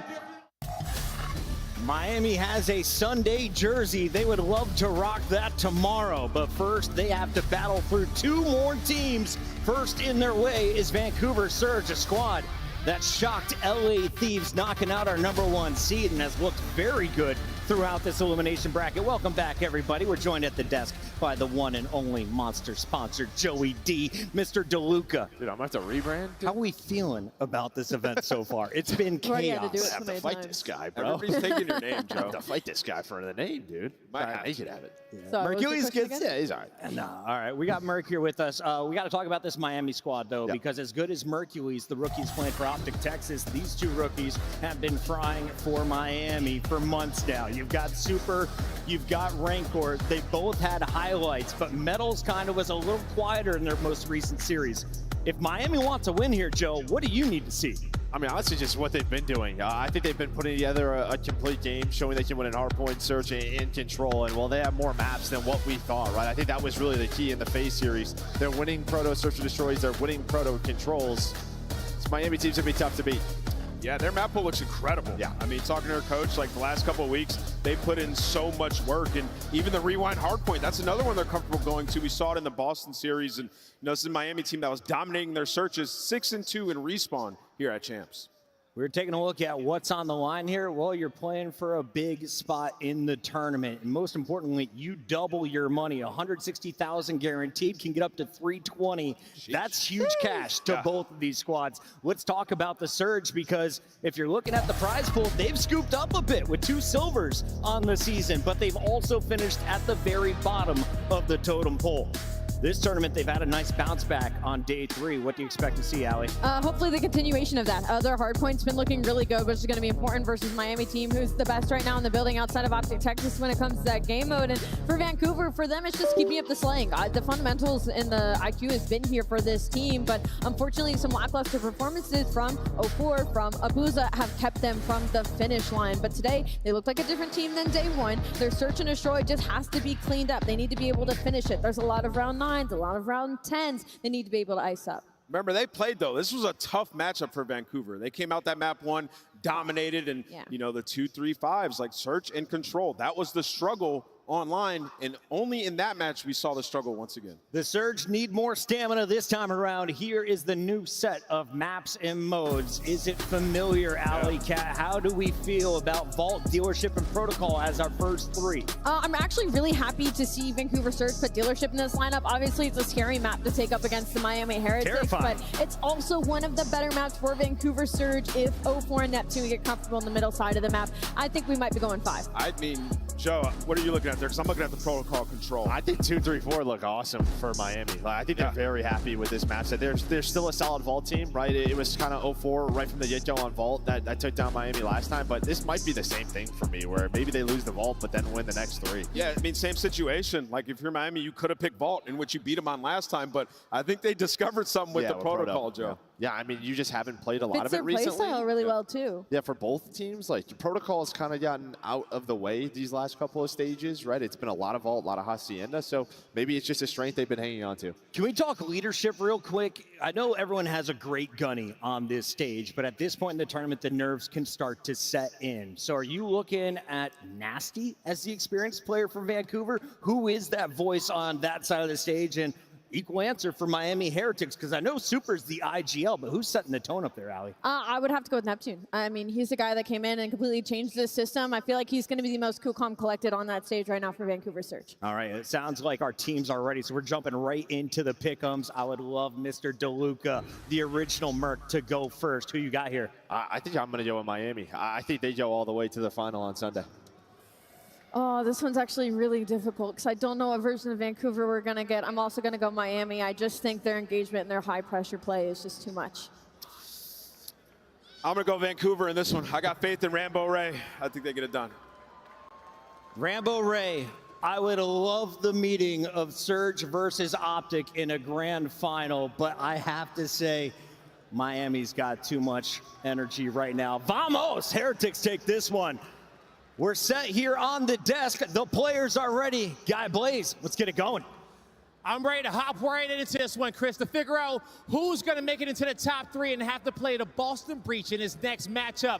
So without further ado, let's bring both squads to the stage. Make some noise, everybody, for the Miami Heretics and Vancouver Surge. Both teams walk to the stage right now are searching for some vengeance. Vancouver Surge, though, have it right in front of them, going up against the Miami Heretics, who might be looking forward to Boston Breach waiting in that losers finals, and hopefully they don't look too far ahead. Vancouver Surge looking to be dominant at their next couple of days starting this weekend. Both these teams have been red hot in the losers bracket, frying everybody in their path. This is going to be a special one. It's a rematch from the first day. Yes, it is. It's going to be a banger of a rematch. Round 2, ready, fight. The tournament isn't over yet, folks. We still got 2 hot matchups on the main stage. So, Miles, Chance, let's go. Ready and able, Blaze. Let's do this. Ontario, Canada, you've been absolutely delightful so far. And an unforgettable tournament, thrills, chills, spills, and everything in between, frankly, Chance. And we're not done yet. Yeah, we've had every upset you could possibly imagine roll through in this tournament, but there are no upsets on this stage. 2 incredible teams getting after it, and the camaraderie of Miami Heretics continues to thrive and provide. They've been electric. They have been outstanding. They have a single Game 5 loss. Outside of that, it looks like they are completely on form. Even that sneaky protocol control getting in. It looked like a bad map for them. All of a sudden, guys like Rancor are going 26-12. Even their weaknesses are now their strength. Absolutely. Well, again, I'm glad that Lottie brought it up in a pre-match interview with Bettles that it is the coaching staff, it's the entire supporting cast of the Miami Heretics certainly helped to get the victory there. I know Ogre 2 is watching from home. I know damn sure he's not in the venue. That's a joke for you, Tom. But for now, what a run from both of our squads. On the other side of the stage, though, not to shy away from another strong supporting cast, but a much smaller one for Vancouver Surge. Rambo Ray, putting in the hard yards alongside the folks in Vancouver. And I tell you, watching this team play against Miami Heretics, the initial expectation was, oh no, it's going to be just like DreamHack. These boys do not have it. But look at how they have bounced back. Both of these teams in hardpoint have been absolutely outstanding. Each of their singular hardpoint losses are to each other. And we have the exact same Nats in this series, so they're looking to get their get back. But as poor as Vancouver Surge might have looked in this series, they bounced back against LA Thieves and picked them apart. So Vancouver Surge, that is a team that have proven They can make the adjustments. They can solve these puzzles, crack that code, and they're going to have an answer for Miami. Of course, though, you got to answer in game, and it is going to be electric. Yeah, by all rights, I mean, this Vancouver Surge fight, this version of the Heretics, two entirely different teams. The gauntlet they have run so far here at Champs, one of those two young rookies on stage will never forget. Same could be said there for the Surge players. 2 grand finals on this year. Unable to crack the code for a winning map at the very least. We'll see how things go this time around. And of course, guys like Nasty, well, he's been here before. He had a very solid Champs placement last year, so the rookie's fresh, have a lot more experience than needed yet. Dangerous time in the land of top 4 at Champs. Everybody going to be bringing their A game, but even nerves, something that is set in on many players, many teams. You got to dodge them in these moments. But if you're taking a gander back towards that vault on the bottom right hand of your screen, it was Miami against Vancouver, and Vancouver picked them apart. It was 0-4 that beat them down. We'll see if the story repeats itself, and maybe you should have changed the vetoes, or if the adjustments are well and truly in. Find out. Our players are loaded, our stage is set. It's time to rock and roll. The penultimate match of this superb Saturday here at Champs. We start things off on Vault. Can't wait to get back to the dealership. But again, for Protocol and Hacienda, those were all Heretics first time round. Into the Vault we go. Map number 1. Elimination matchup. Here we go. Who are the observers thinking? Who do you go on board with first? Why not? Rookie of the Year, Rancor. See if he can get anything going downrange. His teammates dominating the catwalk, but it looks like they're going to be going for the pinches. All bases covered. Abuza there for 2 in the feed. It is trades left and right. Ultimately, Surge come out on top. Yeah, lovely trades again. Fast ones. Not going to let anyone breathe away from this one. Surge, opening time going their way. Plenty of Heretics players here to contest and get these kills. That's it. Right back in we go. 3 dead. Off. Rip. 0-4, the only man forward here for Surge. Awkward timing. Super lets a guy pass. 0-4 is going to be in the top hallway. And, well, unfortunately for Super, he's going to fall by his hand. Either way, bounce back is in. Time being collected. And while 0-4 gives you 2, time still towards Miami. Of course, those spawns, though, in rotation. Vancouver, for the moment, have it. Rancor looking to strike, and he ain't wasting no time. Not at all. Couple of kills here. The 5th in a row. Lovely work with the aims towards P2. The white arrows of the Miami Heretics swarming all over it. Yeah, ripping and roaring. That is a very quick P2 break and already initial time. And, well, Miami on vault right now, looking to make amends. So far, so good. And Rancor, unfortunately for him, a player's gotten past. But if he's still alive, you're not going to doubt him. There we go. Still watching that back line. No tags. Oh, the sneaky Neptune. He's not going to be able to enter from the rear. Oh, hey, yo, big kills and a net. That's the break. Yeah, that's that small mishap, right? A little bit of a miscommunication or letting a player through. So the 5 spree looks great, but now the time not going to be going your way. Got to clean these up and get the buttons going here on Vault. As right now, 0-4 looking to get that flow state going. His POV, always good. Man, that was a lovely bit of damage on the way out. Now looking for the break again, but Neptune's going to stay alive, and he's going to try to take the player, making their way in through the backside of it. That's going to be another break. Heretics with a little bit of scrap to thrive off of here. It's going to maintain that lead, and as Abuza falls, the player spawns up right on him. 0-4! 0-4! Keeping the fight alive at P2 scrap. Yeah, going to be keeping him trapped back. Look at all 4 players on the minimap from Miami. No presence or pressure right now over towards P3. You're going to have Neptune. Initial time inside of the hill. They lose the middle of the map, but they still got the time. Yeah, P3 can be a very mixy hard point. Not easy to get a lot of time on it, but some of the best teams are very good at doing so. Still keeping an eye on that left-hand side spawns. Vancouver Surge. 2 problems to deal with right now on 0-4. Trying to help out, but Rancor, what a shot. Yeah, they're doing a great job of keep away right now, and now Abuza should be able to get a little bit of his time, so ultimately Vancouver on top of things for P3, but as Heretics strip it away, frankly, the final 30, Heretics, 2 players, the opportunity to flip, number 2 spawning out, this is when he hit the go button. Oh, nasty, keeping the spree alive, halfway towards a Hellstorm, and what a spot this is, Real. Fantastic reactions, gets the kill, keeps the lead going up, Metal's there from Statue, 3 dead. Back to the drawing board, Vancouver. Yeah, this is a massive moment. You got everything covered. You got Metal set up on the statue. Real posted top art. Number 6, Rancor, going to be the collector of the initial time. And everybody from Vancouver very far away. A 20-point gap as the money hill pops. An opportunity for Heretics to start to run away with this game. Yeah, so we're trying to cash in on this superb hardboard. Rancor at 10-5 again. What a tournament he is having. His debut here at Champs. And over to Real. Can he find a second? Nasty wants the challenge. He's here for the fight, and he gets it. Lovely work now towards time. You've got a little bit more space to work with, but you're running out the numbers once again, Serge. Yeah, still a lovely moment for Real. Might not get the second kill, but he's just slowing him down. And now Vancouver, there's really no routes on the map they can work with. 0-4 gonna open up the back, but he tried to go through the front. Rancor there to cut you down. 0-4 traded out, and Abuza, last man standing, gives you 2.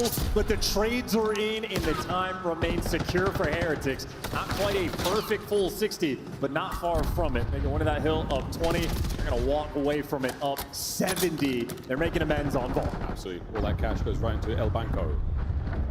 Massive lead right now for the Heretics. They're on gold. Not the way things went the first time round, but that's going to be that. The first hard point set now complete. Set number 2 begins again. Back towards the center of the map, back towards P1. Yeah, what a treat. Real has been a spectacle as POV, always on point. Great tags, great damage, great kills, and now you're going to slow him down even more. Neptune, food for fodder. That is 3 in the feed, and Real in prime position. Get this singular trade and continue to spawn kill. And he is roaring, man. A couple more here to his name. 5 in a row. Here comes Neptune. Looking for 6 as Real, armed to the teeth. P1 still ticking away there for the Heretics. Damage all over the place. Still rocking and rolling for the Heretics. Let's go for a listen in. Vete, vete. Voy a jugar por esto, somos los 20. Está tú a la derecha, es otro cat. Colado por izquierda, colado por izquierda. Cat muerto, chaval, otro más cat, otro más capa. ¿Qué haces de doble? Son dos. Ahí no pushan lobby, ¿vale? Escuchadme, tengo racha, pillar el cat y el medio. Me cola por la izquierda, me cola por la izquierda. Te he escuchado. ¿Me ha visto? Abajo de Dios, Neptune, vamos fondo, vamos fondo. Muerto uno cat. Vale, otro más en P1 no ball. Otro fondo de Dior y el otro punto. Están ball, creo, están ball, chavales. Y fondo negro. Son dos puntos, chavales. Factor y punto. Y otro en la piscina. Ball muerto, otro más palmera y punto. Ha salido Bacali, ¿no? Está en este una chema. Primera palmera del punto club. Está ocupado. No, no ha cerrado medio, no hace su punto. La derecha punto. De cara, Nazi. Voy por back para matar, me meto yo. Joder, pero segundo. Que viene cara. Dos cat arriba, busca con el medio Moni.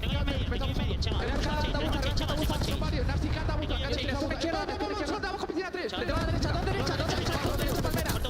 Son como uno, es el último. Arriba el cat toca, es el último. Vale, escuchadme, va abajo, buena Chema. Vale, me lanzan a mí. Chema, aguanta del medio.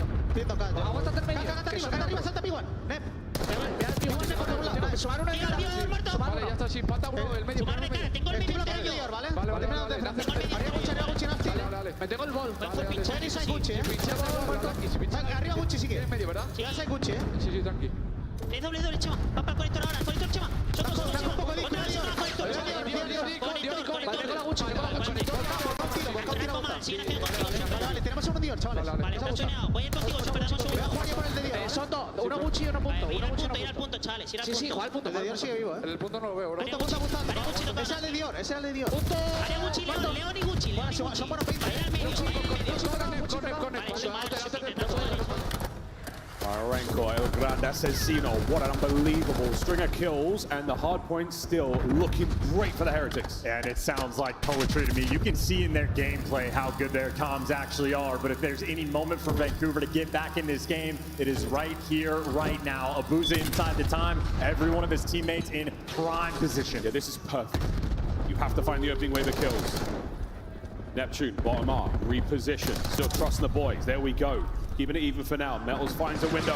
Neptune slams it shut. That's the hold continues. And Real cut down as well on the outside. They get everything covered. That is the first wave completely stuffed. The time has been perfect. Here's round 2. Incoming the second wave of Heretics players. They strike first. Right flank. Whoa! 0-4. That is unbelievable. 3 dead. The second wave. Is it going to be effective? Rancor pumps the brakes. Still alive and kicking. That is beautiful work. Rancor heads up there on the gameplay, but as the comeback might well and truly be in, how about a listening with Vancouver Surge? I'm pushing. I'm pushing. P2 truck in. I'm out left. Alright. One maybe one out. Yeah. One light team twice. Yeah, I'm out front gold. I'm waiting. Yeah, that's fine. Yeah, I'm saying line. I'm going now. I'm gonna go top cat on me. One top cat. I think twice. He's playing for you hard. He's on time. He's on time now. Right side, Bar. I'm waiting. That's one here. That's one goal. I'm going right. Yeah, that's fine. I'm vigilant. Wrinkle. Set him open. I need the wrinkle. Push it on. I'm trying. Yeah, go. Open the bullet. Medals. Watch it. He wants again. Two other guys. No. Bang the line. Fuck going out. Keep going out. They keep going wide. Let's go together. Come. One be me. Outside the close. One shot line. Super. He went close. Top guy. He didn't jump down. He went new. Watch the bar. One more. Nice. Where we spawn? Anybody, PG check on you. Sit down. Dead. Nice. They're spawning out. I'm out blocking. Let's go. I'm out cat. Yeah, I'm out cat. I need it. Yeah, what do I throw? He's in the pool. Right, go. Watch out. Line him over there. Book. Last guy's blocking. Yo, don't that guy. Play safe. Yo, he can't score on you. Go. Okay. I'm in the corner. I'm playing front. Where you have, Mark? You have the back here. Let's get rid of the We're missing one. Yes, we're missing one on the back. I spawn side hill. Don't see him on the back. Somewhere. Picture tech. I think twice. Picture tech. 1 HP. I had one light. No, he's front. I need me. Do the Semtex net. I spawn front. One guy's front. From my push. You got on top. Medals weak. Go. Slide. Light tree out. One shot. It's close right. Go. Unbelievable listening. They had the information. They knew where Rancor was. They didn't listen for a single moment, and Rancor pops a 3-piece, a devastating moment. And now left side spawns. Well, Super's got the arc control and the P3 that is impossible to collect. Vancouver, it is a desperation effort from this point on. Oh, nearly the big old pick up there, but once again 0-4. Fantastic play on the individual front. The other side of it, Rancor now fighting forward. Neptune leaves a present for him. Medals now through the open street, trying to keep that hard point in the Heretics' hands.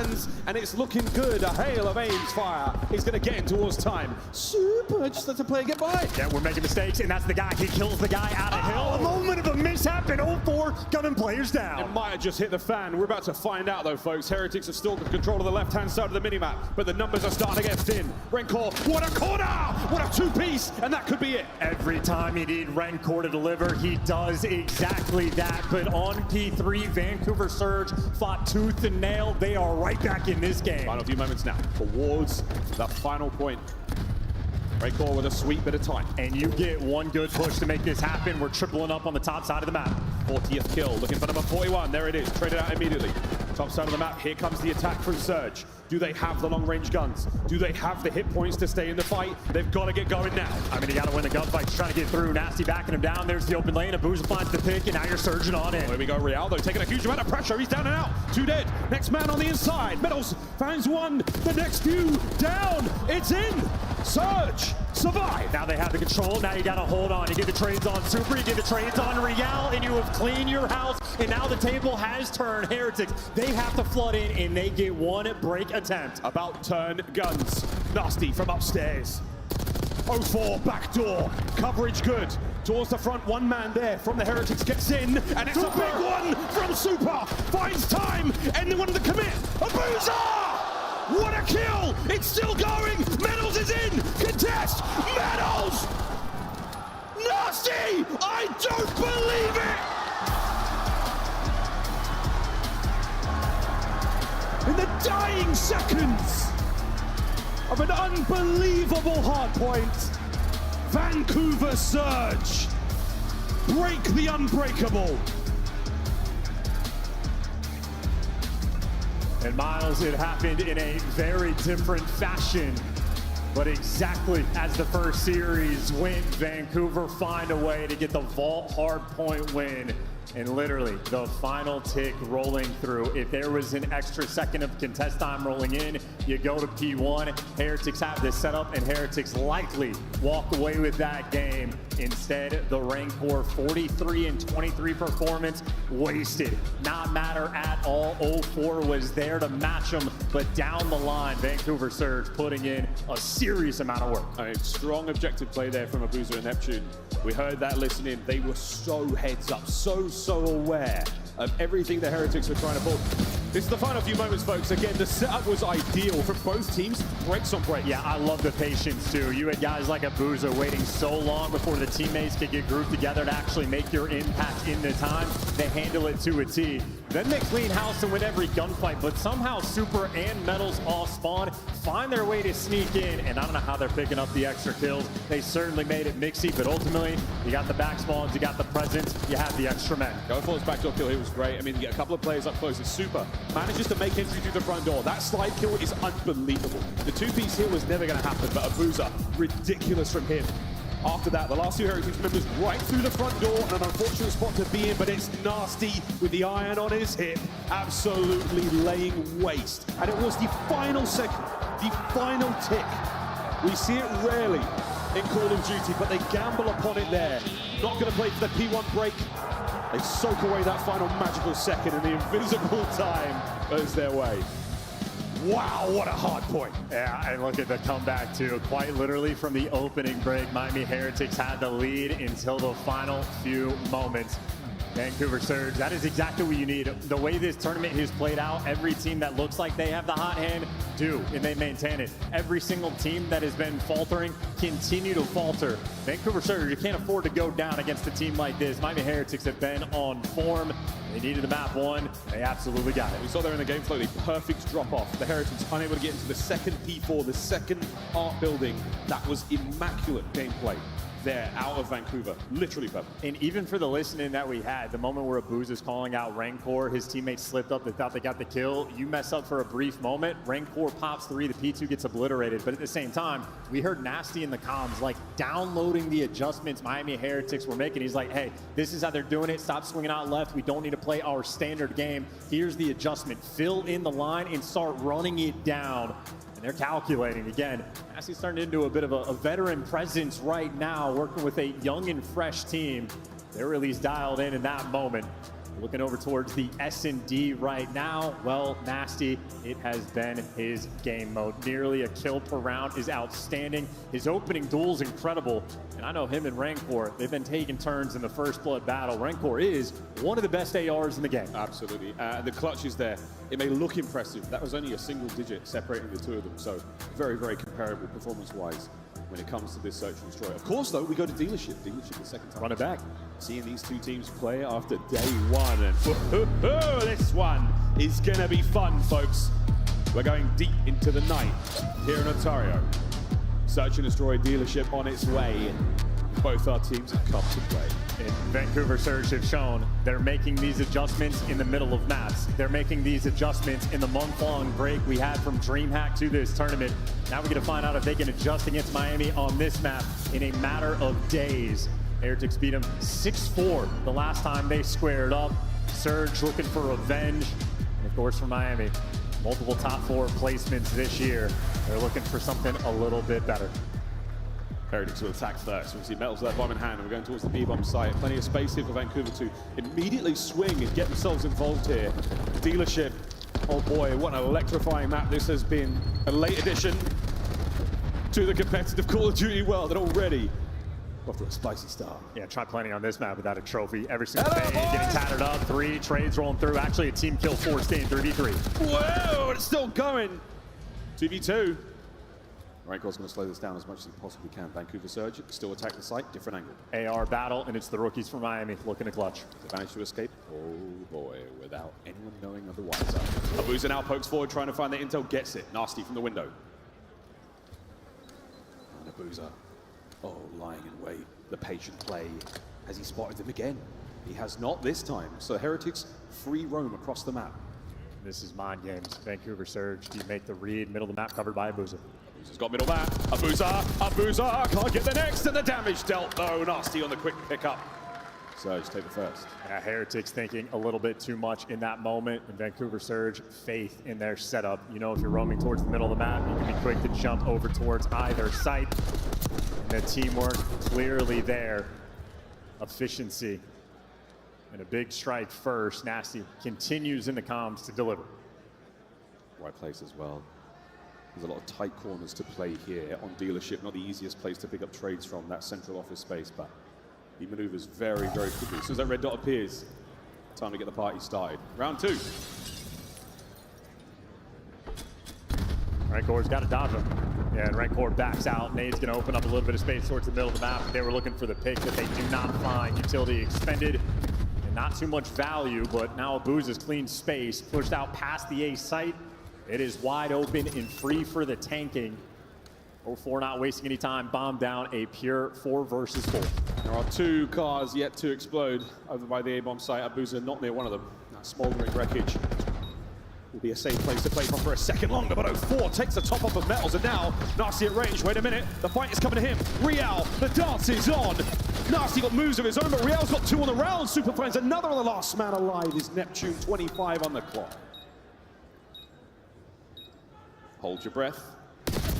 There it is. Defuse underway as well. Plenty of time to get that one done. Heretics strike back. Not a single player hopping that bomb either. They knew Neptune was going to be posted up in some corner, wait for him to pop out, and do not give him a clutch opportunity. That was a pure 4 versus 4, and Heretics walk away with 3 men standing. I think Real and his dance moves really the highest impact moment there of that round. Yeah, you're ripping through what few rounds these players have to get kills, especially at that kind of close range. Any opportunity to burn the clock in that regard. And again, what we saw from Neptune early in the round, burning through the inventory of the Heretics players, sliding out towards those B double doors, just managing to eat a stun or 2.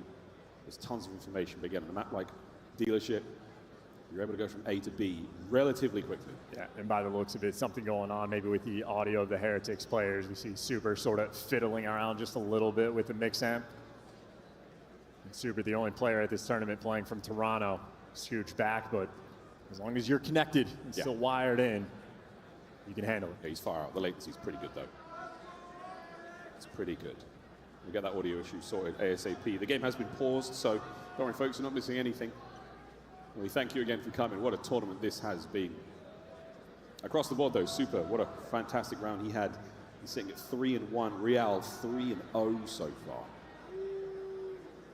Rancor again, our Rookie of the Year. A standout tournament from that young man. Same for the Surge boys on the other side. Still getting this problem solved. Chance, anything you loved in the first 2 rounds? Just loving the gameplay. Right now, these 2 teams clearly on point, clearly have done their homework and bringing their A game. Any small mishaps we even had on the hard point, immediately making amends for them. So it's just high-level COD. This has been a tournament that has, I don't know, both surpassed and under-delivered on expectations, depending on what direction you want to go, depending on what team you are a fan of. But make no mistake, it has been unforgettable. A chance to be remembered. We wanted the upsets on day 1, or we usually get the upsets on day 1, but hey, 2 and 3 have delivered as well. Unbelievable. Wow. Almost ready to go, folks. Making sure that everyone is absolutely hot to trot and ready to go. We want as much of a level playing field as possible here at the end of the 2025 season. 0-4 in his 3rd year of professional COD. 3rd? 4th? 2nd? Wow, 2nd year. Thanks, Chance. Kept me hanging there. It really be your own, Champs. It really be your own. Like, right? I'm not crazy. 2nd year? I've been saying sophomores for Abuza and 0-4 the entire time. Rookie season together. If I'm wrong on that, that's crazy. He's not been around too long. What a stamp he has made on the scene. A few more moments, folks. I know what you're thinking. Where's the tech delay music? We've trained you very well.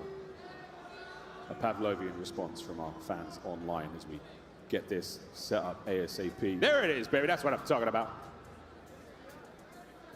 Quick look at the bracket while we get things ready to go once again, folks. If you have just joined us, Vancouver Surge are up by 1. Boston Breach, after a whooping from Optic Texas in the winners finals. They'll be waiting for the winner of this one. We'll play that later on today. Optic, of course, have managed to find themselves in back-to-back Champs Grand Finals. That wasn't on many people's bingo cards.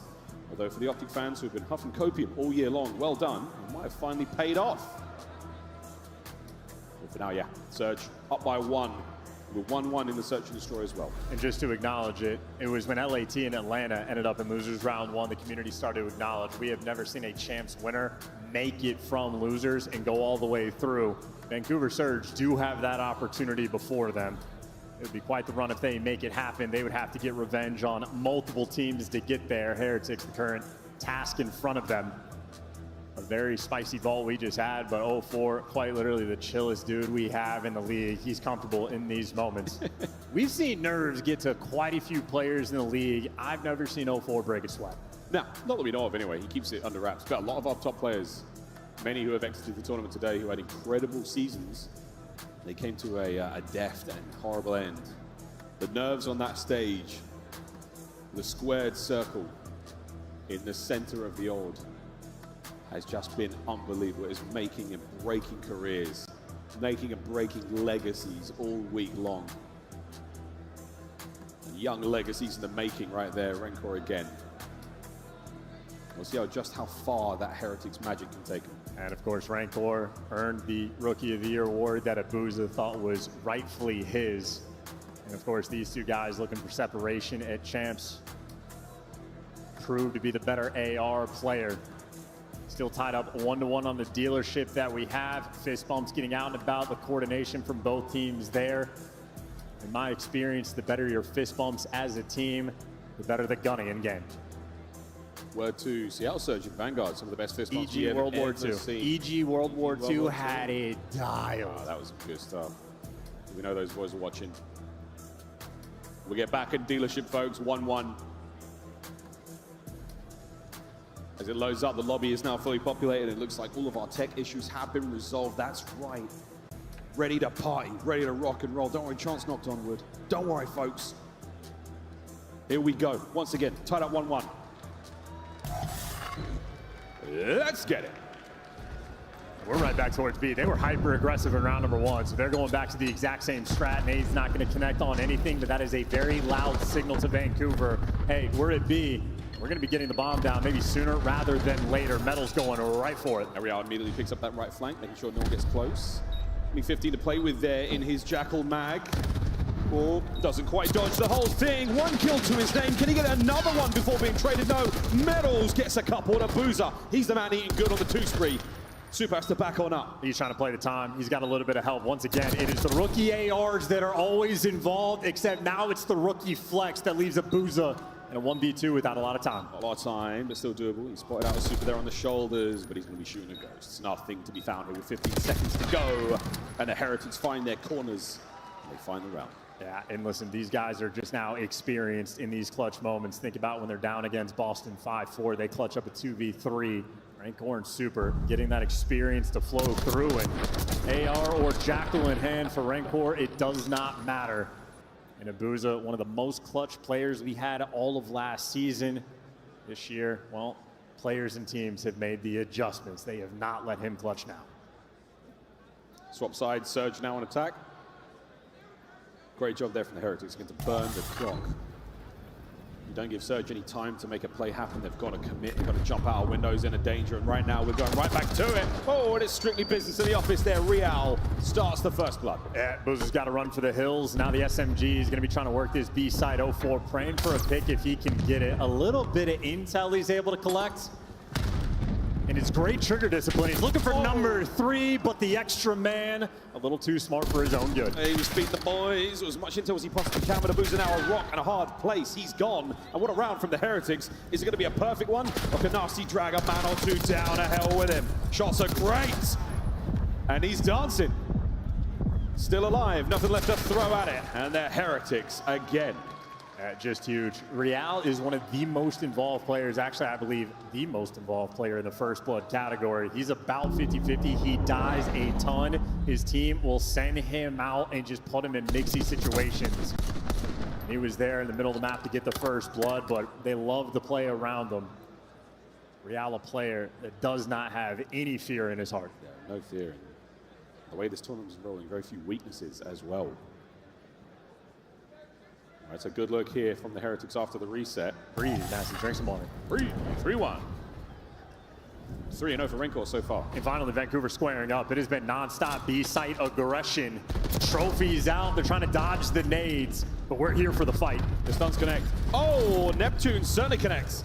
Fast recovery of the bomb there. So Real's going to keep the play moving. But over towards A we go, because Renko has said, lads, it's all safe here. I haven't found the last man. And Abuza, he has been one of the best in the world in this very spot. He lives for the A Street fights. You lose that, there's the opportunity for the clutch, but now a 1v4 situation for Real. Wow!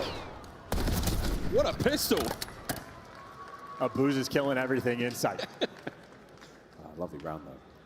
And to stay on the adjustment theme, every single round on offense, Miami Heretics have been overwhelming towards B, investing all the nades, all the stuns, all the pressure. Vancouver Surge finally call them on it. They completely shut it down. Now Heretics are going to be forced to respond. Yeah, none of the nades from the Heretics connect either, so you invest a decent amount of time and those lethals to get on towards that B-bomb site. It does not really work out. A costly attack, and they pay the price. Boozer the island man there. He might well be doing it in this round as well, but we're going to A this time. Heretics have only got themselves Renko to worry about here, but he saw plenty of stuns and nades going over the top there. That's giving up intel to feed to the boys. And the last 4v4 retake we had, Heretics absolutely picked them apart. This time a car might be here to make the difference. Whoa! Fast and furious over towards the bomb site. Not a man dropped just yet, though. Quick regen, no bomb plant either. Real trying to change it. Trying to take destiny into his own hands, but no need. His teammates are there for it. Oh, it's glorious from the Heretics. A perfect round. Yeah, not a single player drop. They really took in the post plant and only lost one man when they were going towards the A site. This time they lose nobody. Now if you're Vancouver Surge, it is an adjustment on offense. You're not going to enjoy having to make at all. They've been getting throttled. Of course, on the flip side, Heretics, all the B pressure they've been showing on these attacking rounds, if they got shut down before, I don't know if they're going to go back to Old Faithful, but here's a look at 0-4 and Neptune just getting entirely overwhelmed. And this is just like Real. I mean, we've seen him in previous rounds where he just stays alive, causes problems. It's the fancy footwork. It's his left stick, not necessarily his right trigger, causing problems for Vancouver Surge. And once again, well, I take it back this time, it is the trigger. All the way through. Oh, he's Shots going. are in. And Super has got two players dead to rights. Send in Real for the kill. No, 0-4. 3v2. Or full sending again. Real is not scared of Vinny Chow. 2v3 though. Rencor and Metals. Metals does have the bomb in hand. That's the good news. And that's the better news with a shot like that. The opportunity for the clutch is in. He level up straight away. We're going to go back over towards B. Rencor, diligently watching the flank. Opening salvo of shots, but a gift for the lads over there with no trophy. No joy. Nothing left. But their primary weapons now to play with. Oh, but Metals has got a Semtex. Vacate the A-bomb site, but Surge are hot on their tail. The race is on. Nasty! Picks up both! Surge play it close and play it tight. What a recovery. Yeah, like bloodhounds. Clearing the space on the map. Tracking them in virtually like they could see the footsteps the entire way. You love the aggression, and again, like it has been a defensive shootout, right? Vancouver forced them to make the adjustments. You have Miami Heretics trying to work the middle of the map. They eventually get shut down. And a defense reigns supreme. Well, Heretics looking to deliver. Already got the 4-3 lead, and Vancouver are committed to this A site. They've been getting entirely shut down. We'll see if they can solve this puzzle, and at least you get it down straight away. But once again, a very turtled setup. Yeah, you've got no space to play with whatsoever. You have to win these gunfights quickly, and the Real, he's going to be there for it once again. So Surge down a man. Nasty levels it. 3v3, but back over to Metals, and my word, the kills are fantastic here. Heretics retaking the site with no fear whatsoever. The last man gone. Heretics, another outstanding retake. Map point. And if it ain't broke, you do not fix it. Every single A attack has been stopped in Vancouver, not trying to make the adjustments, at least not on a macro level. Any little flair they've thrown in the mix, Heretics have just dominated them on that side, and now we'll round the way, tying up the series. I mean, yeah, we're just hitting A time and time again. B has not got any love whatsoever here from Vancouver. And since the start of this.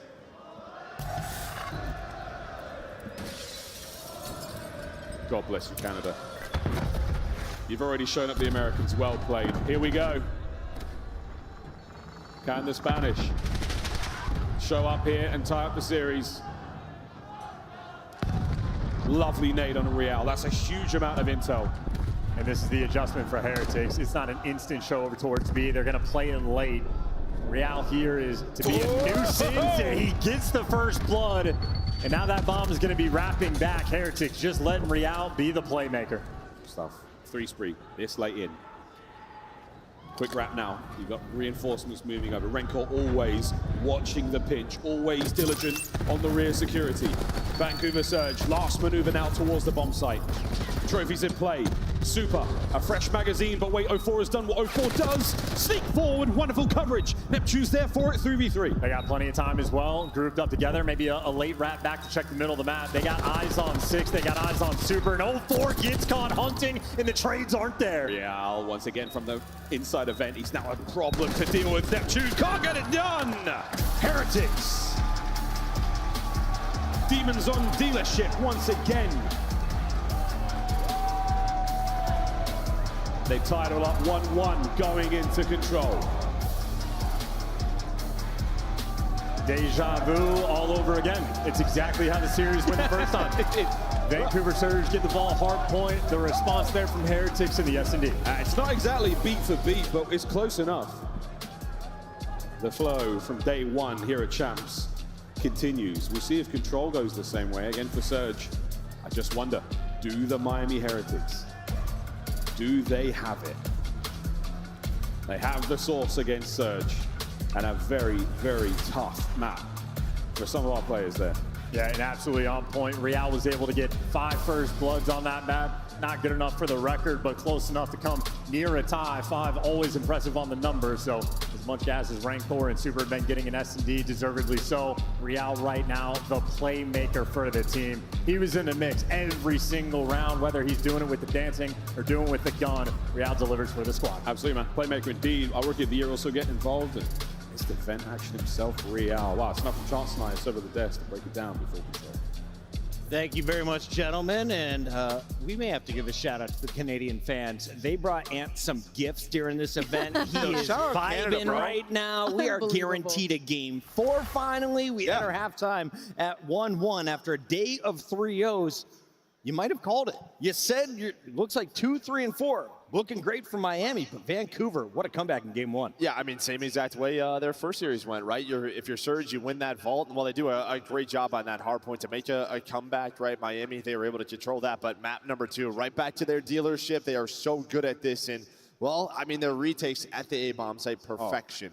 If you are Miami Heretics. Now, we had some agents checking in on us in the green room, and Nameless, they said, wow, this map feels like just a bang-out map. Is that how you would describe the play style we saw on dealership, or what did you see during the search and destroy? Yeah, I mean, very strategic, honestly. I mean, you saw Miami, like, stacking over towards B, and they're just super comfortable on the retake, as Joe mentioned. And, you know, on the offensive rounds for Vancouver, it's like, if they're going to give us a streak, we're going to get bombed down. But they need to get a little bit more active in the post plant. Like, either send somebody on a late pitch or have a presence towards mid in the vent. I mean, you saw Real, how he likes to play. He's going to get mid-map control. And in my opinion, that's the difference, right? Like, if you're going to get retaken and give up a first blood, like, at least be active trying to follow that up with a trade from somewhere else. I will say that after that, like, Real was playing unreal for them yesterday as well. So it was kind of only a matter of time for him to kind of get his guns hot. But for Miami Heretics, they've always been a really strong retake team. They've always been a really strong dealership team. I think the biggest difference for me was just stealing a couple of attack rounds to give them that cushion when it came to this map number 2. And obviously, the momentum switch from that at number 1 to be able to open up the way that they did.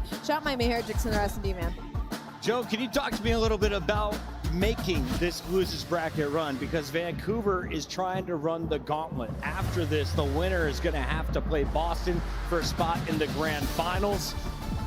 What is it like? Would you rather be the team that's played back-to-back-to-back? Yes. Or do you want to be Miami, who is kind of only focused on the second half of the day? I would love to play back-to-back-to-back, right? I don't know. It just feels like you're locked in. You're in a flow. You're playing more games. I don't know. You're fixing some scenarios, but there's nothing better than going on a loser's bracket run if you are a player. Both teams able to score a point so far. We take a look at how Vancouver did it back on Vault, because this was all Miami in the first 3 minutes, but then Neptune and crew battled right right back. Yeah, this was an incredible map. I mean, every time Vancouver is spawning in on ball, it just feels like it's going to be a wild one. You know, Miami off to the extremely hot start. When we get to the second rotation, Nasty gets up top hard. It's P3 to P4 where they're just excellent, man. They have a clear idea on how they want to approach it, and they're getting the kills. And when we get down to the end of the map here, the way Vancouver slow it down on the final break is just top tier Call of Duty. Everybody playing their role perfectly, backing players down. The communication comes in. This is truly a special ending to this map. I mean, look at the numbers. Rancor basically dropping to 2.0, 40 kills, 20 deaths at this point in the game. How do you lose with that? You lose with 04 Neptune, just staying alive in the back, waiting for their teammates, as Ant touched on. And also, heading into this, I talked about, you know, 04 needed to be able to keep pace with Miami Heretics teams with the SMGs and the engagements on that side. He did so, going 36 and 33. I believe he might get one more before the end, but the tick comes through, and Vancouver Surge able to steal it away. If you're just joining us, no, this is not day one VOD. This is day 3. We are live, and we have the same score as last time around. It went to a Game 4 with Heretics taking down Vancouver in winners round 1. Joe, how is this series comparing to what we saw on Friday? Or sorry, day 1, Thursday? I mean, obviously game 1 was closer, but yeah, it doesn't matter, right? Still 1-1. Now there's a change in maps though, right? We're going to protocol control instead of vault control. We saw it earlier from Miami Heretics versus FaZe, and that was FaZe's home, right? But they dominated them. So Miami, they had this bag, but this little trick in their bag, now bringing it out again. Allie, give me a player to watch in game 3. In game number 3, I think I'm going to stick with Real because it's been the close quarters on protocol. I think he's going to go crazy. Let's go. Miami Heretics, Vancouver Surge. It's the swing game as we send it back to the casters. The swing game, the hum game, smack back in the middle of this series. We play control once again. Chance, our players have taken back to the stage, ready to rock and roll. It's going to be a good time. And again, as Merck mentioned, the protocol, extremely interesting. It has not been a favored map. They came into it, Miami this is, with a 1-7 record on protocol, and then they squared up against Atlanta FaZe, who have been clear-cut the best team in the game on that map with a 16-4 record, and they obliterated them. So we're happy and joyous in the crowd to see a protocol just as Heretics is. I may have just seen a man's nipples. That's right. It's all happening here at Champs, folks. It's all happening. We're almost ready to go. Our coaches are still on stage, but I think the biggest surprise for me, even in the first day we saw this matchup, was that the Heretics managed to walk away with the big dub there on the Hacienda map 4, that hard point. Again, Vancouver Surge have been one of the best looking hard point teams in the world, without a doubt. And right now I feel like Heretics have just got that special sauce when it comes to Hacienda. Call it the Spanish flavor, if you will, but it's just been so, so good. And I agree with you, which means a lot more pressure on this map on Vancouver Surge. You feel like you have to capitalize against the team where control has been their weakness. Of course, though, control is a weakness. It has been the exact same story for Vancouver. So quite a battle. And again, these are the dying days of Black Ops 6.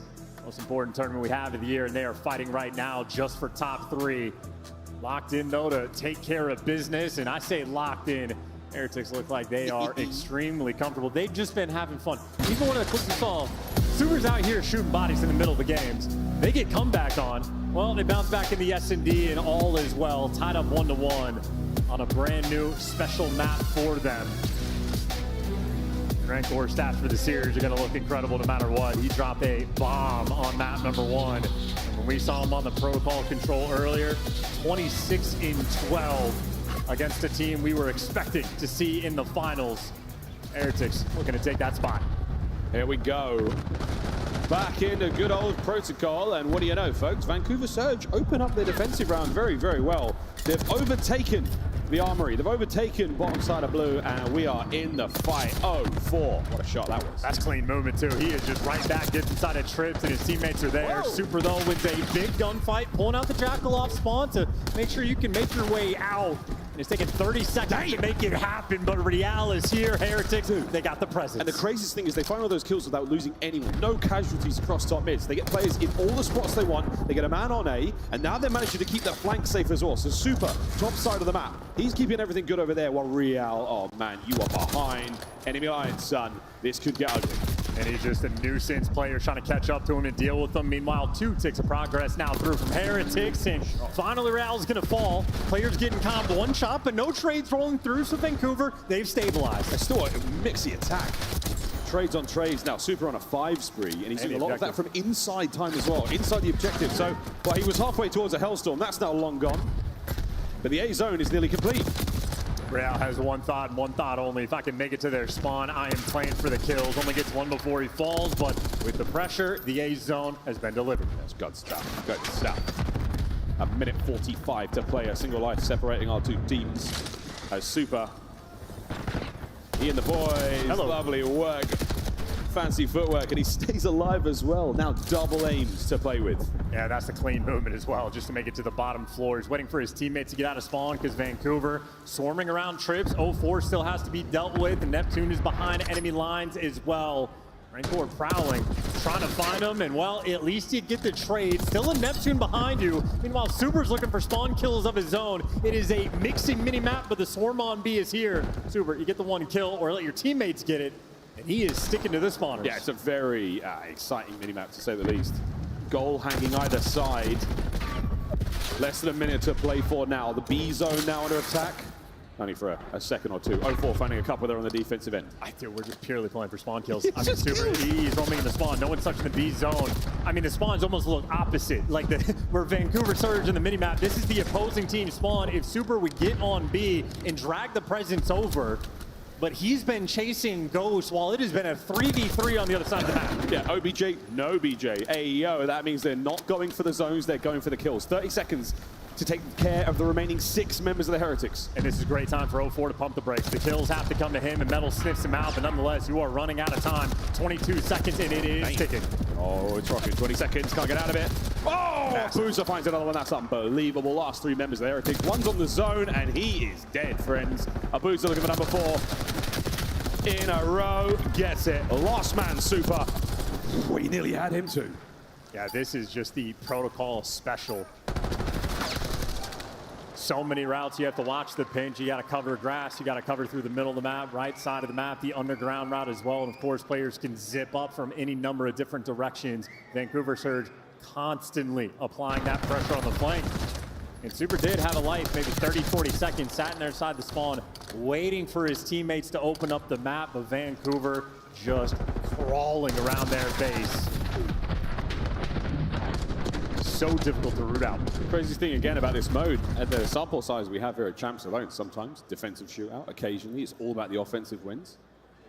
Who knows, this one could be a little bit of both. 0-4, Abuza, Neptune, all putting up 1,000 plus damage. Nasty, a little bit more objectively minded there on the defense. He was a man holding things back. Outside of the Heretics, I mean, it is the Super Show right now at 12-5.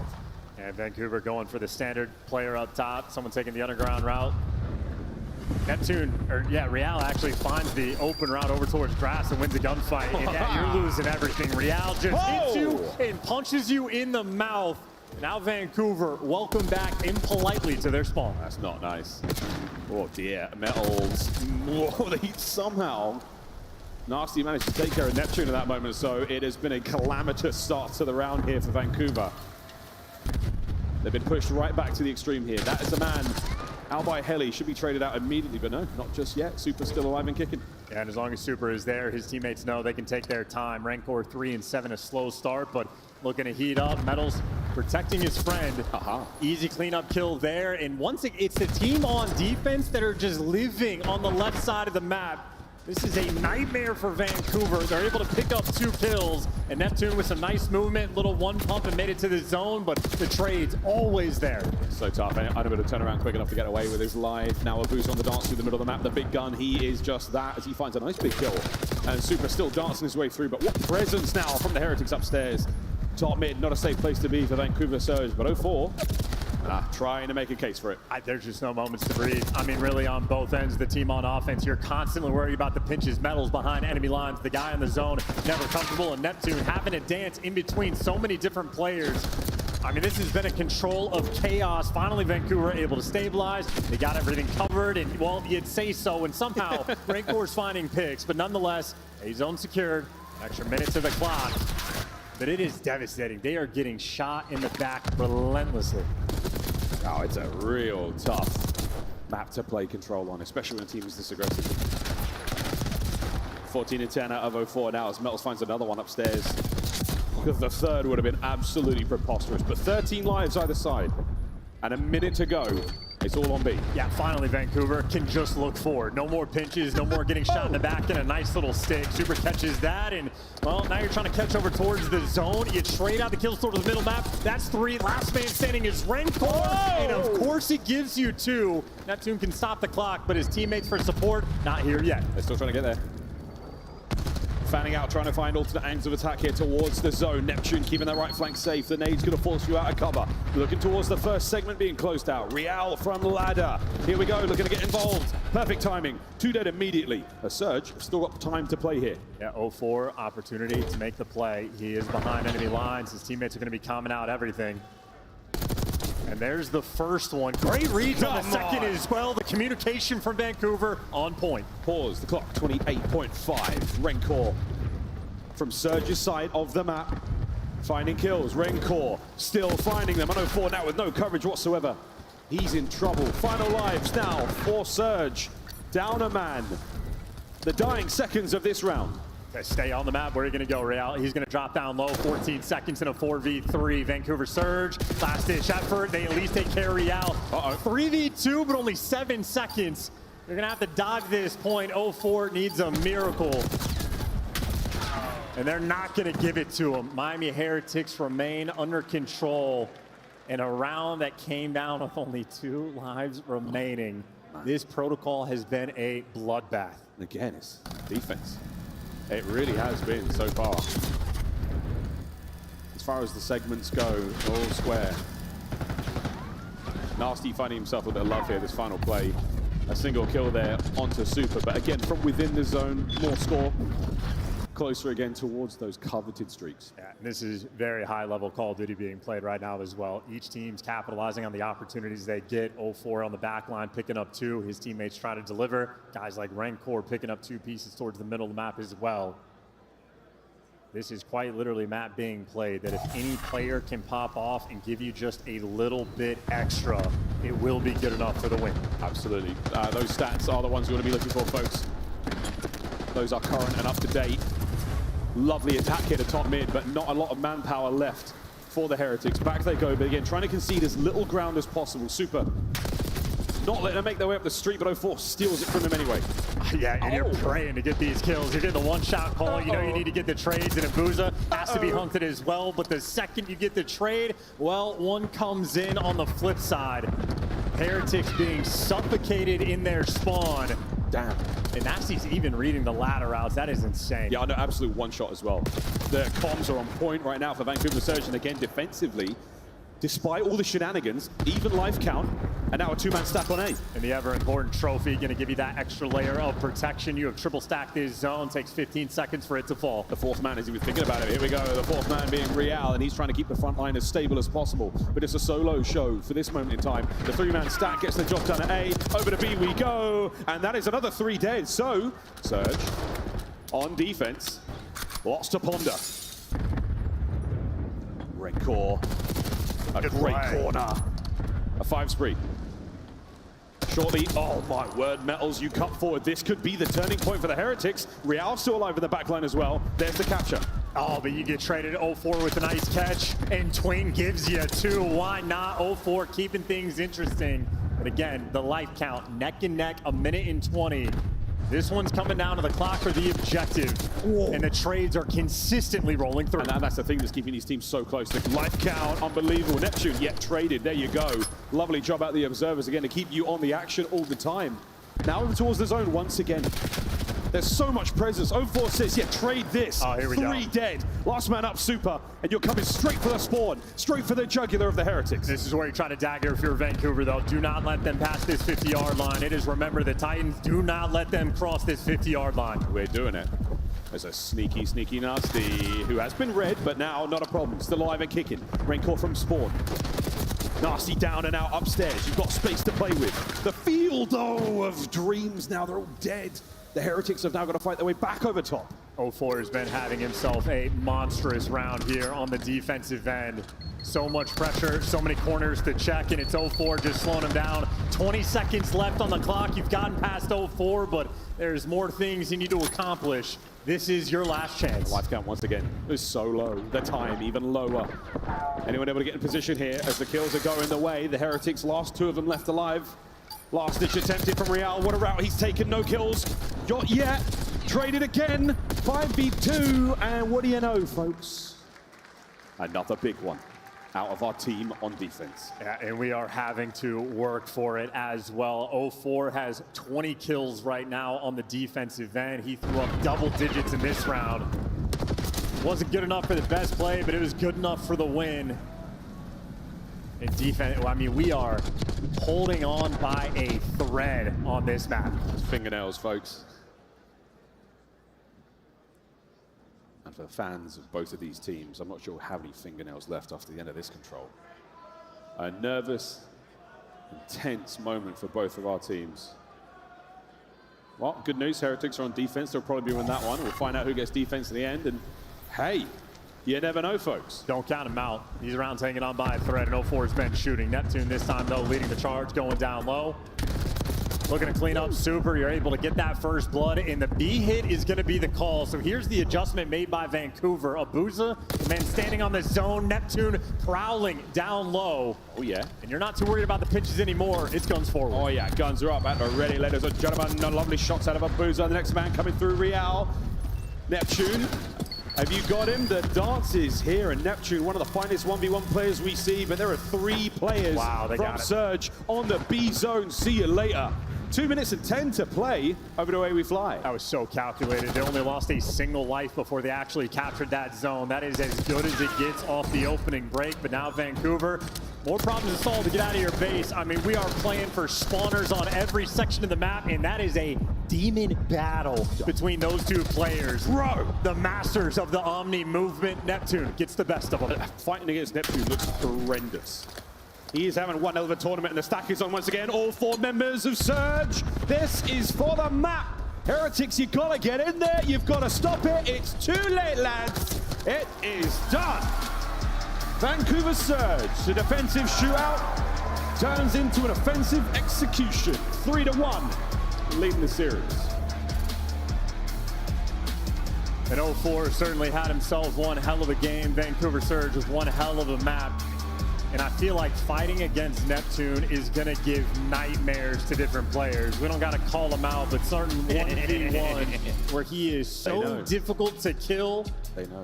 And that battle between him and Real, I mean, front trips, back trips, inside the building, around the corner, dancing, diving, dipping, dodging. You cannot dodge a Neptune. Yeah. He will hunt you down. I was going to say, which fight you talking about? Well, folks, if you were following the script from day one, it's changed already. Surge. Superb success there on control. They've got the lead now going into the hard point, going in to Hacienda.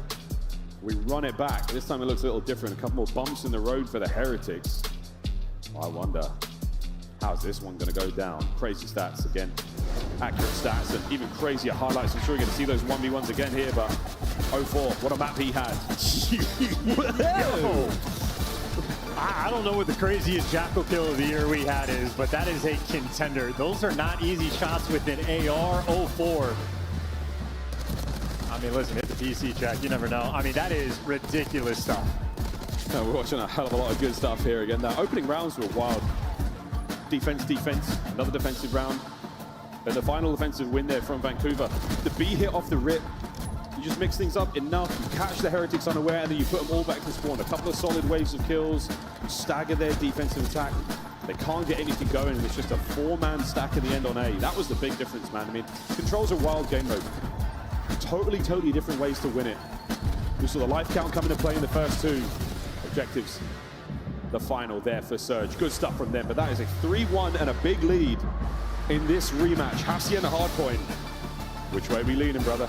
It is still absolutely anyone's game. Vancouver Surge, they're going to be incredibly happy. They're not accustomed to winning the controls. They win their series other ways. Now that they get this with a 2-1 advantage, you can play with a bit more comfort behind you. Obviously, the Hacienda is a map we have played before, and it is a map that the Heretics love. And Heretics, even in this tournament, have been down 2-1 in a series, and they've been able to fight back and force those game 5s.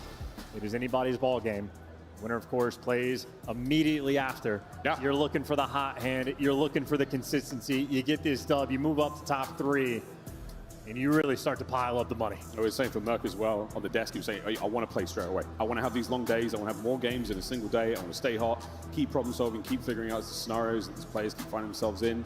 It's a long day at this level, though, man. I miss those days. Watching teams play 6-7 series in a day. You wake up at 8 a.m. and you don't stop playing until 2 a.m.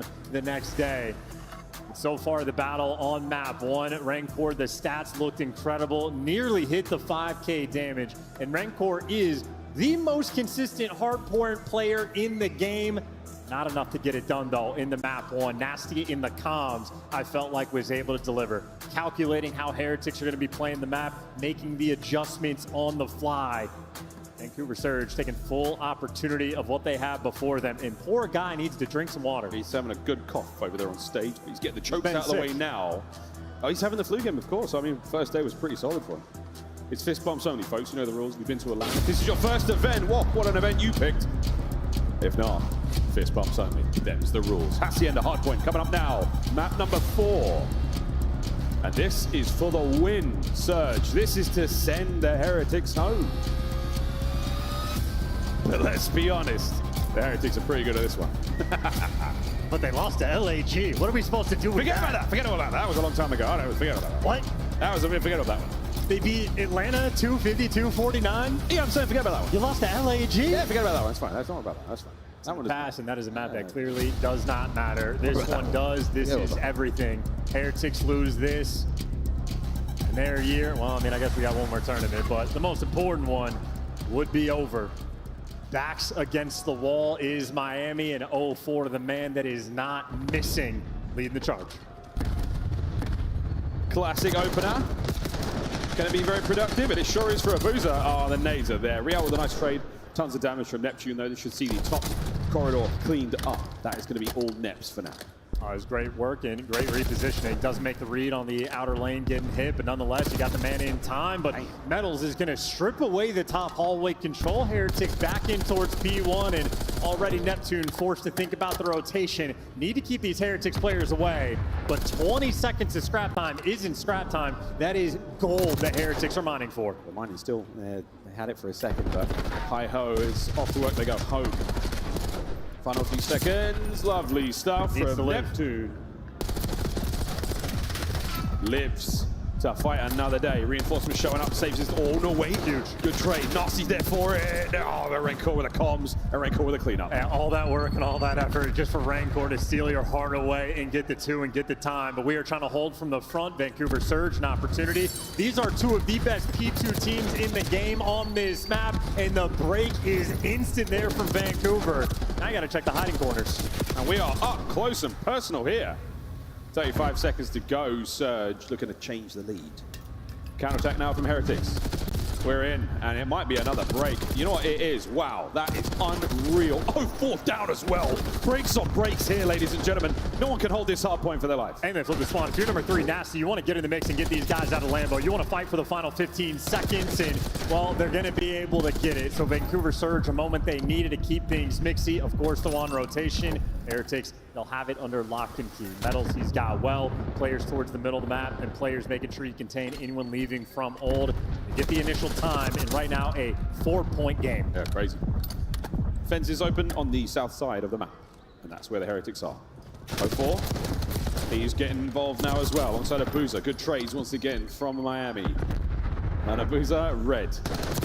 And now dead. Over towards the players making their way through the open field. Metal's going to be man at the time. What a slide. Lovely coverage over the top. And the kills are fantastic. The first wave of Surge players ineffective. Flip the spawns though, and you trade out 0-4. He does give you 2, and that means you're not going to have the pressure. You lose the plat control. It is difficult to hold from this spot. Rancor doing what he can. That's a force spree. For another one here. Rancor in the classic corner. I'm going to get away with his life for a second there, but wow, 0-4. 0-4 gets damage in Real as well, but still Heretics hold. Yeah, Real's going to fall though. He is absolutely surrounded. He takes one of the grave with him, and that is enough to buy his teammates the rotation. Heretics right now staying ahead of the game. They have won every rotation thus far, and they're set up anew first, and Rancor continues to be one of the best slayers in the game. Alive. His boys are on time. They've got Rock covered. Real on the hop. He's got the coverage of the inside corridors. Not an easy place to be, and this is going to be 1v1v1s until... What a break.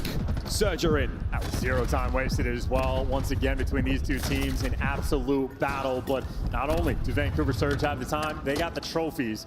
So you're trying to slow things down and square for the hit. Let everybody get in position. Now you strike. Here we go. Another break. Or not. There it is. Fast attack now from Surge coming out of Lambo. This is back-to-back breaks. Lightning fast hard point from both our teams here in map 4. Team kill. Contest. And it's still on. Metals, Neptune, back and forth as the pinstripe kill feed comes to a close. What a hard point. Yeah, and take a deep breath as well. It is going to be a long map. We have Heretics. They've won every single rotation, but after the first set, it's still only a 30-point game. 0-4 has been delivering. Maybe wait on Nasty to kick up just a little bit more, but as the new hill pops, well, the battle is going to continue. Vancouver Surge on the top. Rancor making his way now. Slowly but surely over towards time. 0-4 can't get any more out of that life, and Neptune still proves to be one of the most unbelievably difficult players to kill ever. Nasty, uncharacteristic of him. Mr. Map 4 sitting at 5 and 13. That's 3 dead for Surge. That's a big moment. You're going to slow that pace down just a little bit. Heretics able to iron up, take their time, get easy trades, and make sure you maintain those right side spawns. Nasty and Neptune, they punch back. But as long as you're chilling on the right side, you're going to be happy if you are the Heretics. You got number 8 set up over towards new. Plenty of players in the back spawns, got everything covered. And Real is the nuisance, the thorn in your side. He gets traded out, but the comms right now, it has been on the rotations. And for this one for Miami, it's clean. Not a bad Q1 whatsoever there from Surge. You take the 10, 15 seconds here or there, but you're making it real mixy. And whoa, Rancor! The well is dry of Surge players now. Real through the middle of the map.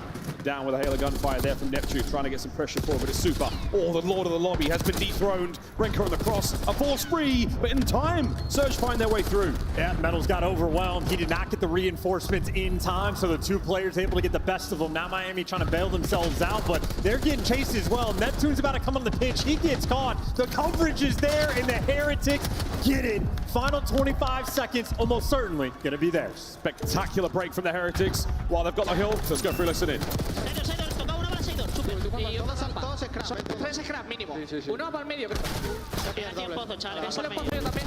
Anterior, vale, vale, van a hacer la línea, si no. Agita roca, literalmente agita roca, hacer línea. Va a jugar por poco, sí, tengo tinto, ¿vale? Voy a juntar por medio, ¿vale? Desde línea, mírame desde línea en el fondo. Voy, lo miro yo. Lo tengo bien de cara, Voy a tirar piña en plan, ¿vale? Tengo uno, plan, muerto otro. Tengo yo de frente Pozo. Estoy jugando por el de plata.